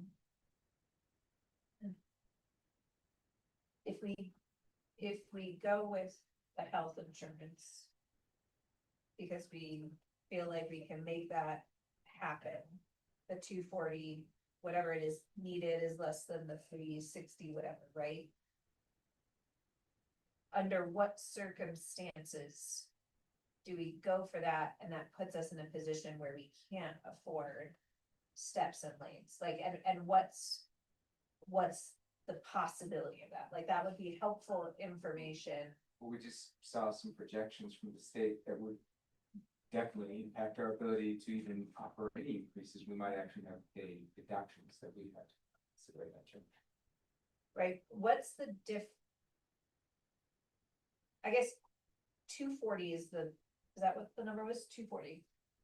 240 is the difference between the PPO, we're at PPO 9, right? And the worst one, PPO 10, right? 220. I don't, and the cost of steps and lanes is way more than that. There's like, I don't think picking health insurance is going to make the difference of whether we can get steps and lanes. Yeah. Right? Yeah. So like, it's, in some ways, we either decide to go with the health insurance or we don't, but that's gonna have a negligible, sorry, not negligent, negligible Yeah. impact on whether we can do steps and lanes. So the timeline doesn't actually matter because it's not like, Yeah. it's not, they don't weigh the same. Yeah. Right? Yeah. That's good, So then, we can decide, we could Yeah. do it, you know. sorry, Lindsay? Mine's just a request to you on the time management to make sure that we save time to talk about retirement plans. I think we should dive into everything we'll just identify with health insurance. But just because the retirement plan does have board implications and conversations that I would start carrying back to the board, we just make sure to block off. I mean, I need to be out at 4:30. I don't want to interrupt the process, but I also don't want to leave without making sure that I can carry forward that conversation tonight. Now, I just want to make sure that we list our motivations around benefits. And then if we're gonna jump into the salary part, that we list our motivations around that as well. That is what interest-based bargaining is. And so that's a bit of a time crunch. I'm assuming there's enough story, but we might need to have some more story on both of these things, but I believe that committees may have that to put in to that. Just to make sure that's there, but it's the interests that really need to be laid out. What are the motivations for solving the benefits problem? For example, I might have an interest in supporting retirement, HAS setups for teachers near retirement. If I have that as a motivation, that affects the way I think about what I want in steps and lanes versus what I want to pay in my benefit. So knowing all the interests helps you to then decide which one of these options is going to be the most effective. Can't get everybody, it's not gonna be perfect, but that's a key thing. And I'm just gonna say, Lisa, Amy, I feel like the story was actually in the health insurance collaborative team. And their recommendation was, we would really love to pay 100% of PPO 9 and stay right where we are. Yeah. Right, so I don't know if like that was their push for us. Well, we, Am I right? Like, I don't know. also, and if there's any more money, we would love PPO 8. No, I agree. When the fall comes, we'll discuss it. So put a pin in that one. and that is an employer funded PPO, Yes, correct? fully funded, yeah. It's a matter of the risk. I mean, that's where, you know, what weighs heavy on me is the risk. I think that because if we're gonna, I mean, because this group is what this group is talking about is that steps are important and this health insurance increase is important too for the staff. Especially because the salary schedules are being frozen. You know, and then that means that, I mean, reading between the lines, that would need an extra 220,000 on a recurring basis above what we've proposed, right? And so then, you know, looking at the storyline for where the legislature's at, what is gonna happen in 27, 28? You know, how we thread that needle so that, this team understands that risk, so that Christy Chicoine is not the only one saying, next year, you guys, there's, you know, we are down this year and, you know, and this did happen at 6 million or whatever, so that there's some sort of a remembrance of that is important to me because we're taking a big risk at this point, just where the legislature is at. And I don't wanna have to be at this point. I wanna be able to increase salary schedules after especially 3 years. This is ridiculous. But that isn't my decision. That's just me having to, I guess, explain a really bad situation to people. But anyway, that's my, I guess if I was to have an interest, that's what it would be. So, yes, Stephanie. I'm sorry, when you were talking about your concern, did you say salary schedules are frozen? Like, Yeah. With cost of- like they haven't changed, like, Yeah, oh, that's whole- we haven't embedded it. Thank you. Not that, like, stuff in lanes, Yeah. but Oh, no, frozen in that we sorry. haven't changed the number. Yeah. Right. Now you, Yeah, I'm using like really strong words because it's problem because like we were talking about inflation and stagflation, and that means real buying power is lost for staff. I 100% agree with that. I thought something else up. Okay, For yeah. clarifying. Yeah, thank you for that clarification. okay, so if we want to move and follow the process is to share our interests around this issue. And we could do that first on benefits, then come back to the salary, then we throw out options, and then we evaluate, because we're evaluating now. We don't know what our motivations are to solve this. Yes, ma'am. Okay, I see your text, huh? Oh, can I start with an interest? As soon as we make sure we have this dialed in, yes, ma'am. I had a question about what you just said, Christine, but I Yeah. don't wanna move on yet quite yet. Yep. 220, Yes. that number, is that including the loss of FTEs that we just had at, like, you know, assault loss, three, yeah, all of those, are you including that? Cause I know that in another slide, you hadn't included that, and I just wanna clarify. That's a really great question, because just how the numbers operated is that the cost of the insurance is including all the staff of 25, 26, but then we had those reductions for those people that were the positions that were cut at the higher rate as though they received that insurance increase or whatever you want to call that, that increase for negotiations was baked into that number so that the net difference is still the same.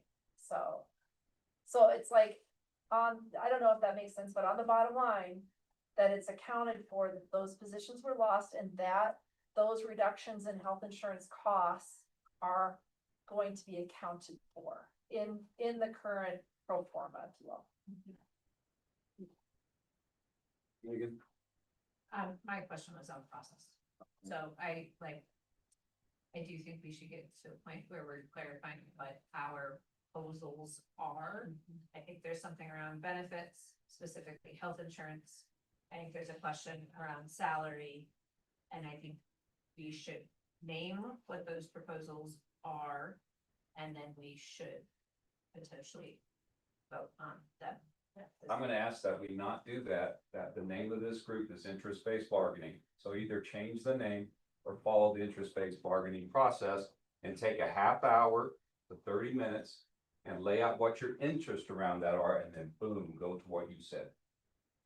Okay, not skip the interest now, need to do those. That is the key step to this whole process. No, man, we did. You told story. Really what you do is you vintage your frustrations and then things you know for sure. For example, you know for sure that some teachers cannot afford housing at all. They can't find a place to live. You know all these things. That is your story. Your interests are, what are your motivations to solve this problem? So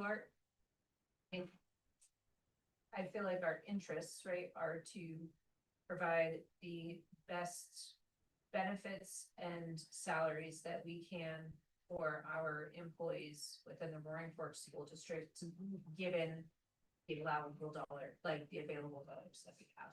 Yeah. And I guess That is one statement. So why do you want to do that?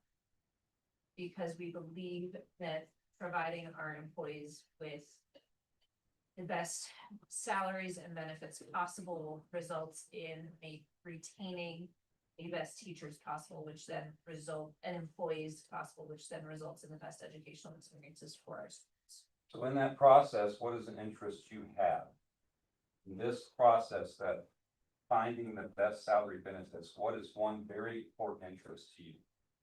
I think someone just put interest in the notes, because we did identify it. Yeah, I think we're. Put them up there, because I'm telling you, you have story listed, but you don't have interest listed. But here's the Can words I anyone typed see in, the it says, agenda? Because I see it underneath that health. I just pasted it, yeah. Yeah, thank you. Sorry. I'm linking it to our minute. That's our interest. This is your issue statement. This is your issue statement. This is not a list of motivations of what you want to do. Okay, it is, you have this as something you want to accomplish. Why? What are the things that go on? So in order to accomplish this, so I have an orange. And I have a goal that everyone in this district gets the most out of this orange that they can possibly get to be the best teacher and to have their best level of life. So how are we going to split this up? What are the motivations around this? Because you listed a very important point that could be a motivation for somebody. If you're late in your time in the district, you're close to retirement, you're going to want more money going into your salary than you are into the actual benefit. Whereas if you're early in your career, it's the opposite for you. So you need to have all of these interests laid out. I'm telling you, it makes a big difference because you can see how many are you actually needing to achieve this goal. This is essentially a goal. But I think we're just struggling in terminology. That we are.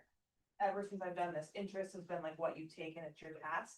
So I guess I just want to make sure we have the same terminology. You're saying you want us to identify a goal that then we can evaluate to make sure we're meeting that goal. That's what you're naming? And I've done the training, but this year I was sick, so I did a 1-hour presentation.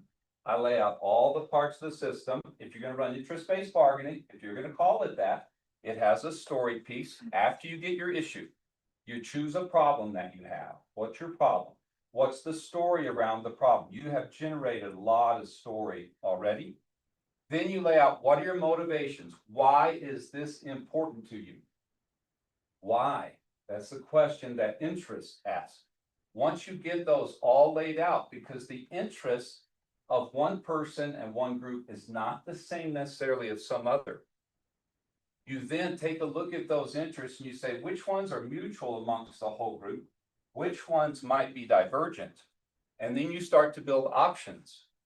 Now, committee work can often build the options, and you've already got quite a few good options potentially. And in salary, often there's not a lot of flexibility. Now, what you do in the next step is you evaluate your options against your interests. So what interests you had, which of these interests best meets the options, or which options best meet the interests. You sometimes shift and pull things together, and then in the end, you commit. That's what the thumbs are.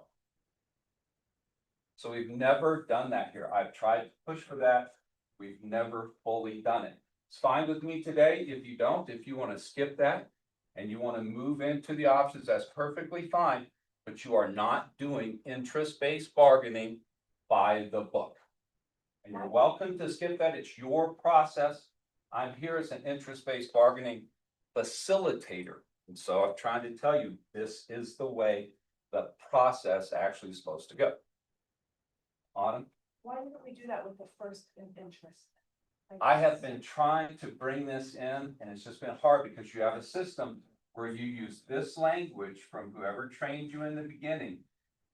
And so it's been difficult for me to push through, and I've talked about this before, and just doesn't tend to fly too well. It's possible we've done it at some point, because I remember being here until 7:30 one night, I think early on when we did salary and compensation. It is just a way to say, if this is what we're doing thumbs on, here is the criteria that we use.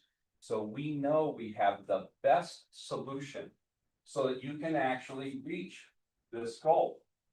This is really just a goal statement on your issue. Your issue is compensation, salary, and benefits.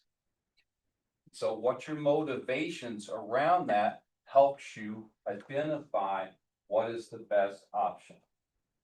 And certainly, if we're at a point where you don't want to do that right now, and you guys can talk about this for next year, do you want to do it that way, or do you want to continue the process you have? That's perfectly fine with me. It is your process.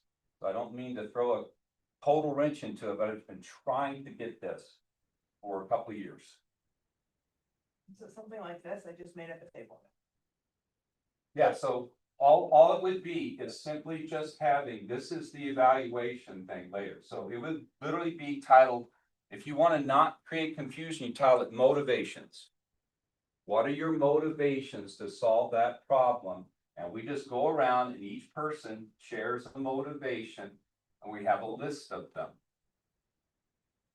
Once we have that done, then we present the options and we look at these motivations so that we can make sure that the option that we end up choosing meets as many of those interests as possible.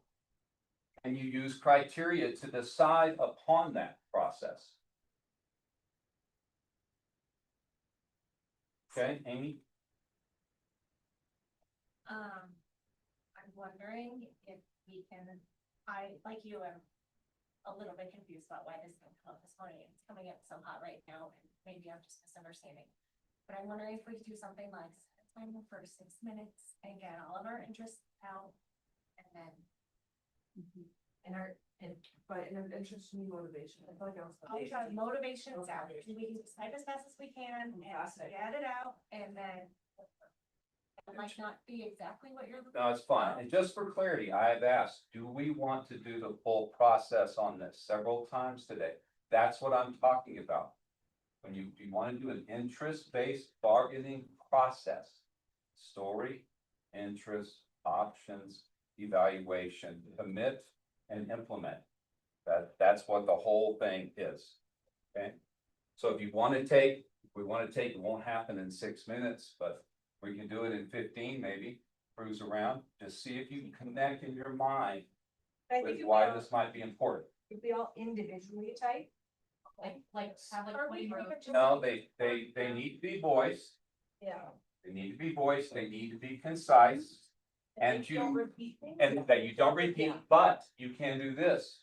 I'll put a star on that. I agree with that, I'll star that one. And then you have an idea, what are the most important things around this, okay? And then we'll go to those options. How about this?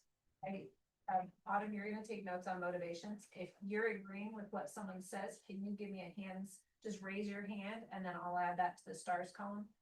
Does that work? Like a hybrid process. Okay. I recognize this isn't what you want, Rusty, but I am, this is just sort of new information to me and it's what. I can start. Let's go. My You're motivation start when you is get your to hand up. infuse the most amount of money as possible into the salary schedule because that benefits people for the rest of their lives. I have an interest to retain our Okay, highest. okay, wait. It has to be written down. We have to check the stars. Here's your challenge. And interest is not an option. You're not presenting options. You're presenting a motivation that you have about solving the problem. But 20 minus the two Yeah. numbers? 18. Whatever you do, I'll do that. I can't do both. Oh, okay. So everyone's hands are up for that one? This is not an option because it's not giving a specific amount of money. It's just saying that in general, it wants the most amount. Motivation to retain our highly experienced. staff.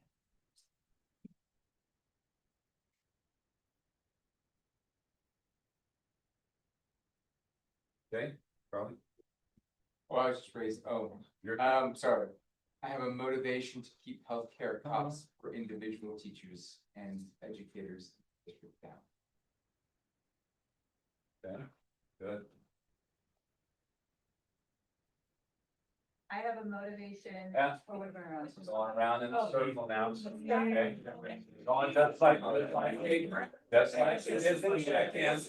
Going around in a circle. Stacey, you're up.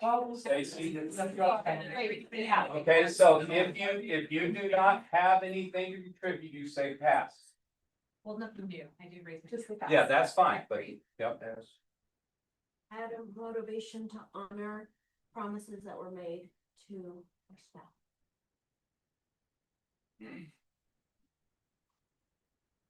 Pass. Pass. I have a motivation to honor the taxpayers of our district.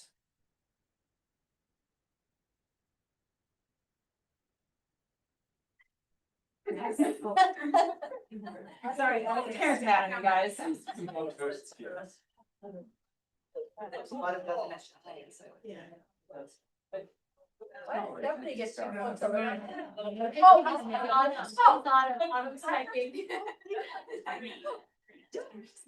Okay, so, Samara, She's not cheating, Christine.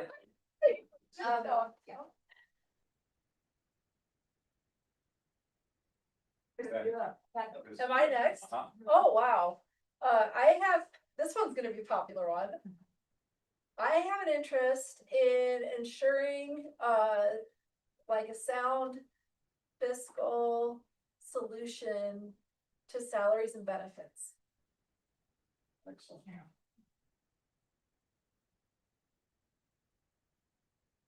I have a motivation that if our agreement involved risk, that we share an understanding and communicate that understanding of that risk to our community.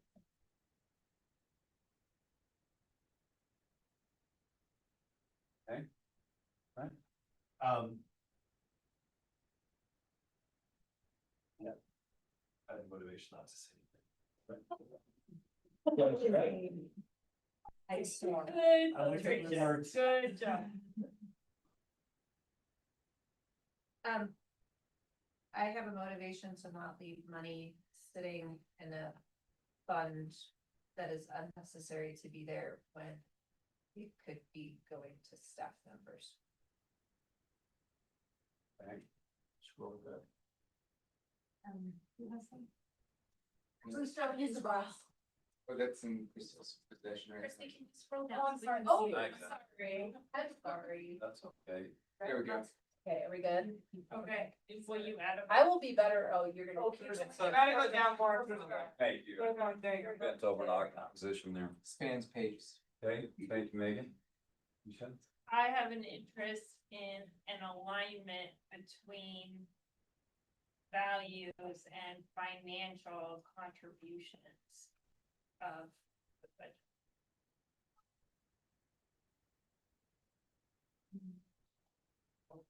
Sorry if that's too. Pass.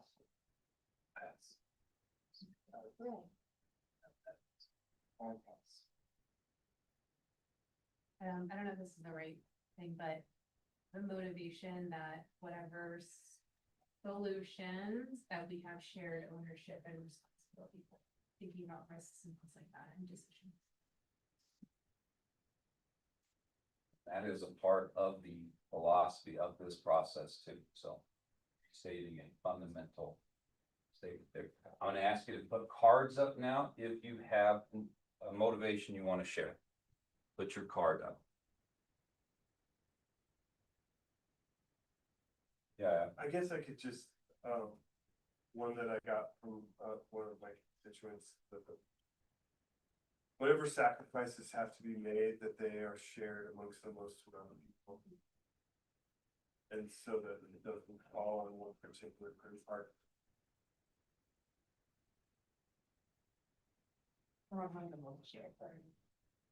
all right. As a thought. I have an interest in, ensuring that our use of fund balance is not going to spark additional, scrutiny from the state of Colorado.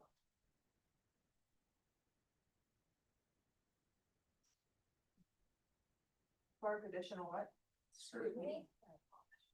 Because of our loan program and stuff.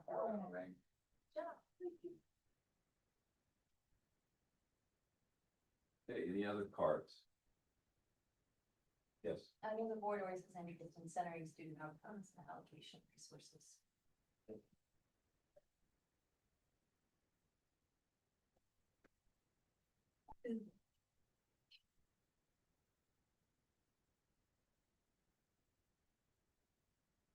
All right, we move on to options. If at any point in time, some other interest pops into your head that you want to share that, put that up there. So now for options, are we gonna focus on both components or focus on the insurance first? We do insurance first. Okay. Veterans first. Great, thank you all very much. We'll go up. Well, I'm actually gonna Oh, you're done. Right Okay, there. here's the table. Under salaries and benefits, you'll see all of the renewal information from CEBT, as I told you, what's that? Do max out. Yes, it's in the renewal information. Okay. Okay. So it will give, if you link in there, it'll give you the information about the plans, the deductible, the copay, the mix out of pocket, but I will tell you that the Health Insurance Committee met a lot of times, and we are recommending either PPO 8 and 9 or PPO 9 and 10. We decided against the surest plans because they confused us and they are very expensive. We decided against high deductible plans 6 and 7 because the deductibles are very high, and being on a high deductible plan itself feels sort of risky. So we're holding steady at HB 5. And we have to decide about 8 and 9 or 9 and 10. So option, and there's a question of which one is funded, Right, which one is fun? Yes. so either 8 and 9 or 9 and 10. Uh-huh. And whether we are fully funding 9 or we're fully funding 10. I think so. But in some ways, those are tied, right? It's either 8 and 9 and we fully fund 9, or it's 9 and 10 and we fully fund 10. Yeah, and maybe, did I transpose my numbers? The high deductible isn't more expensive than the PPO 10, isn't it? It is, Oh, it is. yes, because it has a lower max out of pocket, and, yeah. I guess my eyes are And just it's noticing lower deductible as well. right there. So right now, the district pays $1,081 per month to fully fund the PPO 9. Wait, and what we heard so strongly from the health insurance committee and what the health insurance committee heard so strongly from their colleagues is that this motivation to support insurance is really strong. The difference in overall cost, Christie, is this right, between funding PPO 9 and PPO 10 is about $240,000. It's 220. roughly. $120,000. So I'm wondering what you all think about. And they have to be sequential, you can't pick like 8 and 10. And once you go up in numbers, you can't go back down. So if you go with the whole CEBT packet, there are people in the state of Colorado who I guess are on PPO 2, and they are living some sort of good life that we don't know about. But once you go to 10, you can't go back. There's no going back. So I'm just proposing that we stick with the same plans and fund the PPO 10, or I just wanna put it out there to see what happens. Instead of like talking about it a whole bunch, I'm just gonna put it out there. Wait, aren't we on 89 right now? Yeah, I'm gonna. Yeah. So sticking the same things, yeah. And funding, But right? it would cost $114 per month per employee, which is a lot, right? So the cost of this 10.5% increase, Christie, is over $1 million, right? Yeah, it's like one. Yeah. And I just had a question, because this does not state the impact to families, which I don't even know who can afford a family plan anymore. And if it's worth even talking about, like with understanding that you can't go back and ever get the PPO back. Yeah. But the other thing is then your families don't have a PPO 10 option. And the PPOs is what allows for people to use the clinics. So at no cost. And so sometimes that does help families if they can afford it. Wait, why can't a family get the PPO 10? Well, it's just less so It's more money. PPO, it's Doesn't less make sense. affordable. Okay, great. Less But affordable. they're eligible to get it, it's just less affordable. Yeah, and it's Cool, like, okay. you can afford it, but if they can't, can they afford I got that. it? I just misunderstood. It's the monthly cost Yeah. versus the deductible. The PPO 10 deductible is $7,000. Wait. But if we only offer 8, 9, and the HCHP 5, then no, our families would not be able to opt into the PPO 10. Right. And we can offer 9 and 10. I'm just trying to put one option out there so we can. Yeah. And what's the issue? Sorry, I don't think I understand.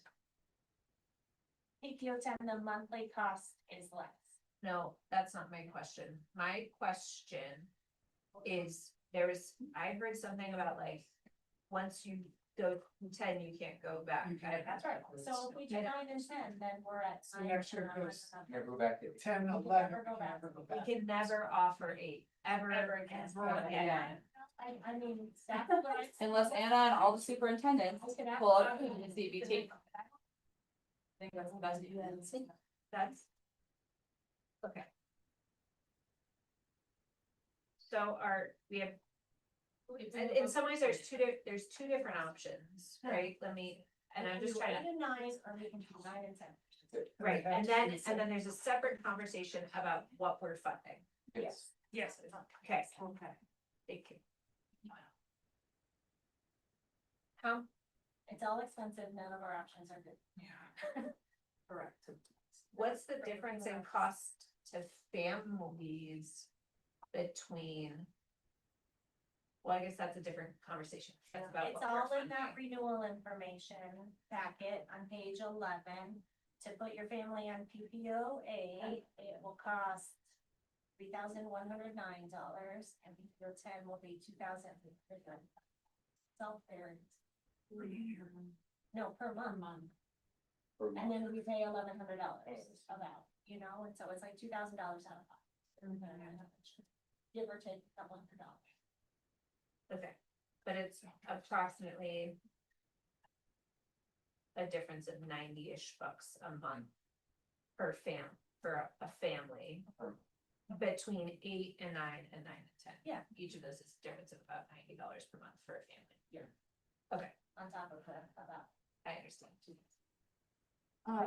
know that the health insurance committee already discussed this, and I'm the annoying one who loves my high deductible plan. Can you explain again why 6 and 7 weren't considered the high deductible plans to save money?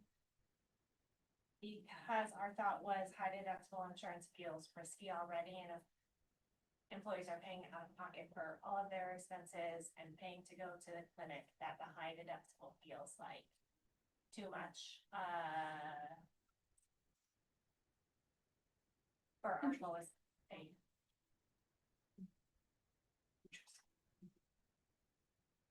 I would argue the high deductible plan is a choice that people take when they want the risk and they want, like, I love the $24 the district puts in my HSA. Did I knock on wood? Can save us. You guys don't even. I think we were thinking about, some of our colleagues who are. Insurance, how that, getting to $7,000.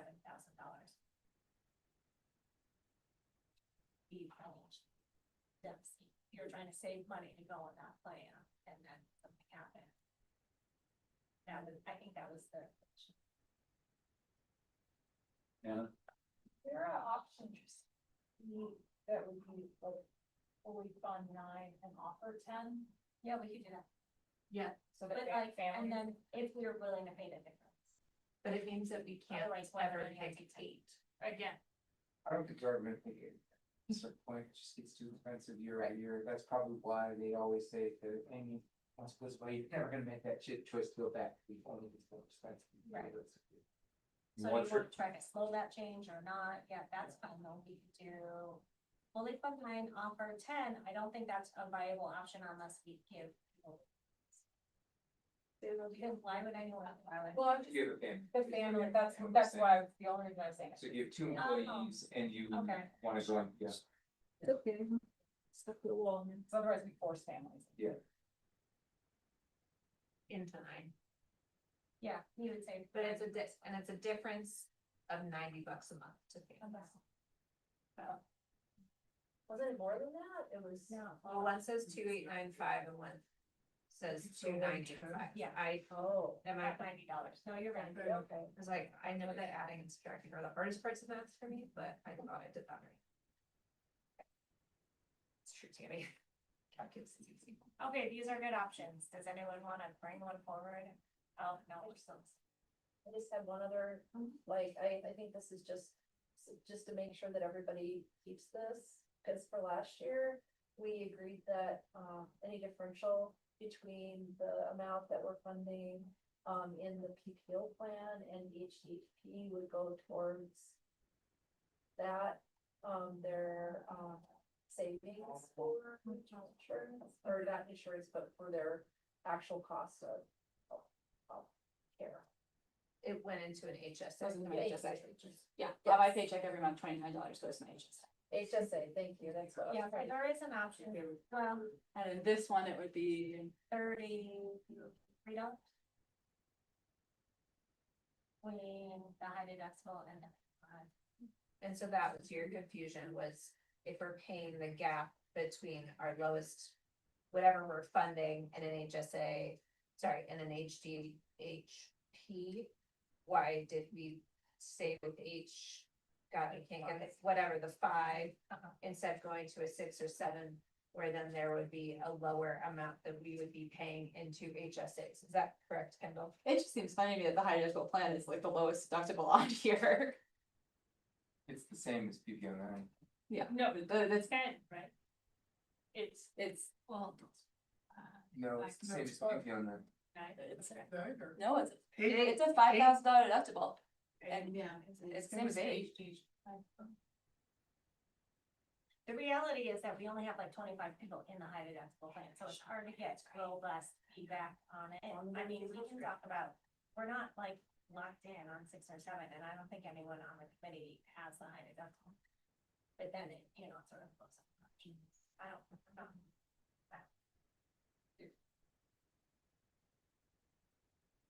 I hear what you're saying though, Kendall, the high deductible plan should have a deductible that's higher. I mean, or we keep it this way and we convince more people to go on it, it lowers our overall healthcare usage. But it doesn't, our HGH people like the rest of it. Oh, that's weird. Okay. Maybe I don't know very much about insurance. Is it fair to say that when, what we're assuming if we're fully funding 9 is that we're gonna utilize Lisa's recommendation to access the differential, or do you know what I'm saying? Yeah, I mean, I think there's a difference between what, I actually think our options shouldn't be what, like, we shouldn't talk about what we're fully funding until we decide on our, like, what we're going with. Right, are we going with 8, 9, or are we going with 9 and 10? Because then we have to determine what we're fully funding and if we're going to. How we're going to fully fund that. Does that seem right, Anna? Sure. Because that was my understanding. So then, I'm looking at you, Rusty, our process would be then to look at these options and see how they compare to our motivation. To see Yeah, maybe which one check that the and most. then really look at some criteria around which is the best, which you're already talking about that, just making sure you understand why this choice has a better fit than the other choice does. Thinking about your interests, but then, you know, I don't think it's necessary here, but a lot of times if there's a lot of complexity, just make a simple decision matrix between what are the options and what are the key things that you want to focus on in your criteria and decide which one meets those things the best. I don't know if that's necessary here. You don't have that many options to deal with. But clearly you've made some choices already in insurance in that you're probably focusing on employee first. You're not focusing as much on employee and spouse, employee and family. I don't know that because I haven't seen all that. So there's certain things that have already been historically laid out in this district for insurance. Correct? Yes, ma'am. I think we could start around options, just looking at the funding available and what's been already put on the table, with that 2,080,000. I could start with, I mean, if everybody's ready to run into options and we've already added the interest. Just to say that, that the one option is to put, to keep within the 2,080,000 and go to a PPO 10 and keep that full 1.3 million available for steps. That's an option. And then there can be other options, just to start that process of options. That's option B, right? Well, PPO 9 and PPO 10 and fully fund PP. Yeah. Fully fund PPO 10. Yeah. Is involves not using the 220. Right. So you guys have those options, yeah. Yes, it's great. But didn't we say that it doesn't, like, the 1.3 is such a bigger number than the 220, right? If, like, the 220 isn't gonna determine whether we, if we're able to do steps and lanes, cause that's 1.3 million, like. So where this is gonna get really sticky though, is that then if we're still keeping with the same bucket of money, the 2,080,000, if we are keeping with that, then that means that we can no longer afford steps. Or we're gonna have to increase the amount of funding in the total bucket to reflect that we're gonna keep PPO 9 and we're gonna do steps. Which, right, So that's an increase, that's an additional risk that I think, I just wanna make sure that we're understanding. If we go with the other, like if we go and, right, but that's under putting the 3, I don't even know the number anymore. 360,000. 360,000 out of one, not putting that out of one-time expenses. see, that's one time versus recurring, and so it's just like, you have to keep that So I still believe that if we're gonna do that, we need to own the fact that this could impact 27, 28 funding. Because we're using it one-time monies for recurring costs. That's my interest.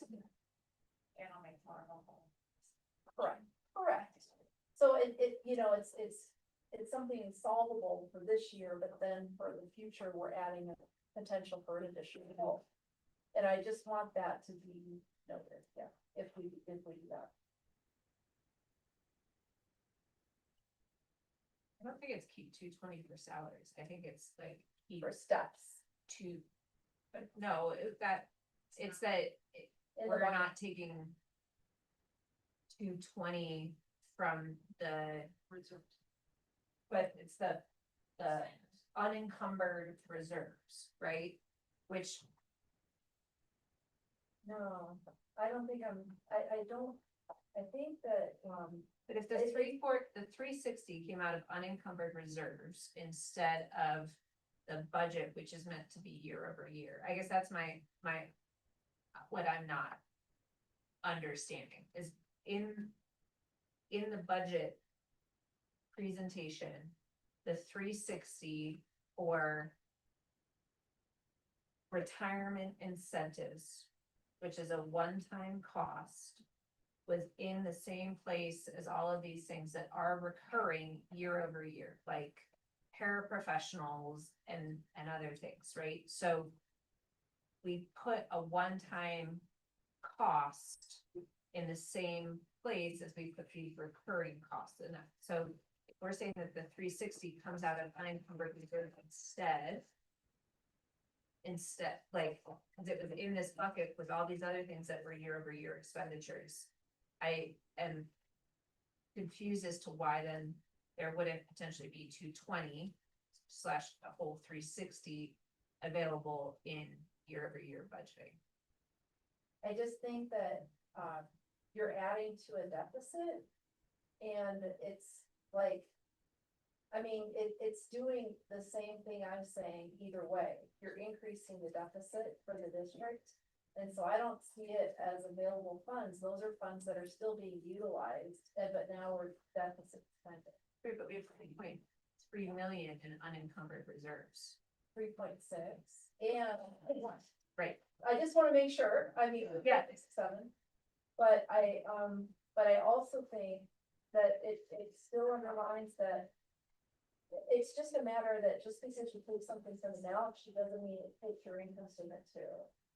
And I think that does increase the amount of funding that the district is putting, regardless of where you put it from and how you shuffle the cards. It's increasing the amount from the 2,000,080. And so we're saying we're gonna deficit fund. And so it is increasing the risk of the organization. Yes. And that 220 is now adding, even if you guys are saying shuffle the deck either way, it's adding to the total amount we're putting in for salaries and benefits. And so I don't know if that's something that we agreed to as a group, but it was something that was. So just, I mean, I know it's semantics, but I think it's very important to understand. Pending is, Yes. Okay. Lisa, then Charlie. The confusion, because we would take $220,000 or $360,000 out of savings to pay for health insurance. And anytime you take anything out of savings, it's called deficit spending. That's true, exactly, and I think people don't see as if you're thinking it's just hitting your cash, it's also hitting an expenditure account. So it's adding cost either way, so because what I'm gonna have to report to the board is a deficit. So that's why I just wanna make sure everybody's clear that regardless of how you shuffle the deck is the way I was kind of putting it. It still is increasing the amount of money that we're putting into salaries and benefits, good, bad, or indifferent, not. I'm not judging that at all, cause I mean, but I think that just to acknowledge that is important. That that if this group was to make that decision, that just so everybody is on that same page. Okay, yes, I am willing to go on record saying I consciously made this decision. I think there's a lot of what ifs in the future. Yeah. For sure. And I think that's exactly what I was gonna say.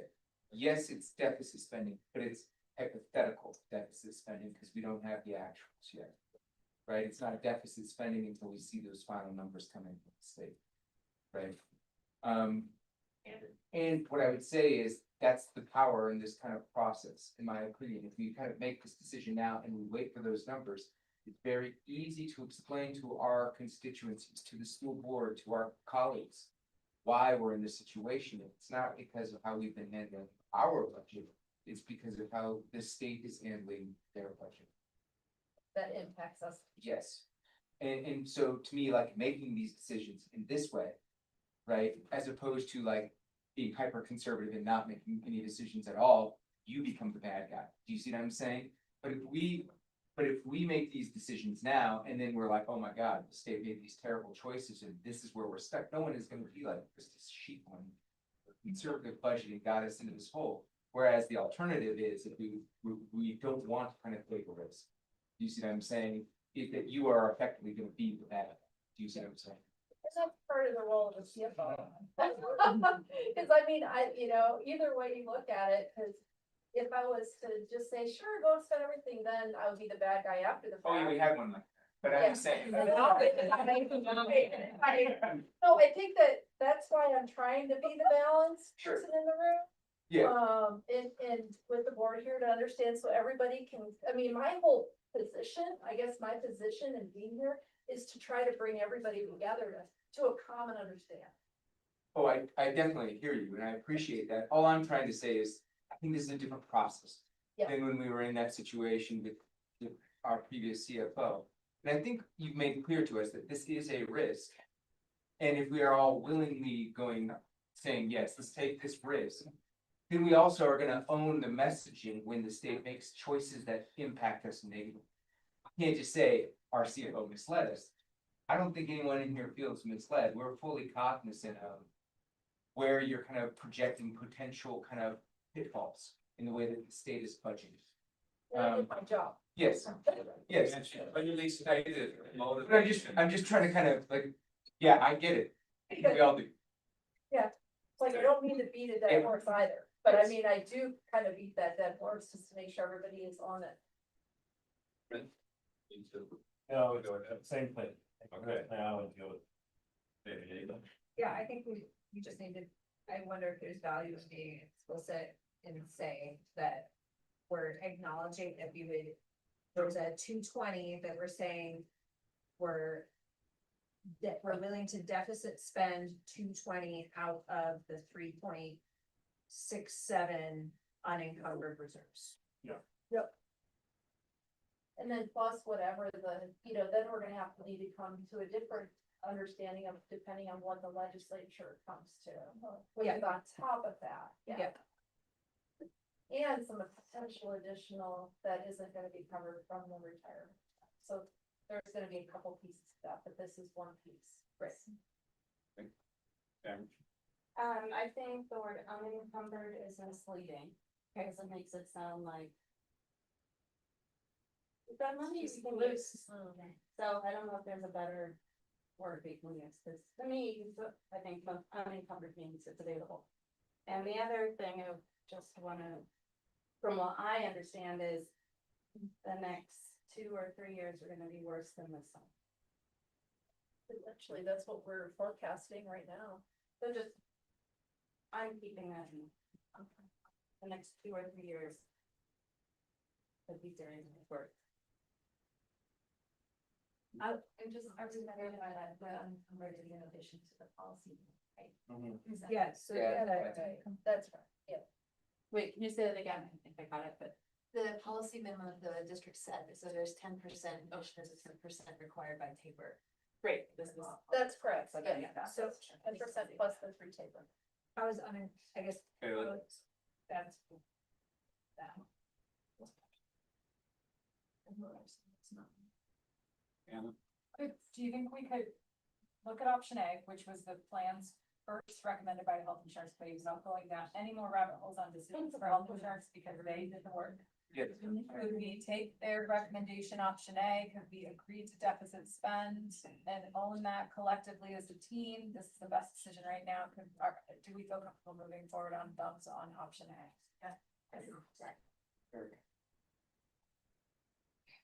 Brent, Oh, there's something you wanna add? Lieutenant Brockby will be good. No, we're trying to move forward, and I get that. I just wanna say, like, we're acting like there aren't any other plots into in the future. You know, watering Kentucky bluegrass in this climate doesn't make sense. It's a lot of money, maintenance on buildings, and there's a lot of money. I don't know, but trust me, but we need to, like, there's so many more things. When we cut sports, we'll save a lot of watering. There you go. There we go. Right, you'll be on the. I'm not being funky. Like, No. we're watering I- Kentucky bluegrass in front of Basalt High School, which is a waste. Okay, Tessie? Understanding that, I think this is, if with the legislature, before the legislature, cuts, if is another level, we're on our third round of reviewing our budget. So things are getting harder. The decisions we're making are getting harder. So I think that, yeah, there are some places, but it's gonna start to hurt. And that's just something to know, and I acknowledge that too. There's always places to work, and it's about to hurt. Lindsay? Yeah, I just want to note similarly, I'm sorry, I had to step out of the room for the call, so if I'm repeating, I do apologize for that.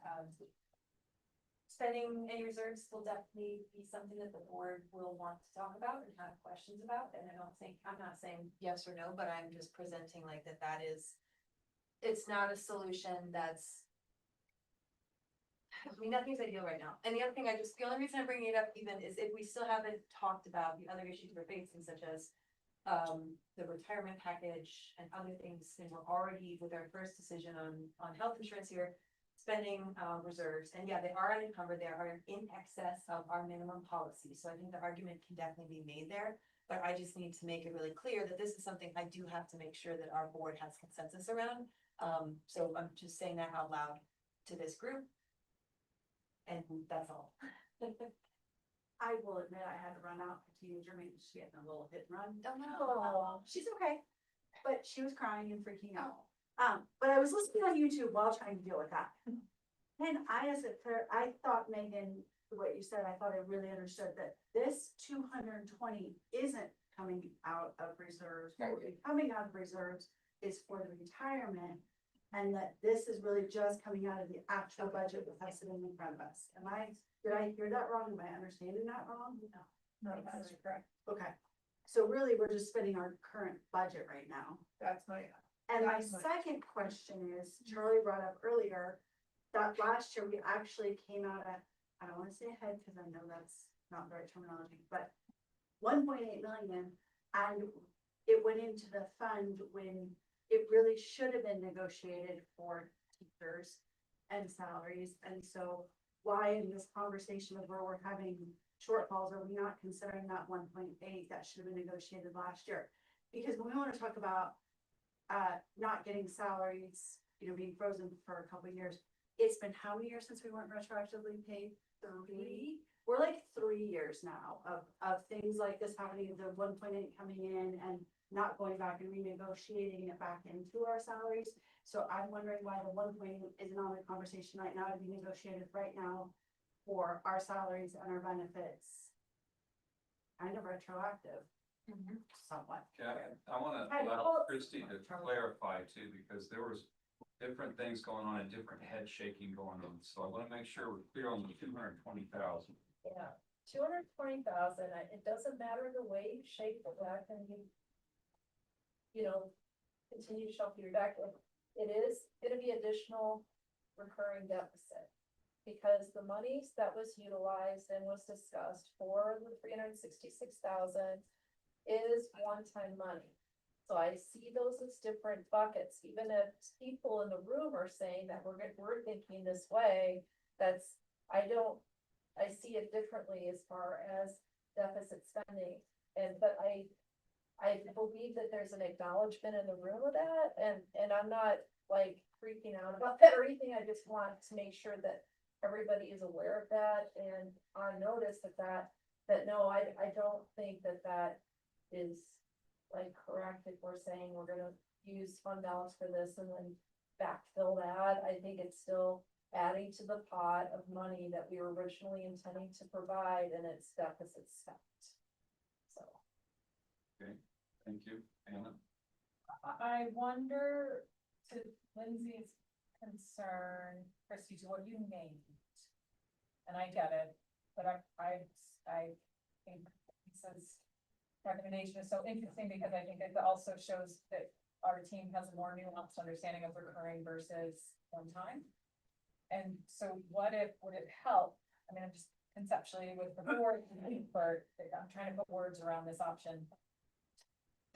I think that I hear what you're saying, Christiana, like it's deficit, but I really think this is interesting, the way Lisa's framing the one-time reserve use to offset the one-time retirement incentives. And if we committed to working on a revision to the retirement plan, and that was like, to try to do more than just say, hey, we're comfortable deficit spending, but we're actually saying more, we're saying, hey, we actually think there's this strategic thing, and we think that with continued collaborative work, we can solve this thing that feels like a risk and feels like a recurring commitment. Like, I wonder if that was part of the package of this option, might that make it more, palatable, thank you, for the board and the community. That's what I'm wondering, if we added something like that and. In the wording, like, Yeah, you can like, the backstory for the board to make it. Totally, And that's where Lisa's, like, conversation on this being more one time turns into something that brings to what Megan was saying, that ties everything together, I guess, of what we're all saying. Okay, I understand that. Now, are we ready to talk Okay, about any that? other questions there? Are we ready to do thumbs on option A? That what we wanna focus on? Okay. Yeah. Are we ready? Yeah, all today. Okay, so you've reached consensus on option A, fully fund 9. Need a decision, people. Acknowledge it requires you. Did I not see your thumb properly, Christine? My apologies. It was sideways. Okay, Yeah. sideways means you're not gonna go out and talk bad about this, you're not gonna shut this down, you just don't fully agree with everything, it's not perfect for you. Right.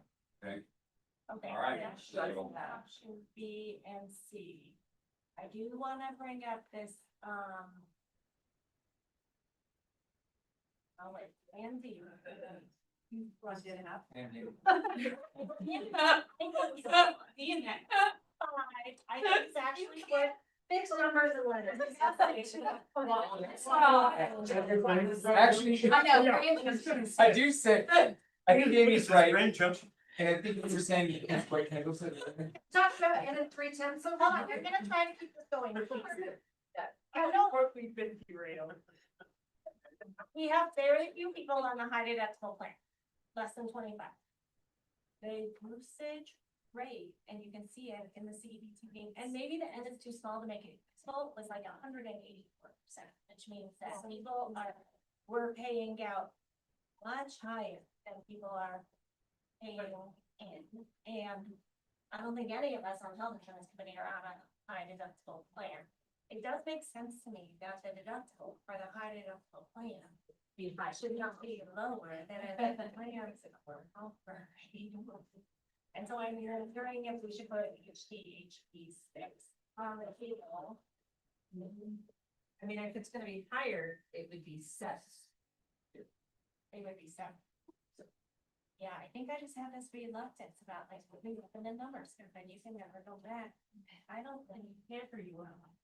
Well, both I think, but It does seem strange that our high deductible plan is, the deductible is lower. Well, the same as Same or as lower right? than our best option.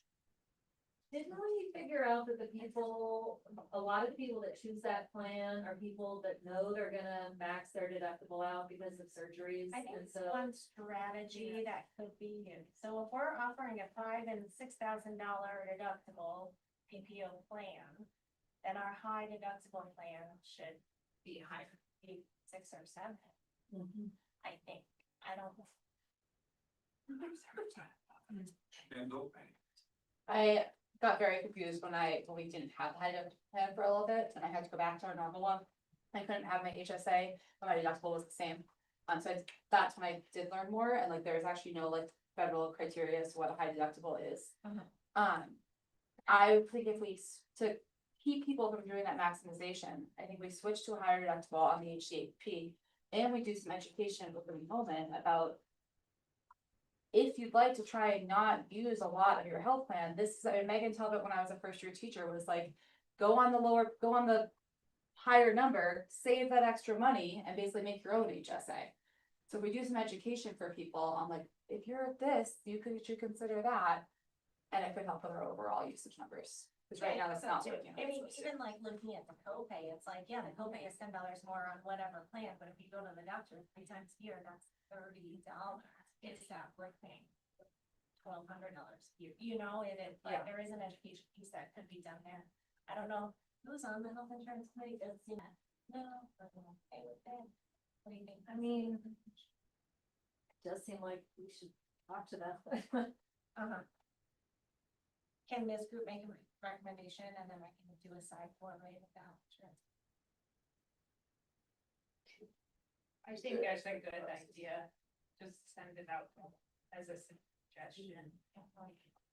Do you need us to file a recommendation? I think so. Is it I think looking at page 6 on the whatever CEBT thingamabobby, is very interesting. And what we see is that for the HDHP, our contributions Ratio is is 184. right. And what might make more sense to people is that our contributions are significantly less than our total paid claims. Versus on PPO 9, and then PPO 8 is slightly off, but not as drastically, right? And so I think there's a piece there of, so like, to me, that communicates that is being utilized in a way where people are taking advantage of it, and we should go to a higher deductible plan for our HDHP. And it's so small with 24 people, but it definitely indicates that we're paying more than they are paying. So 24. Yeah, I mean, by close to twice. This is a really dumb question. This is probably a rabbit hole and I should stop, but I thought we didn't pay the insurance claims anymore. That's only what we did when we were on self-insurance. That is true, but they track how much they pay. They track. They- They track. Okay, that's baked into. And that's how they take it hard. Yeah. Got it, okay. I just wanted to make sure we weren't self-insuring it. No, but if that gets baked into us having to increase because they're That having to makes pay out more than they're getting, then we should reduce the amount that they're paying out compared to what they're getting, so that our health insurance costs don't keep going up as much as they are. That makes Then sense. we're I just wanted to. liability. Yeah. Cause then we're a liability. Okay, so then if the PPO 8 has a $5,000 deductible, the PPO 9 has a $6,000 deductible, and we're offering a high deductible option, one, we want it to be less expensive, $18 for HSA, right? Yeah. And have an interest in the deductible being higher for the high deductible. So then our rates go down. Yeah. Or at least keep them, don't. So then I'm gonna say that, can we thumbs on HD8? Oh, it's, I said my thing up, I'm but, sorry. I wasn't on the health insurance committee, so I'm not sure about this, but you had mentioned it earlier. And I think I'm the only person other than Kendall who is on the high deductible plan. Well, halfway also is. Yeah, I'm talking about people in the room. Sorry. But I think that you had mentioned something about classified staff, and you had mentioned about like lower earning staff. And how that was going to disproportionately affect them, and I Yes. want to understand that before we vote on this. I feel more comfortable going forward with this also because we're gonna fund the PPO plan. But that came up really strongly when we were talking about potentially not having the money to fund the PPO plan. When we push more people to the high deductible plans, maybe when they didn't want to, and then. So I feel more, that makes sense, so I Yeah. feel a little more comfortable going with the higher deductible, because they're afraid. I don't know. Thanks. Good Just wanted question. to No, that's a great clarify question, before we vote. and I'm glad I was able to say that out loud, because you're right, that was. Lisa, do you? Oh, sorry. I just want to reiterate, because I think it took a while until I was on the health insurance committee to realize, like, anything we can do to keep our usage rate down affects us long term. So Yeah. this decision will help us with that, not the usage rate, but that percentage piece. I think The is really loss. important. Yeah. Piece, yes, to consider, because it's not just this year, it's every year to come, it will be affected. And once we go up, once we go up, yeah. Okay, are we ready to? You want to articulate the proposal? Yes, so we've already decided that we're gonna fund, that we're gonna offer PPO 8 and PPO 9, so now this is about the high deductible offering. And this is like an if-then thing, you know, we can thumbs here, and then I can have a side combo with the health insurance committee. So we're thumbsing going to HDHP 7 As a proposal to Offer the health. a high deductible. as a plan that is- proposal to the health care subcommittee. Yes. So it'll be a yes pending approval from the committee. Thank you so much, Mhm. Charles. Okay, Look, we got. all right. We had two. And I'm done. No, I'm telling my students tomorrow, we come out. Yeah, one piece. That's why It was like- Kendall, thank you for bringing that up. Sarah, will be better. So is there anything else with health insurance then? No, nothing. That's all taken care of? Yeah. Okay, and then as a result of that being completed, does that mean, we have retirement to deal with? Will we go to the salary component? Yes, ma'am. I wonder if, we hold on the salary component until we get more information with what, like, per what Charlie said and what I've heard from the board, a lot of people throughout today. Is waiting on that discussion for that point in time for this next meeting. Chuck, mine was up first. Or we could, or the other option is we could agree on steps to put that, and then if we receive, bad news, like additional cuts from the state. That just makes us look silly. I think we should wait. First. I think we should. Do you wanna do the motivations then? And then we'll have them. Sure, we could do motivations. I feel like our But I guess- motivations are the same as the other ones. Most of them, there's a few things we different, I think we should wait on that, we have other items on the agenda that we can knock out and come back and take 15 minutes. You could think about motivations outside, write them down, and we come in and share them easily in relation to salary. You asking us to work on our Yeah. part? I think it's. You could put that onto that chart and say, I think it's valuable, and it doesn't have to happen now, we can go to the other things first. But I think there's value in us agreeing that we're gonna come back in April to talk about salaries, rather than being like Assuming. making an assumption there. But an agreement on that, and I know timeline is in here, right, but like also a timeline for when we have actual numbers versus predictions, and then discuss it, like thank you. Should we for- come to that? Sounds like, we need to come back in April, is essentially what you're asking. Yeah, I just think we sounds need to like a vote on perfect that. time to do that. The group agrees to come back for a session in April. To deal talk with about salaries salaries, and, Okay, great. Okay. I just wanted to make. Yeah, sure, makes sense. okay? Sam, Can what we agrees? take a 5-minute break? And that we'll come back. I believe the next thing is Maybe we can flip those next, the retirement incentive, do Yeah. that?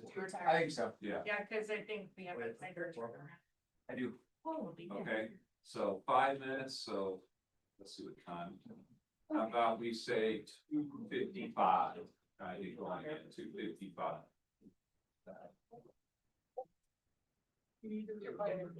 Yeah. Rolling now. Yeah. Oh my gosh, yeah.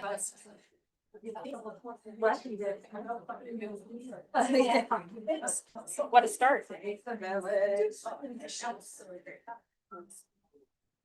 Also, I like co-typing in the evening, so. Yeah. Yeah, I was trying to let you know, I'm like, this table, like, I want to speak out, don't want to. You're good, you found it, you're right there. Yeah. Yeah, so I wanted to be all together, so. Yeah, you do, you love them there.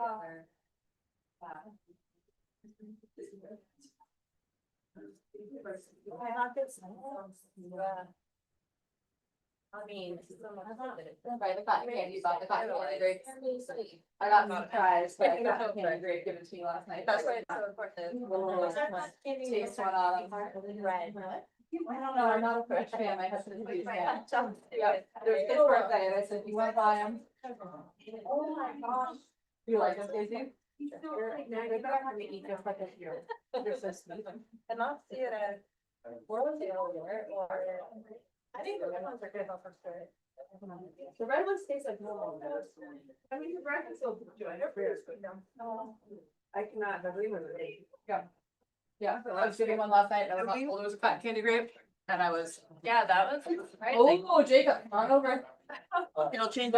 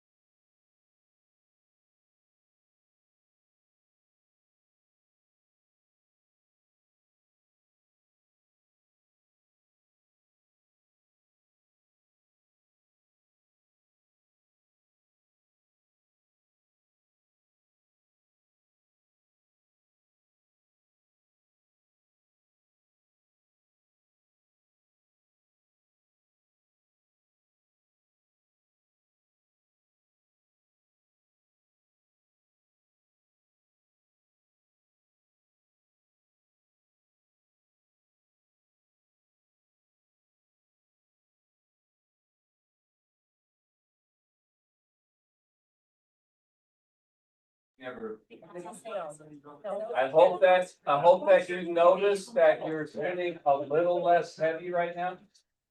If you're a little bit lighter, it's still stuff there, but you're a little bit lighter. You've done some great work to knock some things off.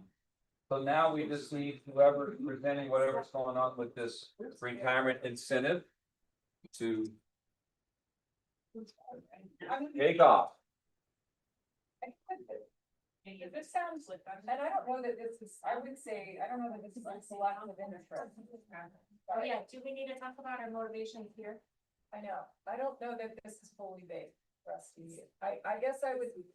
And I don't know how this goes as a proposal, but I would think that if there is a shared interest in I can go, if wondering if there is a shared interest in identifying some parameters that this team would want to list that could then guide a smaller subset of folks to develop a proposal to bring back to us. In April, Sure. But but I guess I don't know that I wonder if we just not even agree to set a new plan, but take some time to talk about what would be something that would have to be part of that plan if we were gonna consider it. If we could come up with that list of a dozen things, and then we identify some mathy type folks. Some of whom have volunteered in the last couple of staff Q&A systems to try to create something. Do you know what I mean? If that would be, if we said, it can't harm people within 3 to 5 years of retirement. It can't, it has to have we could just brainstorm that, and then we say, great, who can rep our CEA, who can rep admin? I would love to pull in the Scott Nykerks in the world that did you volunteer to? He did, and it's on recording. All right. And pulling. That's the person I would want. You know what I mean? To then they could see the You should be on it too. parameters that we created to diminish volatility, blah, blah, blah, blah. And then we could set a timeline, which could be one of the parameters. So my take would be, could we just take a few minutes, talk about the parameters, no vote on whether we agree to it or not. But just to give some guidance, if it comes back, then we're all like, that looks good. So why? So, but I think there's actually the why. And the why is so that we can, I do think it's worth naming the why, right? There's a piece in the volatility of our current retirement benefit means that we struggle with having clear conversations about budget and available monies because of consistent one-time variances that we're unsure of, right? So the lack of predictability there then means that all of our other conversations are impacted by this lack of predictability. And there's a different piece of wanting to support our teachers and actually all of our employees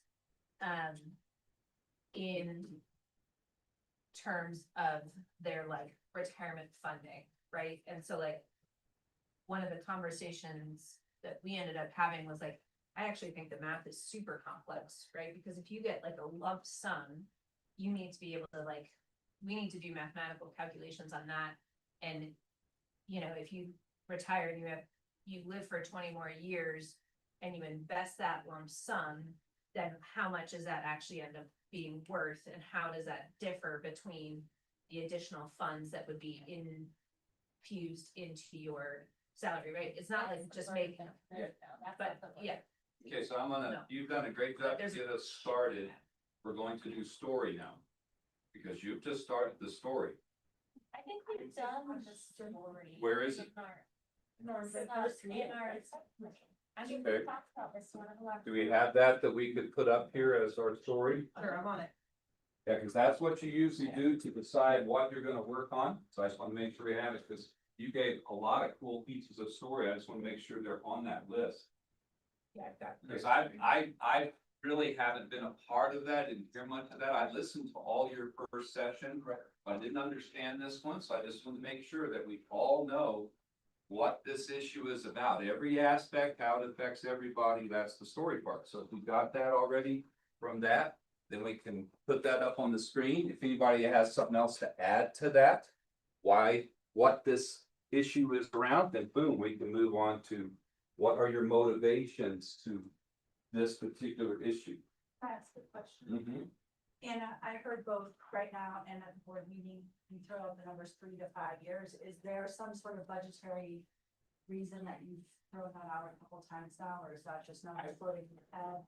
Well, I can speak to that. Most of that 3 to 5 would relate to people who are nearing retirement when they are thinking about their para benefits. Like some of the solutions I am sure this group will come up with will be about increasing your highest average salaries, right? And we cannot do that for people who are 1 year or 2 years away from retiring, because you have to have that highest 3-year average or 5-year average, depending on what para pay schedule you're on. And so it would leave those people high and dry and pull this money away. I just meant why not 10 or like 5 or 10 years? Oh, well, I think the whole reason we have this interest, or I think it should go into our kind of story if it's not already there, is because I think we could spend this money more efficiently to actually increase compensation for retiring teachers and save the district money, even as we're doing, right? And we'd be paying them in the years in which they're doing service for our district, educating students, not when they're leaving our district as well. That's really important information. That's what we want to get, all the stuff that relates to this. All of the what is going on. But Megan, to your, Scott was crunching those numbers. We were just playing with index funds. Yeah. And investing with that versus if you maxed out your 8% salary increase that para would pay for in this final 3 highest tiers salaries. Yeah. And the answer is, yeah, you'd make a lot more money if you just had it invested into your salary and it counted as a para increase. Yeah. So are we gonna have dialogue around it in general, or are we gonna systematically put story on the board compared to what's there and then move on to the next thing? I think the idea of putting parameters, like what are our concerns, right? Like our concern, and maybe concerns isn't the right word, but when we look at this, we want to make sure that people end up having more money, not less. You wanna- Exactly. like, Exactly. So I think. That's a great interest. Well, That's the interest, and his was the story. I'll put the story from our kickoff meeting. Yes, there now. I put story a little bit from the subcommittee. It exists in a lot of places in our subcommittee. Yeah. I think we're clear. I think we have that. I would make sure that you all look through it, and do you have anything else that you would like to add? The most detail that you have around it makes it so much easier to have clarity about what you want to achieve when you start to reach your solution. So that's great if that's all that is needed, but look it over. If you have something, raise your card. If you want to add something or you have a question, go ahead. Do I add it? Cause it's not in the kickoff meeting or from the salary subcommittee, but we've been talking about this all along, that the total amount that we have on a recurring basis included for this is $622,000. Great, that should go in the story.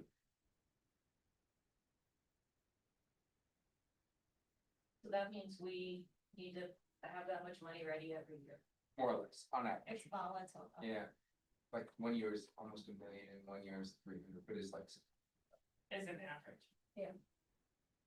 And it just got to be that much higher this year because of all of the Uncertainty. conversation around it. The uncertainty is why. So, yeah. Is there an expiration date on this? In other words, do I start teaching now here? Do I get it? That's still part of the, I think. Yeah, if you go 15 years. But if that's the way it currently is, that's a part of the story. Yeah. Cause a lot of times in the district I was at, they did it, but they timed it. And so every year they tracked that in the budget, that amount got less and less that they're gonna help. So just, I not knowing anything about it, that's been the question I've had in my mind. Would I be available for it? And when's it gonna end? We don't have an end. That would be something that you would have a motivation around. Finding point to pull this to an end unless we find that it's effective in doing development. Oh, someone should start with motivations. Anybody I else, will anybody not else with stop. story to add?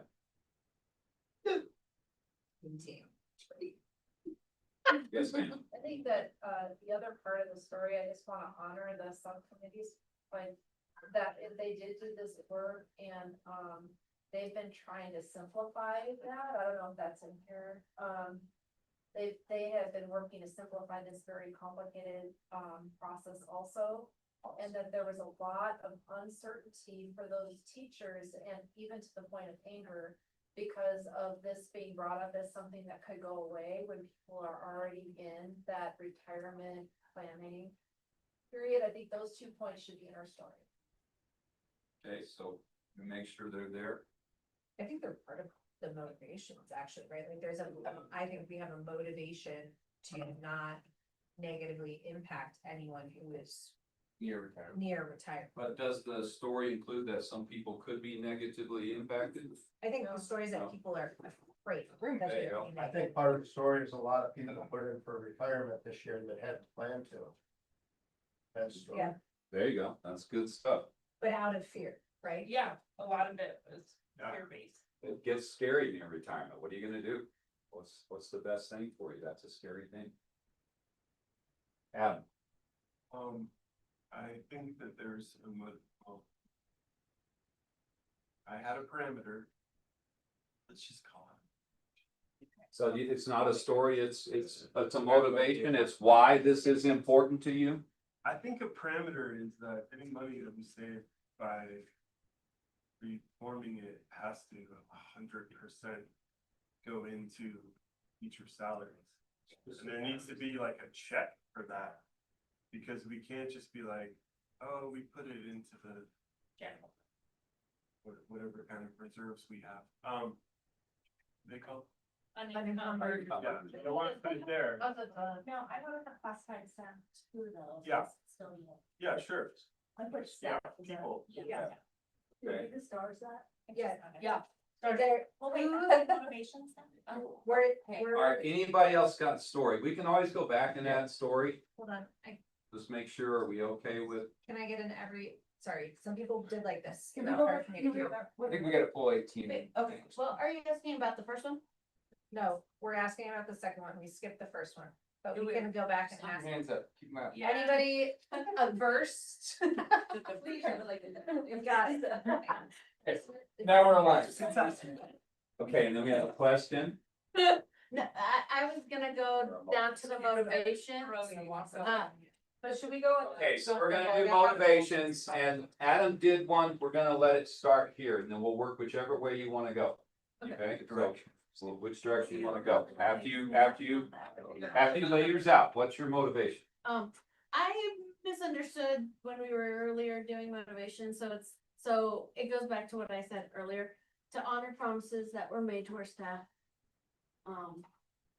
And that doesn't mean that you have to keep that exact promise, but honor. Spirit. Yeah, the spirit, thank Yeah. you. You're good with words.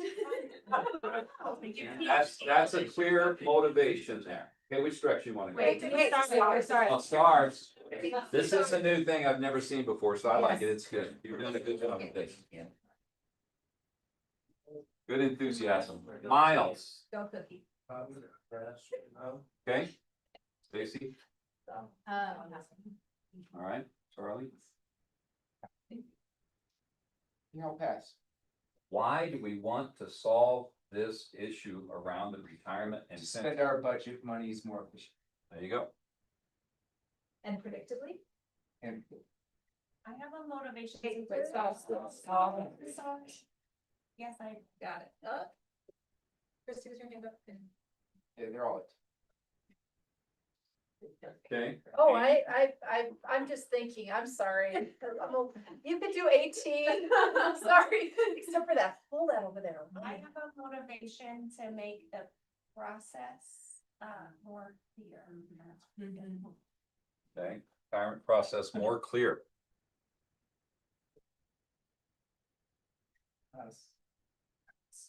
Pass. I have a motivation to support the long-term financial well-being of our employees. Like now and after they retire. Like when we're talking this through, there's a question of, is this something that is supportive of our employees now? And is it supportive of our employees long-term, right? And if, like, my gut says that the lump sum, even if you invest it well, right, is actually not as beneficial as putting a portion of monies into salaries as people are getting close to retirement because of the long-term benefits of para, right? Then it behooves us to actually make that adjustment. Oh, you got a Right. crazy word. I know, sometimes. I think that might have actually been from Charlie at one point. But right, it behooves us to make that change because it actually supports the long-term financial well-being of our employees after they have left us. Okay. Even if people then feel like, but I didn't get my lump sum. So we're doing this for the long-term financial well-being of our employees now. Cool. And then, if you could make that question or clarifying question.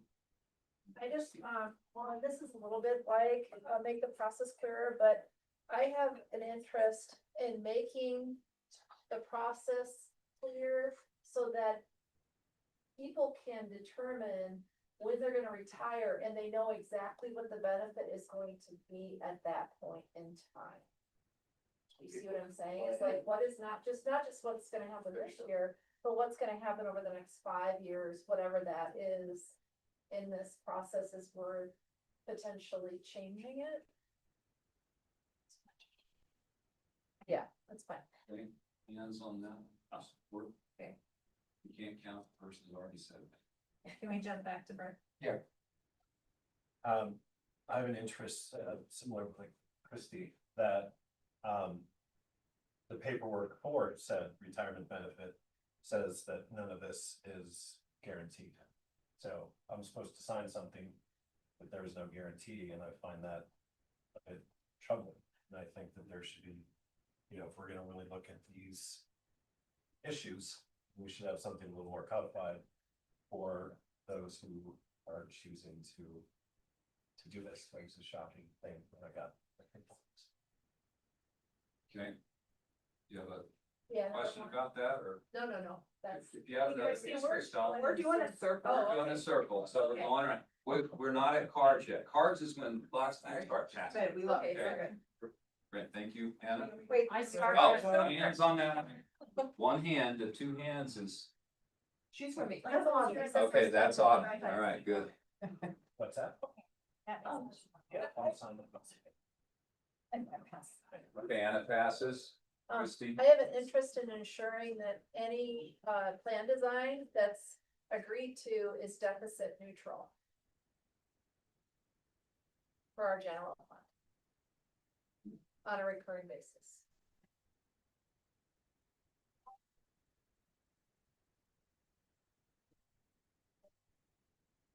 So you, okay. I guess that means we can't Long- take it out of savings. Yeah, It has to talking be about deficit long neutral. term. Like, the whatever plan, when we're changing to a new plan. Oh. Not during the transition, but Oh. whatever. Yeah. Yeah, what, we just talked about. Okay, yeah.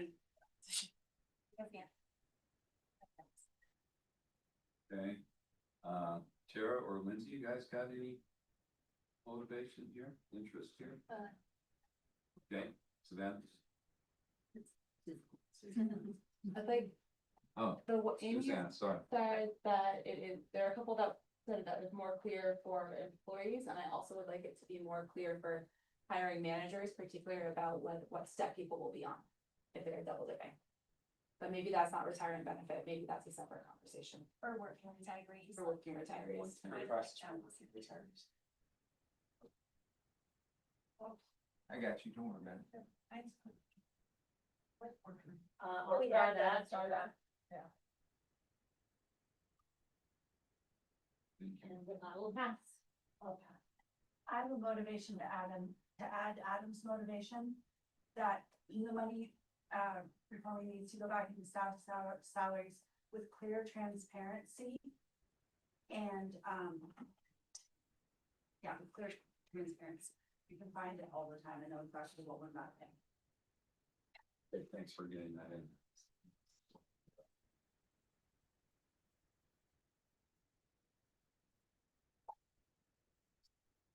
We're back. Stars.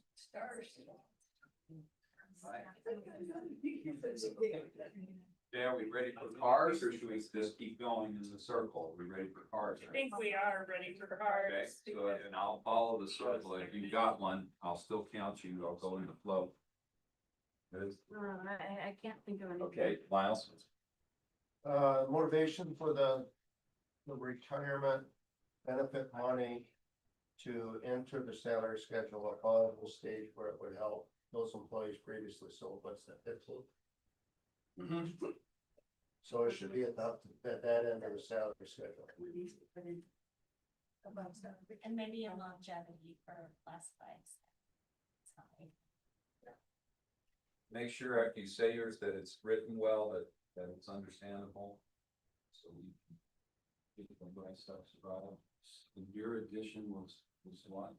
I have a motivation to retain employees, not want angry and scared staff members. I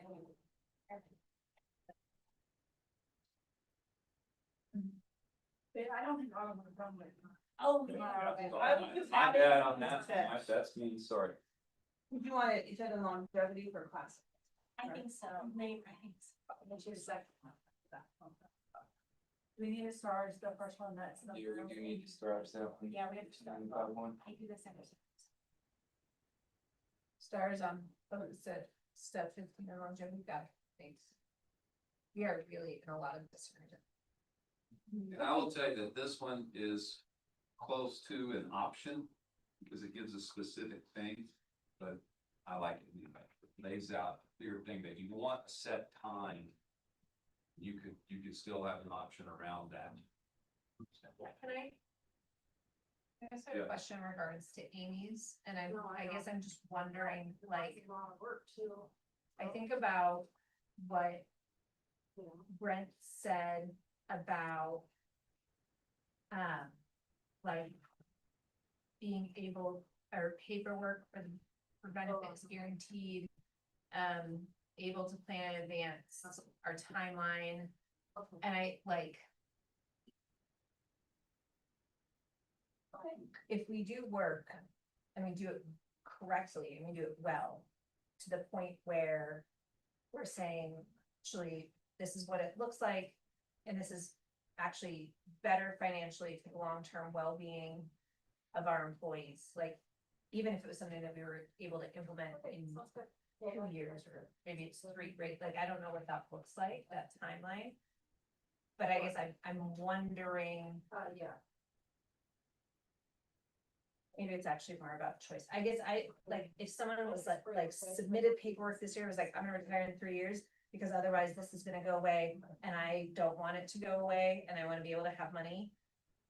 If we then are able to put something together where they're like, oh, this is good, and I can retire whenever I want people to then be able to be like, just kidding, I want, like, I'll keep Yeah, they working, didn't know all the Yeah, I options. mean, that's my motivation. right? Although I will say, if people sign up for that ESPP program, and I had a plethora of people do it, they are.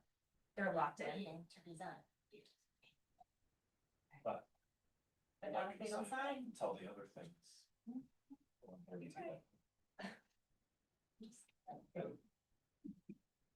Okay, other motivations, put your card up if you have anything else that you need to have. We need to start. Oh, yeah, I have that, same. Wait, what was it? To staff retention. Okay.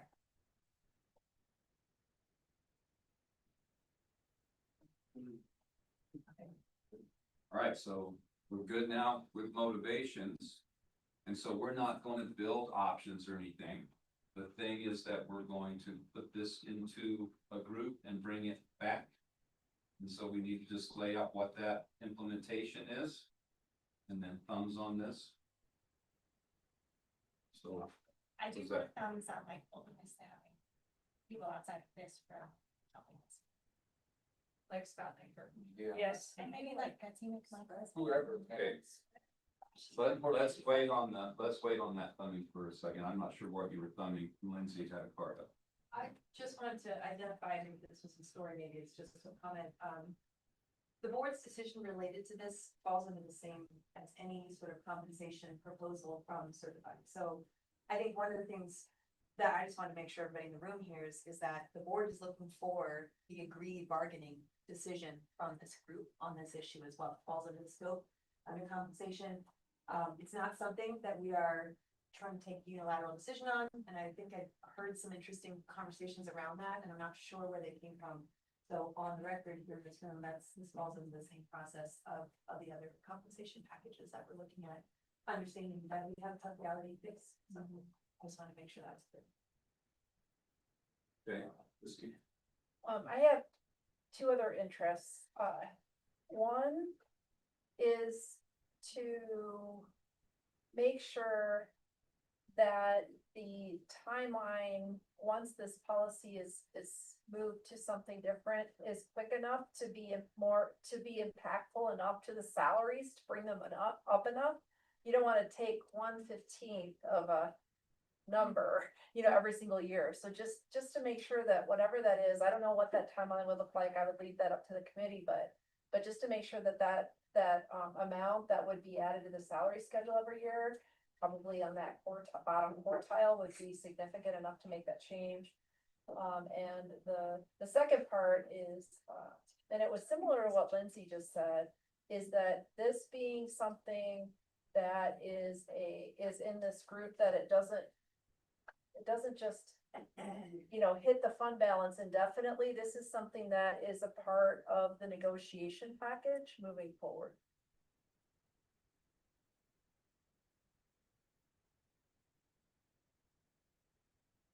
All right. So maybe, Well, you should start those, but then I also don't want to. oh yeah, start those. Thank you. Yeah, I have a clarifying question, because you have your last one, that every year we would be open to looking at the retirement benefit, because that feels just an odds to me to some of the ones that are like, people can plan around this. I think that it's just the amount, when we're looking at the total amount available, that it is inclusive of this, whatever this additional amount is as we're offboarding this policy. Cause it's like, cause then it turns kind of, because it is volatile. It's something that is not easily budgetable, and it can be potentially very impactful to our fund balance, given that there's 5 million in potential liability out there. So I just was like, how do we frame it so that it's not like a $3 of, any amount the district is gonna continue to pay, but instead it's something that is just baked into that total that we have available each year. I'm not sure I got it right, but that bottom one is what I tried to capture. If you could read it and see if I got it anywhere close to right. That what we have to negotiate with. Because it is part of the salaries and benefits for certified and classified staff. So that and we understand that after the policy is written, that it's a number that we probably can't do very much about, but it's just gonna be there. I have maybe. Okay, I'm gonna stop this here right now. Okay, I didn't make this clear. We are sharing interests. We're not judging interests or anything like that, okay? So what will come is when we get to options, then we will begin to work through things to make sure that we're challenging things well and we all understand. Okay, thank you, Charlie. I'm sorry for that job. Can we start the interest, ensure the timeline is quick enough to be impactful to the salaries as soon as possible? remember, you do not have to put your hand up here. This is just, does this work with you or not? Because some of these may not work with you at all. They don't all have to be agreed upon. It's just, do you think this fits an interest that you have? Can we start with this second one? These monies are part of what we have to negotiate with when we budget for salaries and benefits in the future. You know, this is part of what we've gotten. Stars for this one. This is like acknowledgement that this money is part of the money. If this reflects an interest of yours, then raise your hand. If not, don't worry. Every interest is valuable to some person that have that interest. And if it's there, there's one for sure. I have an interest. Sorry, I think I'm next. Yeah. I have an interest in like, making sure that in the future, we understand historical context for why our salary schedule might look the way it does, and so that in 10 years, there's not a conversation about why are the first 15 years of the salary schedule lower, because that feels inequitable and we should infuse the lower part of the salary schedule with more monies to make it a smoother transition. We should understand the historical context that this was done intentionally because we're attempting to get rid of this variable retirement incentive. And so instead of having a separate policy, we have a salary schedule that looks the way it does. Does that like? Yeah. Okay, that seems clear. One of the things to always keep in mind, this is what your master agreement is about, is that you're writing things down so that if suddenly everybody in this room is gone, and a whole new group is here, you have this historical document that is stating things. And that's always good to have that historical perspective, make sure that's recorded. Charlie? Can we start that one before? Sure, did we not, sorry, sorry.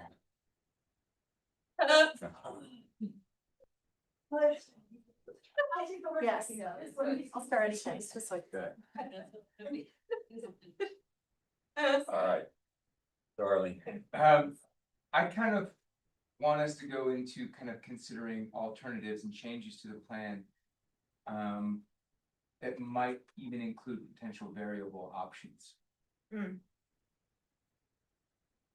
Yeah, that are not just adjusting the salaries. Yes. Yes, Consider all options. yes, I all options. I agree there. Okay.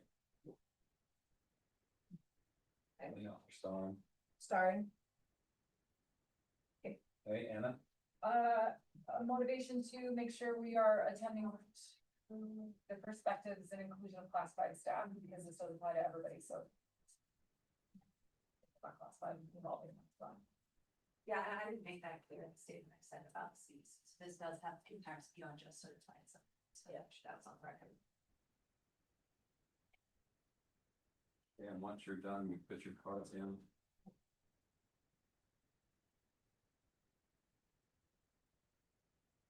Always can go back in that story and interest, so if we don't have anybody else that's got something right now, then there was a thumb process earlier. I don't know if that was just for one little piece or if we're ready to thumb the overall concept here, and we should clearly write that down, so it's in our notes what is actually being thumbed. I wanted to thumb the inclusion of people outside of this room as part of the working group for this issue. I mean, these people who make this spreadsheet, they're serious, they have actual spreadsheet. And to make it clear, it is always recommended that in your straw committees, you bring in the best expertise you can into those committees. They're not a voting member, but why not bring their expertise in? Okay, so So is this a We- proposal? Stephanie, instead of a candidate. Okay, Our proposal is, People from. develop a strong committee that leads. And I'll be specific, I do wanna reach out to Scott Nykerk to see if he could help with this. I would be interested in inviting Betsy McCall to be part of this. Not sure if there are others, but I've heard from a lot of people about retirement. They really are good planners, like they have actual spreadsheets with that in them. Scott, And I have that's science feedback. guy. It's a great Yeah. option. There may be others though. I think it's. Okay, so I think, Classified folks. are we okay? I think we're okay with this. This is something that should be a part of the process. Okay. Yeah, thumbs, and then after this, you won't need to thumb it again. This is a part of your process that you can bring in outside assistance on complex topics. So I'm any not topic. telling these people, hey, I heard you got voluntold to do this, I'm just going to invite. He volunteered himself. We have it on. Oh, now we have it on video. It's on video again. Okay, Lindsay. So we thumbed that, we're good there. Lindsay, So then just to clarify for my conveying of information to folks who aren't in the room and may not get to this point in the recording, although of course they could. What is the timeline of this subcommittee? Is this is now going to involve classified, it's gonna involve certified, it's gonna get input from all of the affected groups, right? So they'll have weigh in on this decision-making process, am I saying that right? And then a proposal similar to what we saw from subcommittee groups today will come back at this April meeting. Wait, I heard you, I heard somebody say they would not be voting members, but then I just heard you say there would be, so Well, we're. Yeah, that's what I think I was a little unclear on, because if this impacts classified and admin because it's retirement, similar to health insurance. I just wanna make sure that the expectations and the structure are built here, so when we leave the room and you guys put tons of hours and time into this. There's no surprises when it comes back. Yeah, I don't want to be on record saying that I can execute that for an April meeting in the March 24th, right? And there's from.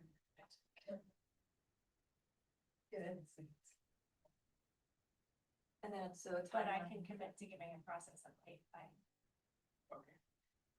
okay, Miles, I guess I'm good with everything everyone has said, with the caveat that this group should be making the final decision about monies that impact us. So if that group should be coming back with a recommendation, not a done deal. Yes. that should be in your contract.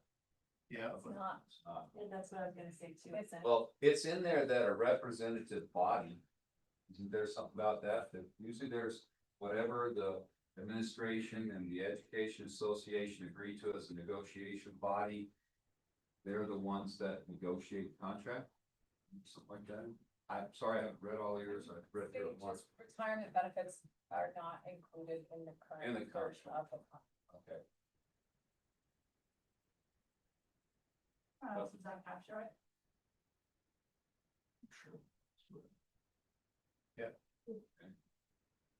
Because, sorry, just to continue, I know I took my thing on, but I just wanna make sure, right now, I'm just looking at our calendar, we have presentations from IBB on April 15th to forward. And I'm wondering, is this included, is it not? Again, I'm not trying to come up with an answer ahead of time, but it's really important to my colleagues to have that timeline expectation when I bring it up. So kind of hearing from you guys what you think is realistic or what you hope. So I can convey that accurately. When are we planning on meeting again in April? Yeah, we haven't thrown out the date yet. Just about time. Oh, I know, but. I don't know, yeah. I don't know that my first guess would be the board meeting the 15th of April, 22nd. I don't think we're gonna have much about it. Yeah. Does that sound right? to everybody? Yeah, we're just surprised. But but- I don't think we're gonna, and I guess Lindsay, what I was hearing, right, you're looking for like a recommendation on retirement incentives. I don't know that that's gonna happen until fall. Realistically, like, I think there's gonna be a working group that looks at it, et cetera. My guess. Christie will have to be part of the group, because I Yes. can't make decisions outside of the budget, so we'll have to try, we'll have to align our schedules, and then. As I've been telling you all year, I want to participate. Out of it, but no one has really been into it, I did. I You did. did. Good job. This month. I don't know that we can push it off until the fall, but I just don't wanna, I have a full week off. So I just. And what if we got the group together for April, for one meeting, even if all that group does. That's next week after spring break. Well, I was just gonna say, if all they did was set a timeline, and then you could come back and they could say, hey, I think this is gonna. Sure, Christy, let's talk about that. Yeah. And I was, can I add one more thing? To it, the process, the Streamline Do Less Better Committee did a lot of work on a component of the current plan, and I do think that all that work in consideration carb should be Yeah. built in. So we have that, that's something you want in that part that we were. Yeah, I guess So- that's a motive, that would be, I'd be Want motivated. that in the to slide not- area? Not duplicate the work that this team already did on some components about working retirees. Short term. That makes sense. So group utilizes. The committee. Recommends and suggestions. It's all in there. Less better. Do less better. Yeah. Also in our presentation. Okay, I have an interest, in getting a policy to the board, sometime still this fiscal year. So that we can have at least some clarity for those that are stuck in the middle of this whole thing and trying to retire. Hands in the group. so many things start happening in May. Usually in May, it's hard. Especially high school. But I'm gonna just be the only, maybe even if I'm the only person, Hey, it's an interest. it is, I know, Interest to okay. get this to the board. No, I wanna ask something. When is technically, like, a date? June 30th. June 30th. Thank you. Yes, but the last board meeting is on the 10th. So June 10th? June 10th. And, So that's what I was gonna ask then. The goal of this group is that there will be work done in a proposal that the team between admin and RFC getting classified and admin can bring to the board and say, this is how we recommend moving forward. Yeah. As it impacts the 27-28 budget that we have to approve. Or sorry, 26-27 budget. No, it won't impact it. It It would will impact- not, but I just think we're talking further out. Okay. Yeah, I think that's, I mean, in order, we'll have to make some presumptions around this budget that we know that it could change depending upon what this group would propose. And it will come to this group for going through all that recommendation to generate the final recommendation. Yes, Late May meeting. At least online. Do we, I guess, you said I'm not hand. I don't know that it feels like an interest that I have, but I'm wondering about, is there an interest that this is something that doesn't impact the 26-27 budget, right? But that would potentially impact the 27-28 budget. And I guess that is an interest I have, like I feel like we're dealing with so much with the 26-27 budget that this is not something that should impact it. So as it's being created, discussed, planned, et cetera, it will not impact the 26-27 budget. I'm just updating it as people sign up things for their 26-27 budget, and you'll see in this financial update that number is volatile, it keeps like climbing up. So people are sad. I think what you're referring to though is the change of this, Right. not the old. Right, so a change won't be. Yeah, so, Right. yeah, Or so I think just maybe difference. whoever typed that one. Unless take there's it. like options, like, cause I could see there being like, if you jump on this path, then you're, so, I don't know. Maybe we have to wait. Maybe it does not negatively impact. Well, it could be an interest in motivation, it just doesn't necessarily. Yeah. yeah, then it'd be a final. Of Yeah. the recommendation. Autumn, I have an interest in whatever, kind of what we're talking about here. There's been a lot of miscommunication around this year and what's going on, and like, I literally had to have like an argument with one of my friends of like, no, I am in the room having this conversation. That rumor you heard is not true, and like, kind of fought on it. I'm like, no. So I just feel like we need to communicate whatever is just like strongly, and we need to communicate at our schools, we need communication from like district level all over the place to really squash the panic and the fear and the misunderstanding around this situation. Okay, Lindsay. Well, I think my name is up again. Oh, she. I didn't, I know. I agree with that, Autumn, but I do drill down one more time. So I'm asking, Christy and Hannah this actually, we don't need to make changes to this program with the budget that comes to us in June. Like, I need to understand the timeline that you guys are seeing, because it's been identified that it is a cost and we be aware of it, it's higher than we thought. So can you guys talk me through, if there are no changes to it that we're looking at for June and for the budget for next year, is that a reality? My current thinking on that would be that I feel like that we have been tracking and monitoring the costs and sharing those with the board over the last 2-3 months as we've been able to monitor that.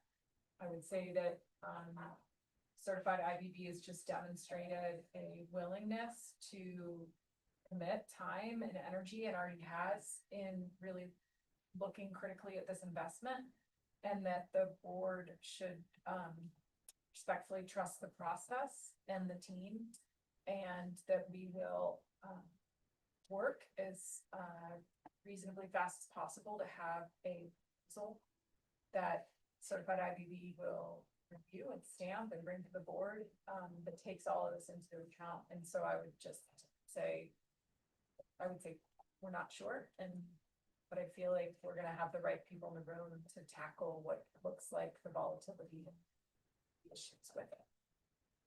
So I don't know if it would change the budget, but I feel very comfortable that we're gonna have the right people working on a possible revision to it that could address some of the concerns.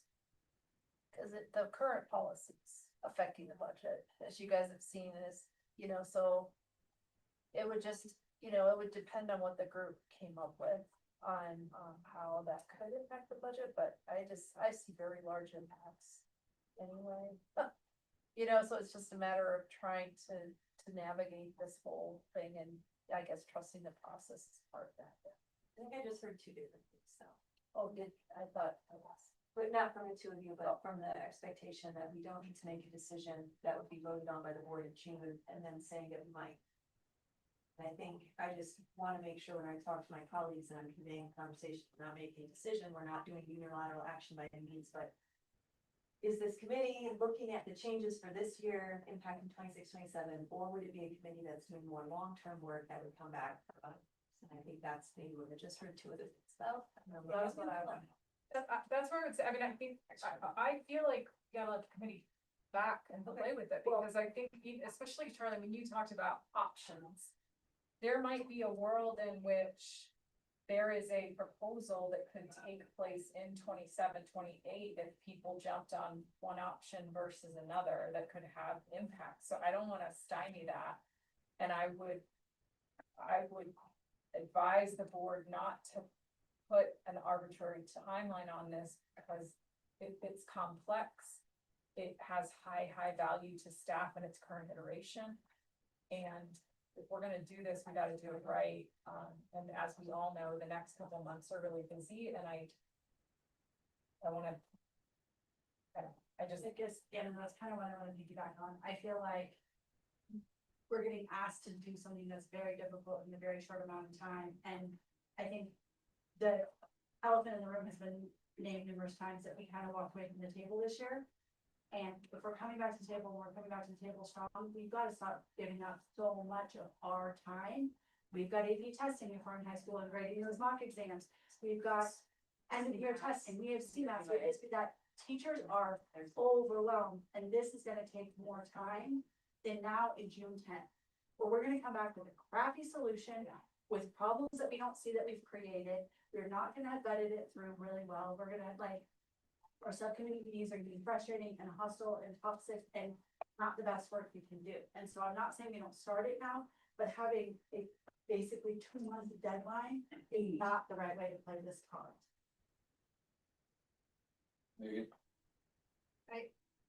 So, yeah, Sorry. We also have to think about like the transitional period, like if we're having, you know, making sure that no one is harmed in this process, we really need to have the flexibility of saying, well, like, oh, we're gonna work with some people on this and so it's a really complicated issue and like Steph said, it's having like us say, yes, for sure, we'll have it done by then, I don't think is realistic. We've been playing with the idea for a year now. And we haven't arrived at a solution quite yet. I mean, maybe we all sit down and maybe I can eat my words in 2 months, but I just think that it's really important that we're talking about being so thorough that not a single person is going to lose out on anything. And that takes time and money and dollar crunching. Thank you. And I guess it wouldn't impact the 26-27 budget, it would be the 27-28. But I do think that there could be decisions within this group that get made, not probably before June 10th, but that would, the decision would get made next school year and then impact the following year's budget, right? Like I look at the option 1 of the lump sum incentive. And if someone is planning on retiring next year, and they've said that they're planning on retiring next year, and so they're saying, I want the lump sum either in August the following year or January the following year, then there could be a world in which whatever gets decided then impacts what those people are planning to do because of how things end up looking. And they might say, actually, I'm not gonna take the 1 lump sum and I'll work for another year because that's gonna be a better financial decision for me. And so I guess I think there's maybe that's where I was thinking, is that I think there is the possibility that a decision gets made that will impact like 27, 28 for not people who chose the 3-year, because I understand if you chose the 3-year option, you're kind of locked in. It feels like, but if people have said, I'm gonna do the 1 lump sum, then that is something that could potentially be impacted based on what options get presented. So. Okay. All right, for time consideration, since Adam's got to leave to go to his class and so forth, we have the date to choose in April. Can we go back up and see if we're ready to thumb, or wherever it is, are we ready to thumb what we're doing as a working group, or do we need to come back to that in a minute? Because I want to make sure we get our date chose for April before Adam or anybody else has to leave. Are we good with the working group criteria right now? Okay. All right, thumbs that proposal for a working group for the retirement incentive and to, With the yellow one? yeah, it's in yellow. Not that they will come to a proposal to the board by June 10th, right? We're Yeah. not saying that No. they have. That's what highlighted in yellow. Just what's highlighted in yellow. Yeah. I thought we already. Yeah. Did we come to already? Yeah. We've gone around and got lost.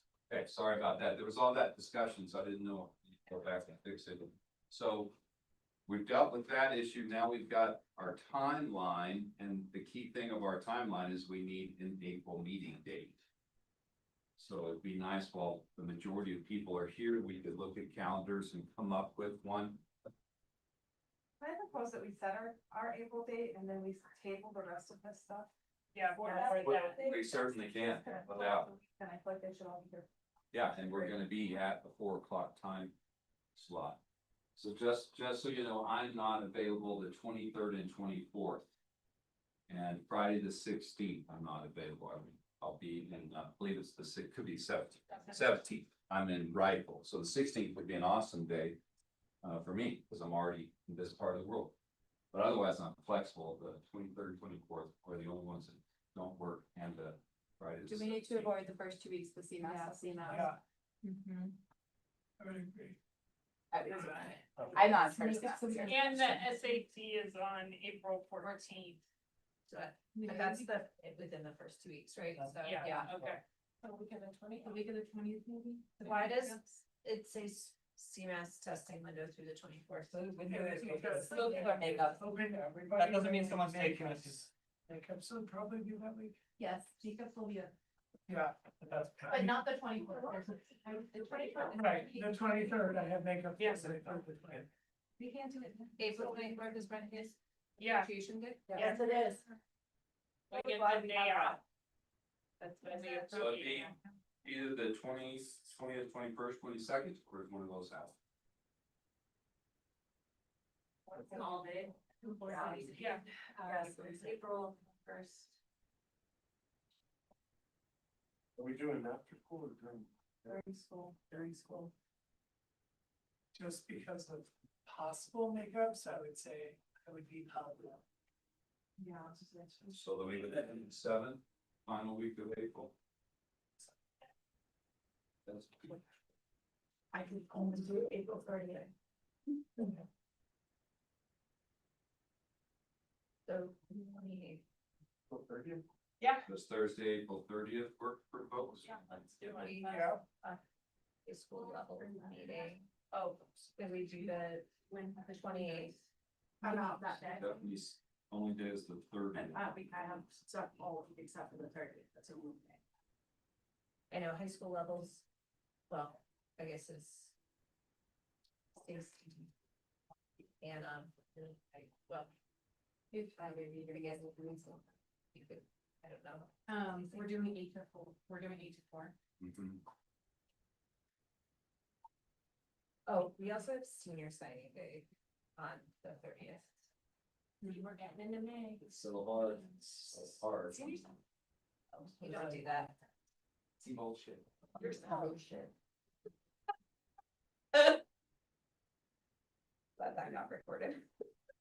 And so that week of the 13th was out, because that was messed up, okay? And then you had makeup, so you need to go farther, the 22nd, you wouldn't be able to, you might have a makeup on that day. That's Earth Day, and yeah, So we do the 20th. I can't. You can't do the 23rd. And then. Yeah.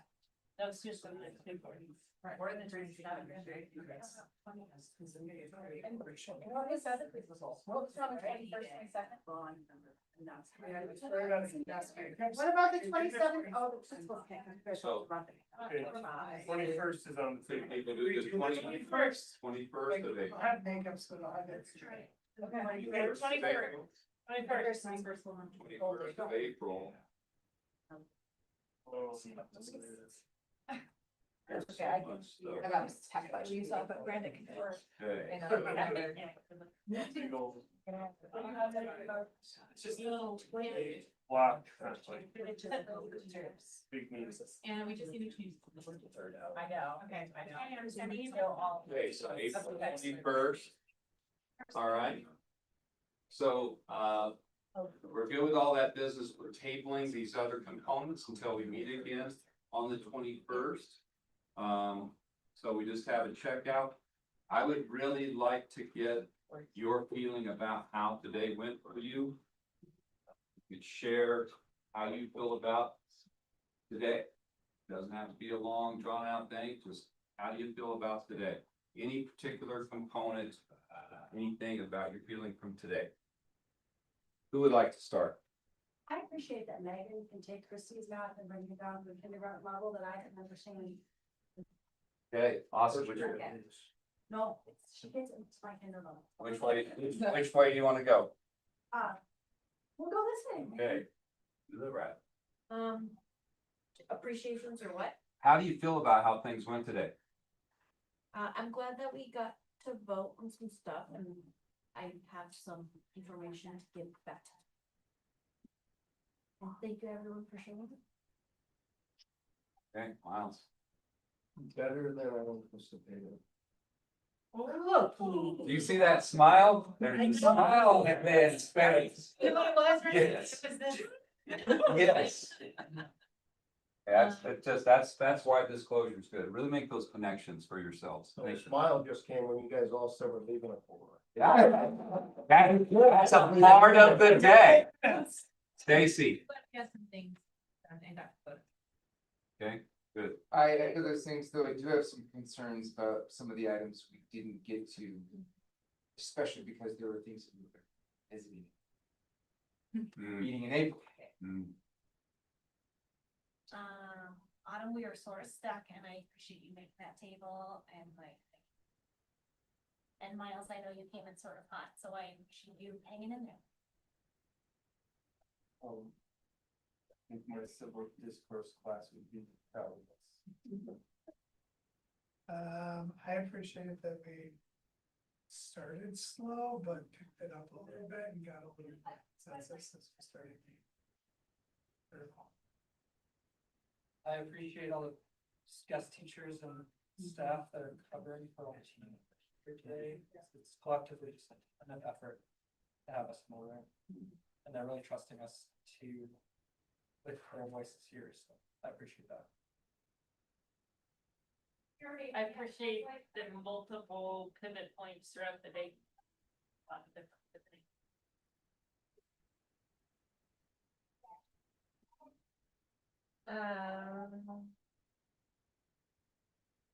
I feel like we've made progress on things, and I think there are things that can be looked at and worked on between now and April that hopefully also help us at this where we feel like we're able to continue certain things.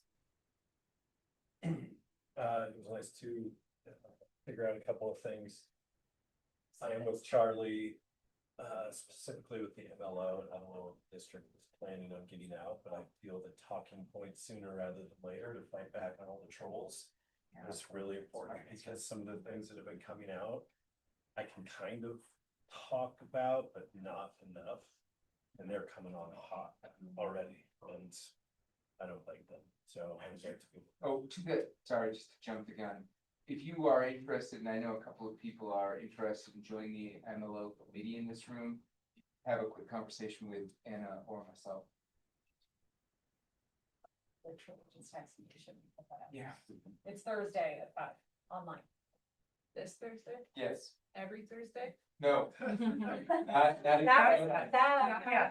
And actually, guys, it's always very short. It's never really gone over. Yeah, cursing. Okay, good. One time it went over. One time it went back to This one time that band came, Charlotte, they were up. Okay, I appreciate everybody's endurance, engagement, real commitment to solutions, ability to grapple with really complex concepts. And especially the humanity and relationships in the room. I think to Miles' point, like we laughed a lot more than I would have expected today, and I really enjoyed that. I think that, I appreciated this group and I appreciated the pivot from Rusty. That was like, and he's been talking through the day about like, we were not following interest-based, like solutions, options, like story. And I think that when things started to shift is when we really started to really just embrace that process. And I really hope that the next meeting we do in April, if we start that at the beginning of the day, with that process right off the bat, we probably will save a lot of time and be able to make more decisions quicker because we're gonna need to do that moving into this next, phase in April. That would be one of my feedbacks. And the other one is I think that, now that we've got a little bit of space, that we should take some time to make sure that we're all working on this agenda well in advance so that we have it planned out and we're ready to tackle those things. Cause it's gonna take all day to get to where we need to get to. And I appreciated, Ellie and Anna's push on the levy and those communications.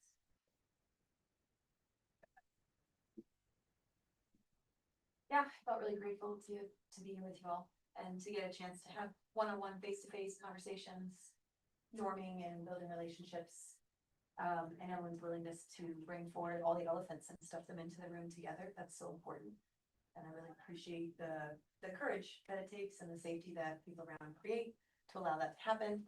And hope we can continue. And I would also plug, if you have questions about the MLO, my email is l.brady's@rxschools.com. Please don't hesitate to reach out. I'll give you any information that I know. And if you want to join the committee tomorrow and listen in, please do. I just deeply believe that it's very important for our district that we find that common ground and uplift it. So I'm really appreciative to those looking for the talking points, to build those community relationship pieces, because I mean, we start yesterday on that. Even as we work out some of the details, it's so important that we can find common ground and believe in the necessity of that decision, even if there are places where we still have to norm and storm a bit, or storm and then norm or form, whichever one comes in that order. But I just really, I want to challenge all of us to offer up information. If you don't have it, demand it, and we'll get it to you. And we'll do the best that we can, knowing that, you know, until the ballot language is set, there's going to be some moments where you gotta go back and forth. We're working on it together. We all believe in salary, schedule, retention, recruitment. The board sees a lot of value in that. There are differing opinions on it in a few places. But it's not as though anyone on the board is sitting there saying, I don't think we should do this. So I just want to make sure that's heard very clearly. Thank you. And clarification is Thursday. Correct? You just said Wednesday, because it's just special Wednesday today. That's right, so it's Tuesday today. All right, Suzanne. I'm just glad that we are able to meet again.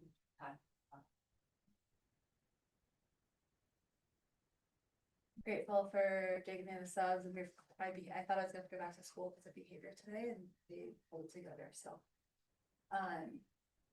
I was on calendar committee this last year, and I don't know why we missed this for the so late. Conversation. But, and I'm surprised that the afternoon felt so different from the morning. And I'm curious what the work that our group needs to do before April.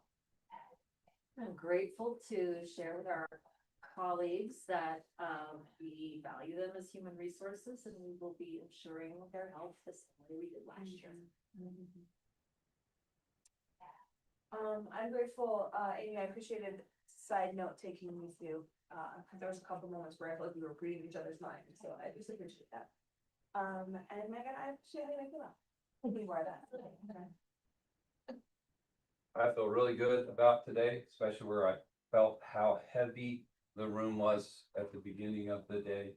And I really feel like we made a lot of progress. I really appreciate that you dealt with my putting my foot down. I know I probably got kind of elevated in that. I appreciate you supporting that. I thought that things would really smoothly. We accomplished great stuff in the afternoon. Thanks for all you do for your students, the district, and employees here. We'll be back again on April 21st, and we will try to have an agenda out to you a week ahead of time. Okay. All right. Thank you all so much. Have a great rest of your week. Yeah. You're awesome.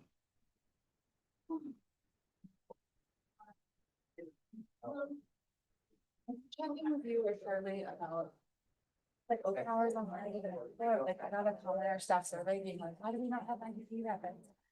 We got someone else.